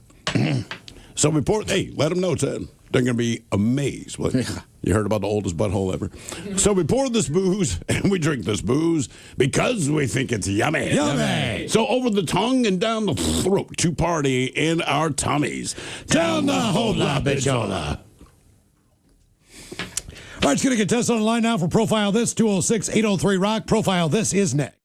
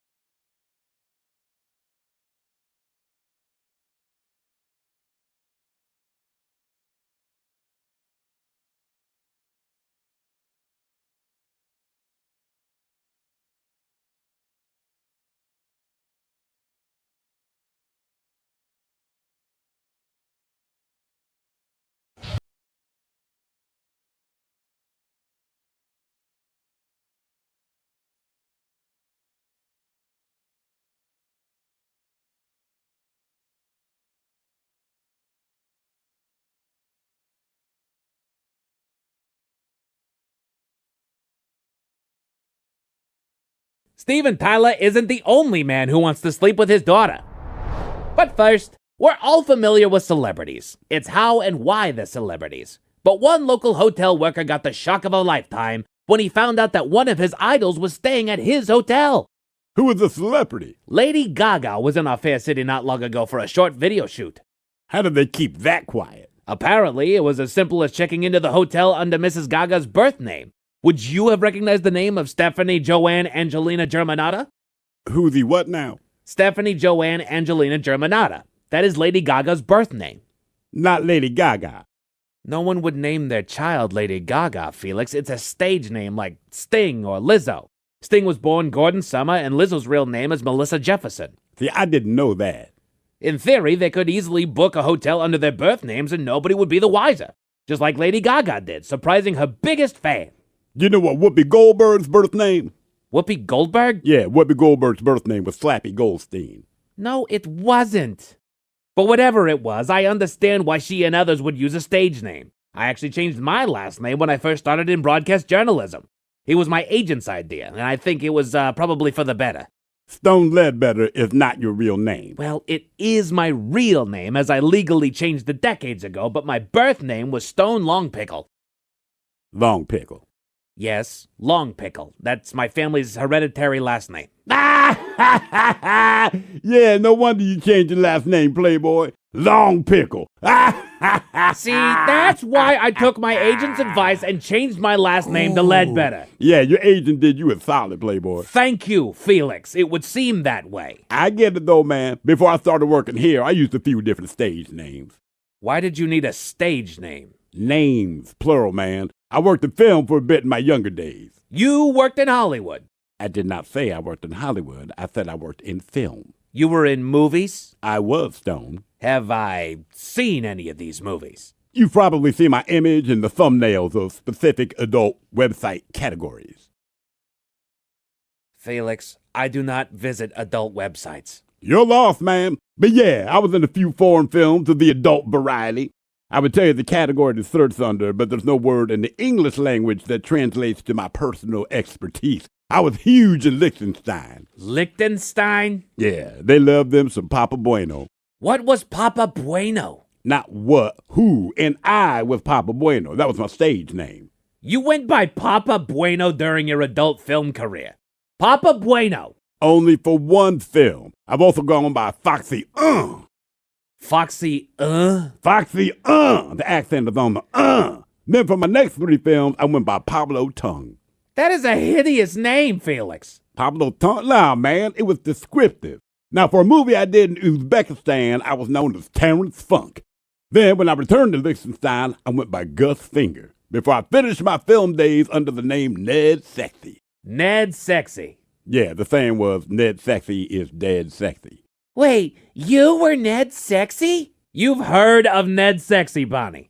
Dead Sexy, Ned Sexy? Oh, yeah. You were in the movie Forrest Plump. And Rodzilla and the Tight Stuff. Yeah, that was me. My sister loved you. You've seen his movies. Just bits and pieces. I was young, but my sister was always watching Ned Sexy films. Enough! This is a professional... The Men's Room presents Profile This. And Stephen, throw a hook to please everyone on Profile This is played. Oh, I sure can, Miles. It's a simple game where we share with you a real-life news story. Something that happened right here on planet Earth. And as you listen to the story, based on the stereotypes you believe to be true of people and the decisions that people make, we'll ask you what it is you think makes the story a story. Hello, Devin. Welcome to the Men's Room. Hola. Hola. All right, Devin, you understand how this here game is played? I do. Fantastic. You have a choice today of one of 3 categories. Today we offer you Bite Me. In other words, what did someone find in their food? Interior decorating, where you guess the foreign object that ended up on the inside of someone. And finally today, In the Buff, where the person is naked. Either tell us why or where. In the buff.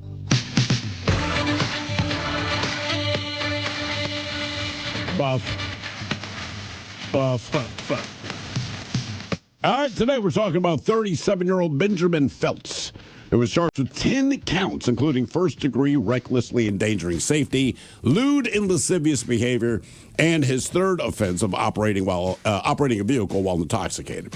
So according to the criminal complaint, just before 5:30 p.m. this past Tuesday, Wisconsin Rapids police received a report of a naked man doing push-ups in public and screaming profanities at people nearby.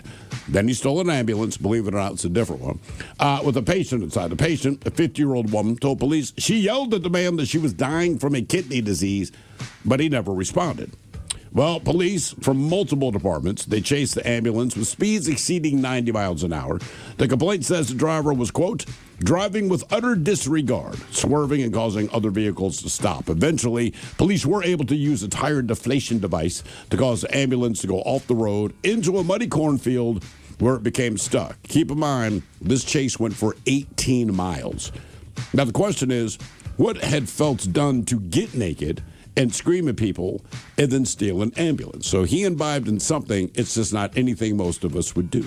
So did he huff spray paint, drink floor cleaner, swallow glue, or guzzle cough syrup? So you have spray paint, floor cleaner, glue, or cough syrup. He ingested one of these four and decided to get naked, do push-ups, yell at people, and steal an ambulance. Interesting. And got the road spikes. And he got the road spikes. I'm sorry, Damn. tire deflation device. Excuse me, tire deflation. Yeah. Those things all sound like something the captain would come up with in a concoction. It really does. Ooh, I do all four at once, but I keep my clothes on. I'm not crazy. Miles, what do you think? I'm going to go huff paint. Paint. Ted? What was the first one? Spray what? Huff spray paint. So yeah, huff spray paint, drink floor cleaner, swallow glue, or guzzle cough syrup. I think he was chugging NyQuil. Okay. NyQuil. I got a feeling it's a floor cleaner. I'll take that one. You're going to go floor cleaner. What was this guy doing before he did what he did? Was he huffing paint, drinking floor cleaner, swallowing glue, or cough syrup? We'll find out next. That was a tease. You are listening to The Men's Room.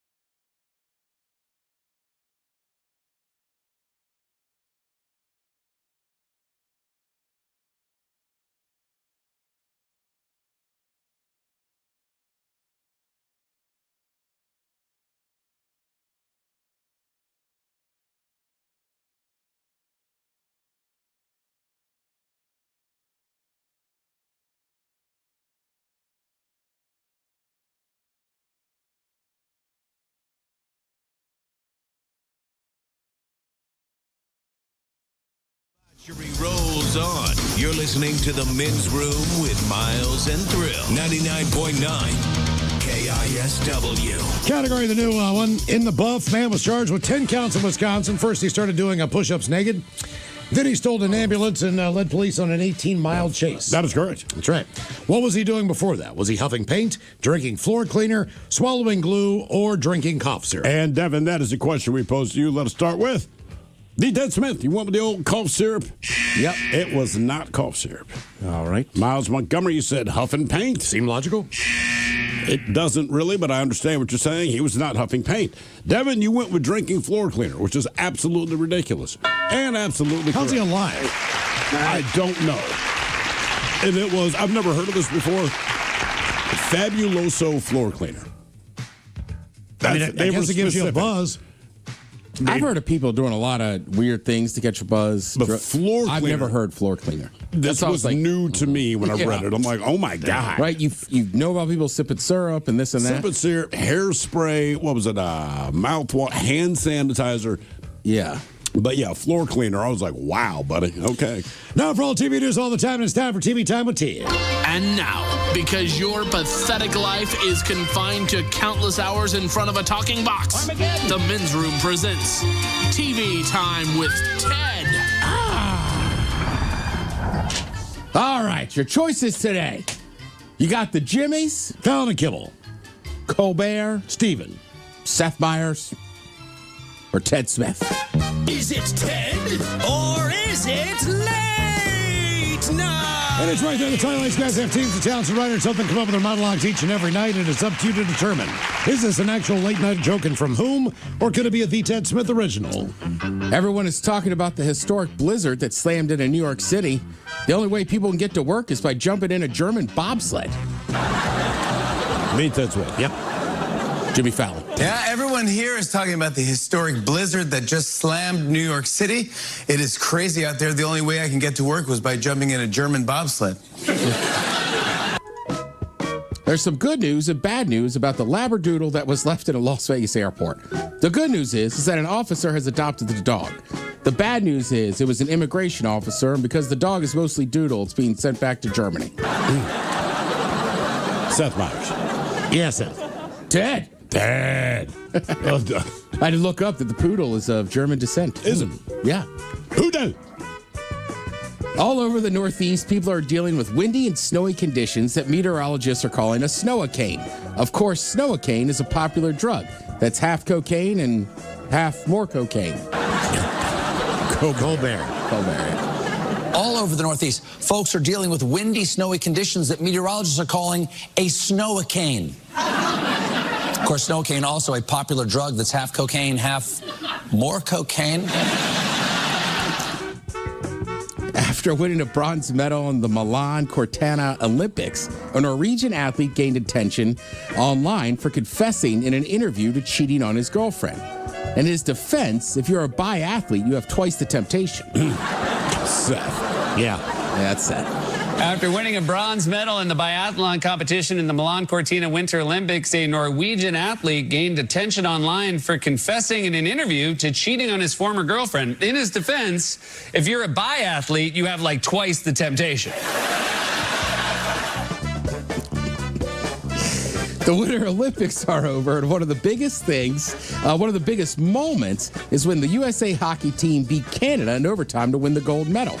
Canadians were so upset, they started drinking their maple syrup straight from the bottle. What's his face? Colbert.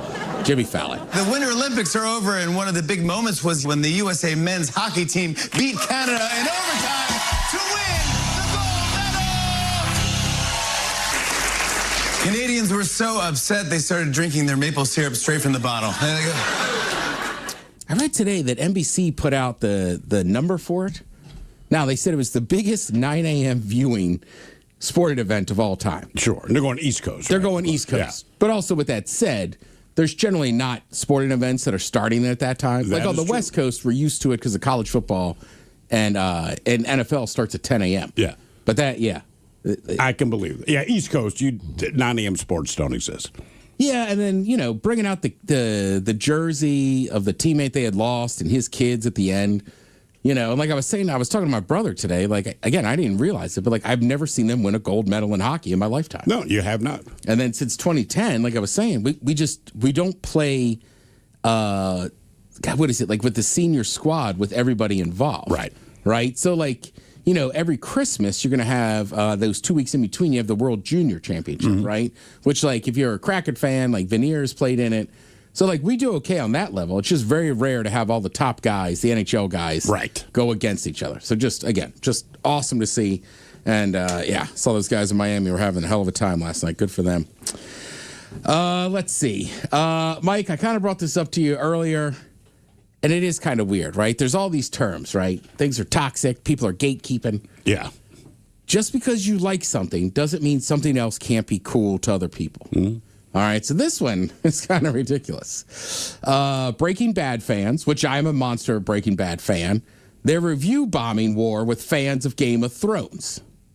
Meaning we're trying to explain to each other why our show is better? So it starts because an episode of Breaking Bad's final season was the top-rated TV episode of all time on IMDb. All right? Hundreds of thousands of user ratings. It stood at a perfect 10. Fans of that show feel like it should stay that way. All right. So whenever an episode of a show seems to be racking up top 10 reviews, they start bombing IMDb with 1-star reviews. Are you kidding me? No. Oh, my So episodes of Succession, Chernobyl, even the Breaking Bad spinoff Better Call Saul, they all had 9, 10, 8-star reviews were suddenly torpedoed by up to 2,000 1-star reviews. Just so they can say the show I like has a better review. Congratulations. Why can't it just be that you like the show you like? Because that's what people are doing these days. I know. It's just so. Correct. And look, I'll stand on the side. I think The Wire is the greatest show ever made, right? But it's oftentimes it's the Breaking Bad crowd and The Wire. Now, look, I think they're both excellent, awesome shows. Kind of dealing with, there's drugs. But outside of that, these are different shows. And I think both of them are great. If I just had to pick one, I'd take The Wire. I also think a lot of these conversations are conversations you have with a buddy or at a bar or sitting around in a living room or playing cards. You know what I mean? Any number of ways. Like some of these conversations are just conversations to have fun with. You don't need to go online and like protect Breaking Bad. Because trust me, the actors don't care. Not at all. Right? It's like when people are getting in fights in the stands at NFL games, I always say, like, the players they're not getting in fights. What are you doing? Right. Dude, and it's subjectivity. Right. It's opinion. It means absolutely nothing. People's opinions mean absolutely nothing unless you have time to care. Maybe I just don't. I don't care. Like what you like. Well, and it's like you're saying, once you cheat your way into that title, it completely diminishes the title altogether. Right. There's a certain musical artist out there where her fans have admitted to just running her music constantly on loop while they're sleeping, just so that her numbers stay up at the top. It's like, okay, well then the number doesn't count then. Bang. Right. Again, this is the great thing about sports. Unless, of course, you're listening to our podcast. Of course. Right. And that's the great thing about sports is it gives you a definite winner and loser. Yeah. Right. You know what I mean? That's what makes it the best reality TV and makes it dramatic, but it's good. So Game of Thrones fans, they hopped in. They've done this now to that episode of Breaking Bad. So just kind of like, all right. You know what I mean? I mean, it's like, here's Mike. Are you going to like Breaking Bad any more or any less by doing this? Are you going to like Game of Thrones any more or less by doing? The answer is no. Why can't you just be happy with something that made you happy? Whatever the show was, if it made you happy and you can watch this freaking thing on repeat, like, go do that. Right. I mean, like Yelp, right? I remember when Yelp started, right? And like, but you'll see it happen there.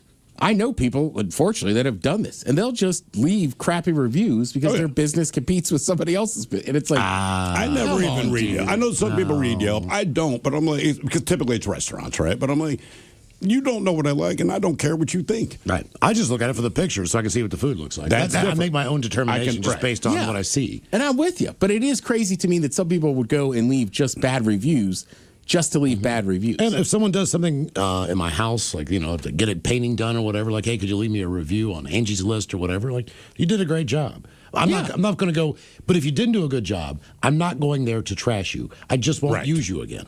Correct. If I go to a restaurant and I don't like it, it's okay. Yeah. I probably just won't go there again, but I'm not going to trash you. Nope. If you listen to this radio show and you don't like it, turn it off.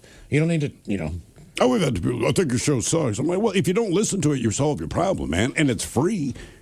I mean, goddamn, there's other radio stations, genius. If you can't, it sounds bad when you say this, but the older I've gotten, I got into this position. Like, you guys suck. Maybe. And if that's how you feel, then we do, and we always will for you. But what I would say, if you are not smart enough to stop listening to something you don't like, you're beneath my notice to have this conversation. Like, either you need professional help, because that's just so stupid to me. Like, because I'll bitch about vegetables, but again, I don't bitch about broccoli all the time because I just don't eat it, because I don't like it. And now it's not a problem. And people around me, they can get broccoli, and they're like, good effing for them. And then also don't ruin the fun of being a fan of something. I love Breaking Bad. See, Ted, you're with The Wire. For me, it is Breaking Bad. It is the greatest show that's ever been made. Don't make me embarrassed to support Breaking Bad because their fan base is a bunch of freaking idiots that'll go on there and bomb other shows. Yeah, and I'm with you. Like I said, it's only a matter of if I have to choose one, I'll choose The Wire. But hell, Breaking Bad, I was late to finally watch it. Loved it. And then 2 or 3 years ago, my buddy just started watching it on a flight, and I just happened to watch one episode. I ended up watching the whole damn series again. Yeah. So yeah, I mean, there's no reason to go online and start doing that. Same thing with sports, right? There's a lot of sports, and I get it. People don't like or do like, but I don't have to crap on somebody else's sport all the time. Don't watch it. All right. Or ask them what's exciting about it to them. I mean, God, and look, of all the problems you could possibly have in life, to me, these are the simplest things to resolve.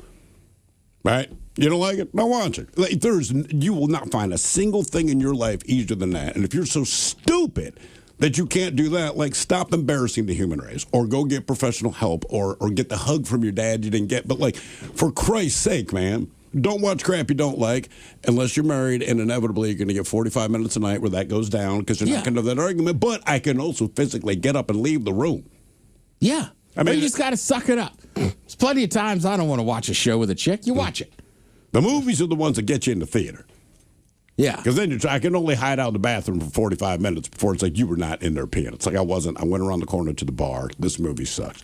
But you know what? You're willing to accept that because you might get laid. That's a different thing altogether. Yeah, right? I mean, I'm sure, it's not like you wanted to watch Frozen 1,000 times. No, I did not. Your daughter wants to watch it? She wanted to watch it. But with me. I don't want to just watch it, Dad. I want to watch it with you.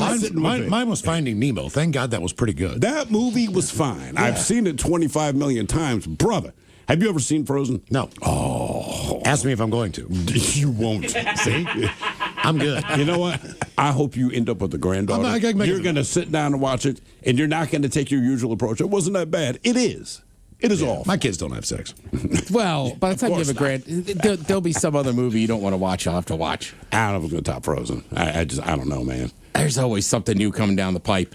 I will say it wasn't that bad. However, watching it 100 times, it would get grating. No, it was bad the first time. It was grating 5 minutes in, man. Wasn't that bad? Yes, it was. I think a lot of kids' movies are fine once or twice.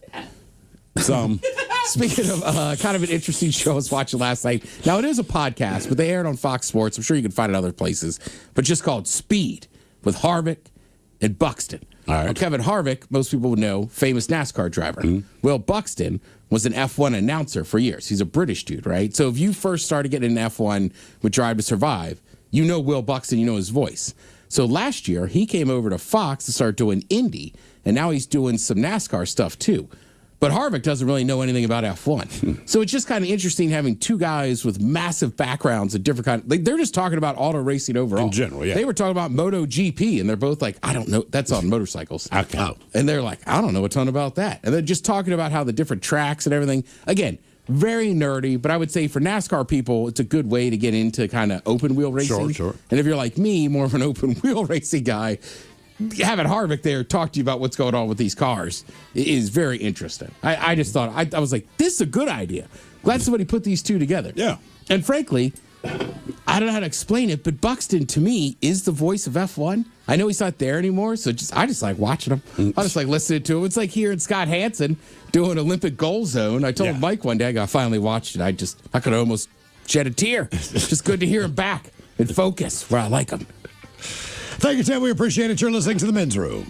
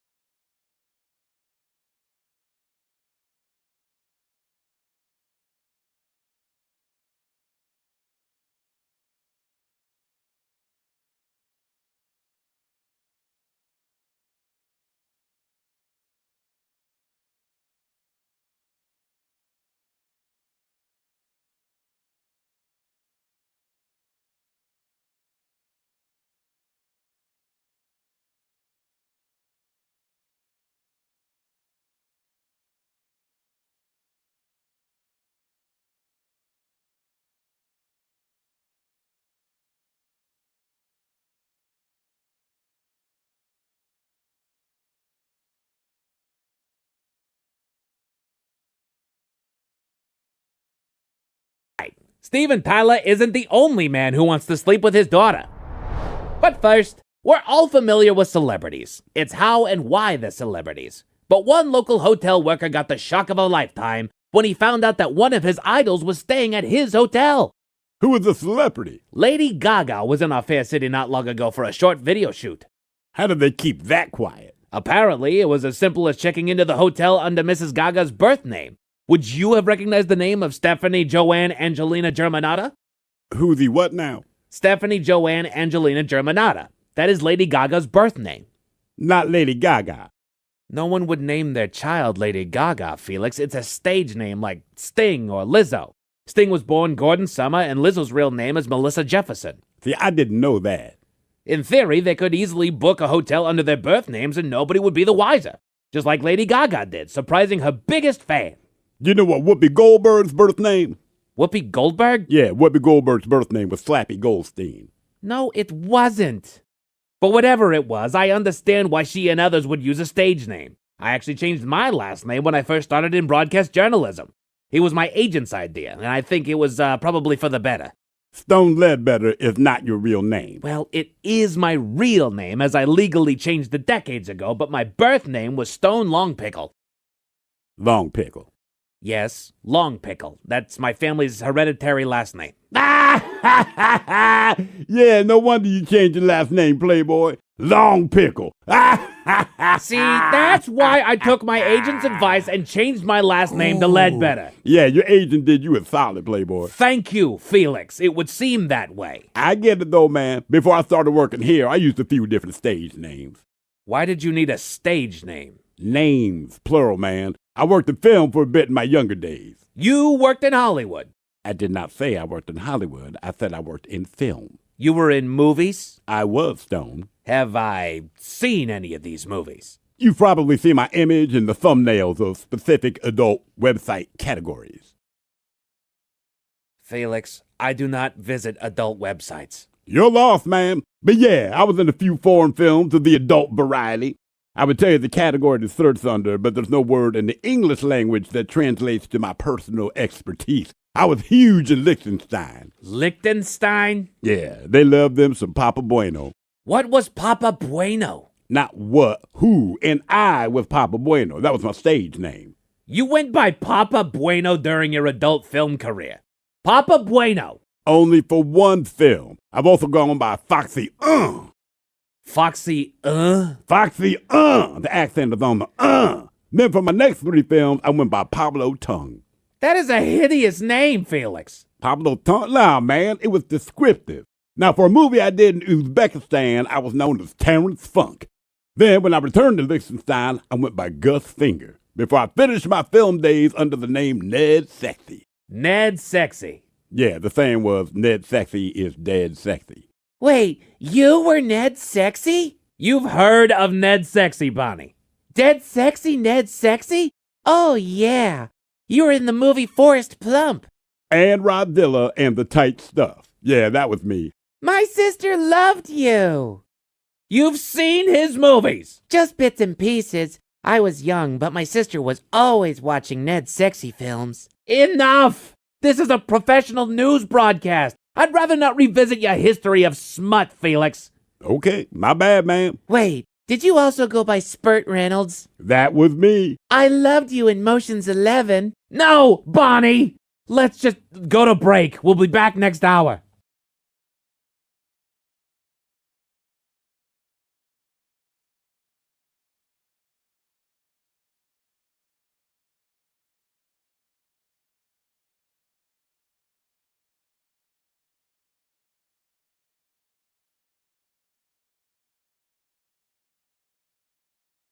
Hello, friends. Your In Action News team here, ready to answer another of your inquiries about everyday life. Now, we elected to keep one of your questions off the broadcast, but this goes out to Clyde.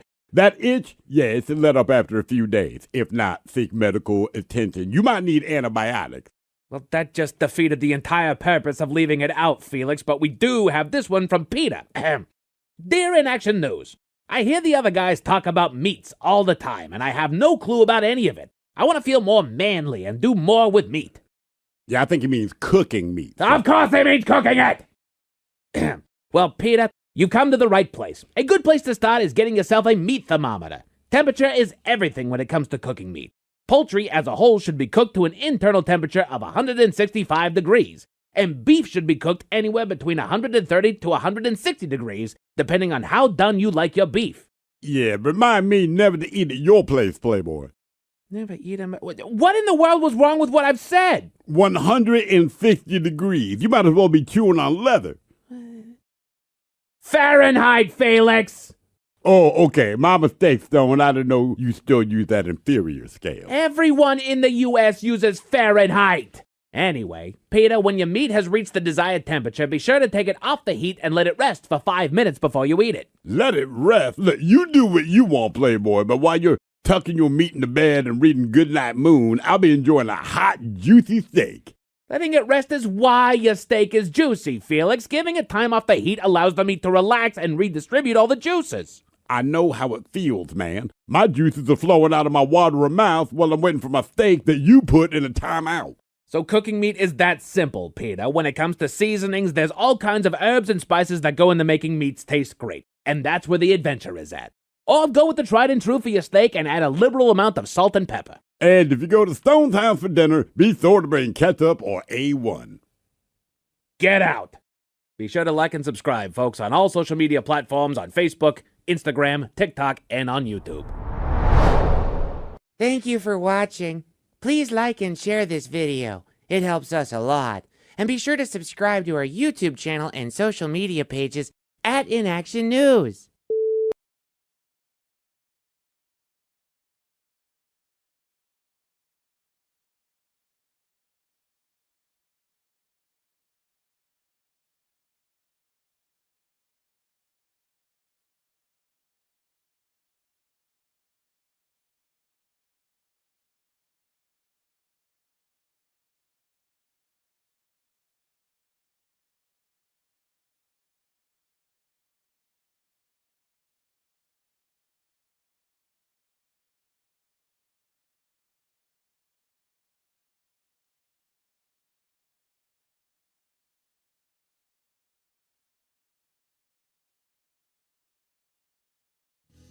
The Men's Room returns with Miles and Thrill. Now, let's see what's happening in the real world. All right, here we go. If the snow wasn't bad enough, escaped cows shut down a highway in New York State.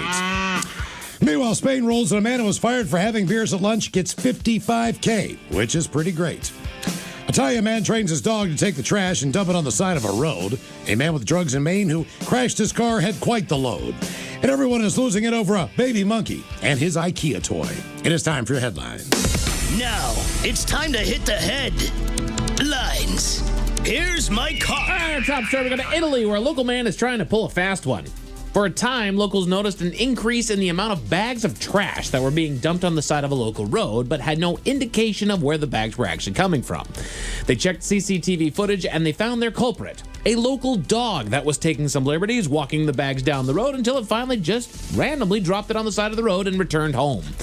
While this is wild in itself, they witnessed the dog do this so many times that they finally deduced that the dog's owner had actually trained it to run bags of trash out to illegally dump it. Given this revelation, they've issued a fine to the dog's owner for illegal dumping and put a post out declaring respect for urban decorum in the environment is everyone's duty. Throw your stuff away. Exactly. How hard is that, man? For real. You trained your dog.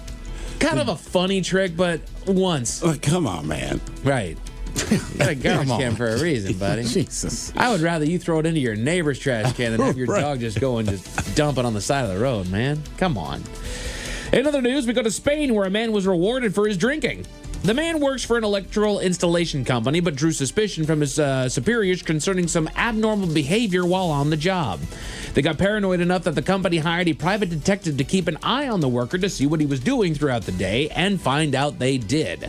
It was reported that the man was going to the bar during his breaks and consuming various amounts of alcohol, even reporting that he put down 3 liters of beer during a single lunch break. Damn. Where was this? Spain. All right. España. That's getting it done. But in light of this news, and due to the fact that he routinely drove a company vehicle and would put innocent people at risk, they decided to fire the man. But our boy turned the tables, he did, on his former employer and took them to court for wrongful termination, and it worked. What? The court ruled that because he drank on his lunch break, which did not count as working hours, it is separate from your working hours, it didn't constitute as drinking while on the job, and while they agreed that his contact needed addressing and it was not okay, they felt that firing him was overkill, so they ruled that they would need to he would need to be rehired or paid the equivalent of 55,000 American dollars, and that sounds like it took the payout. Well, another thing was they said they had nothing to prove that his performance was bad. He didn't do anything wrong. Right. They just knew that he was as far as his acting job weird. goes. Right. Yeah. He was acting a little bit off, but like he said, he's not doing anything wrong. He's not screwing up any jobs. He's not hurting anybody while he's driving the truck. He's just drunk. He's just drinking while he's technically not on the job. Yeah, there you go. He just shows up to work drunk all the time. I mean, he's driving a truck, so that's bad. Yep. And I know a lot of countries, like Spain, I don't know about, but like, no, Germany, it's not that odd to have a beer with your lunch. Sure. A beer. But 3 liters. A beer. Right? That's, what is that, 32-ounce beer, 33 ounces? Something like that. So imagine, like, I love a giant beer, but, like, put down 3 of those at lunch? Right. I can't put down 3 liters of liquid, during a working day. Yeah, but he was on a time limit, Mike. That's right. I gotta get back to work. Let's talk class here. Hang on. Driving to New York is already rough, but a situation on I-90 made things a little bit worse. Due to a mechanical issue, a truck was stopped on the side of the freeway to figure out the problem. But things got worse when the door of the truck's trailer popped open, releasing the 3 head of cattle inside of it onto the open road. Due to the animals running free, traffic was slowed to a near stop in the area until authorities, bystanders, and owners were able to get on the scene and wrangle the cows back into the trailer. 2 of the cows were captured quickly, but the third made things more difficult than they needed to be. No injuries nor damages were reported, though authorities announced that traffic issues would continue for a while following the incident. Why? Because it's slowed up so bad. It took them a while to get those animals in there, so they've got several miles backed up. Don't know what happened. What happened back there? But just in case those stories left a bad taste in your mouth. Thankfully, there's good news. Down to Australia, where a horse was rescued from a crap situation. Local authorities got the call after the horse was found to have fallen into a sewage-filled septic tank. Yummy. Photos were shared to a social media that featured the horse standing chest deep in the tank with sewage floating up to the horse's stomach. Rescue crews were able to hoist the horse out with help of a neighbor's excavator and a vet that was able to sedate the horse to keep it calm. After lifting the horse back up... It smells like acid here, Wilbur. After lifting the horse back up and out of the tank, it was checked by the vet and given a green light to go about its life. Horse is totally okay, just got stuck in the tank. Up to its chest. Right. Now, the surface of the tank was chest height. It was an odd-looking septic tank. All right. It was big and wide enough to be able to where this horse could stand all fours into this tank, but it was only about chest to the ground level. Still, not awesome. And the sewage is probably just kissing the belly of the horse there. I mean, it's like someone said, Throw, you're not going to drown in there. It's only up to your nipples. Like, but I'm in a pile of ass. Right. Get me out. And part of my problem is that they had to run straps underneath that horse, so they had to go digging. Yeah. Whoever the newest guy is did that. You're darn right it is. Or the owner of the horse if they're on the scene. I would not admit to that until after. Oh. Yeah, it's my horse. Not got him out. One more. There's a monkey that's going viral online for displaying how crucial comfort is for infant development. You all right, Miles? Yeah. Okay. The zoo near Tokyo took in the 7-month-old macaque named Punch after it was abandoned by its mother. Now, while that in itself is a tearjerker of a story, what brings it home is the fact that Punch has poured all comfort and affection into a stuffed orangutan toy that came from IKEA. Okay, not to paint this in a weird light, but is that like having a latex girlfriend? To a degree. You know, kind of like, it looks like a monkey, but you know it ain't a monkey. Punch. Only if it was a baby holding onto it saying mama. Yeah. Multiple videos showed Punch trying to socialize with other monkeys in the enclosure, only to be met with a less than friendly encounter. There was one that was rather rude to Punch. What is up with Punch that none of the... I know his mom abandoned him, but why do none of the other monkeys want anything to do with him? I think one correlates to the other. Really? I think mom abandoning the baby, there is something going on with that kid that none of the monkeys are willing to take on for themselves. He eats glue. Yeah, exactly. I don't know. I don't know enough about monkeys, but it does seem odd. Eats his boogers. Punch then sprints back to where his IKEA toy's safety blanket is and clings for comfort. This has also led to IKEA marketing the $20 toy as, quote, Punch's Comfort or Orangutan, and is completely sold out in locations in South Korea, and it is even difficult to find these days in the U.S. What's more is IKEA has donated enough of the stuffies to keep Punch supplied should his current toys come to the environment. So sent a whole bunch of those toys over so there. So people are buying the monkey because Punch the monkey likes the monkey. People are torn up about this little monkey, dude. He got a sad little face and he's just clinging on to this little stuff. His mom left him, man. Exactly. It's a sad story. Men's Room Sports is college hoops over on FS1 and CBS Sports. You got NBA basketball on Peacock, and spring training baseball continues if you want to track the Mariners' progress. As far as your weather, should be cloudy and a low of 36. Tomorrow they are expecting partly cloudy skies and a high right around 52. That is it for your headlines. With that, Mike Hawk is out. Thank you, sir. Big thanks to Tom, the president of Burger King, for calling the show. Thanks, Tom. Kind of cool. Lovely Jolene is up in just seconds. Yes, indeed, it's all true. But in the meantime, well, we be all about this bitch. So until next time, please do what you do best. And for Aletha's sake, stay beautiful. The Men's Room has been taped before a live studio audience. Wardrobe and makeup provided by Mantastic Limited. This has been a presentation of the Men's Room Radio Network. Oh, man! A Double Flush production.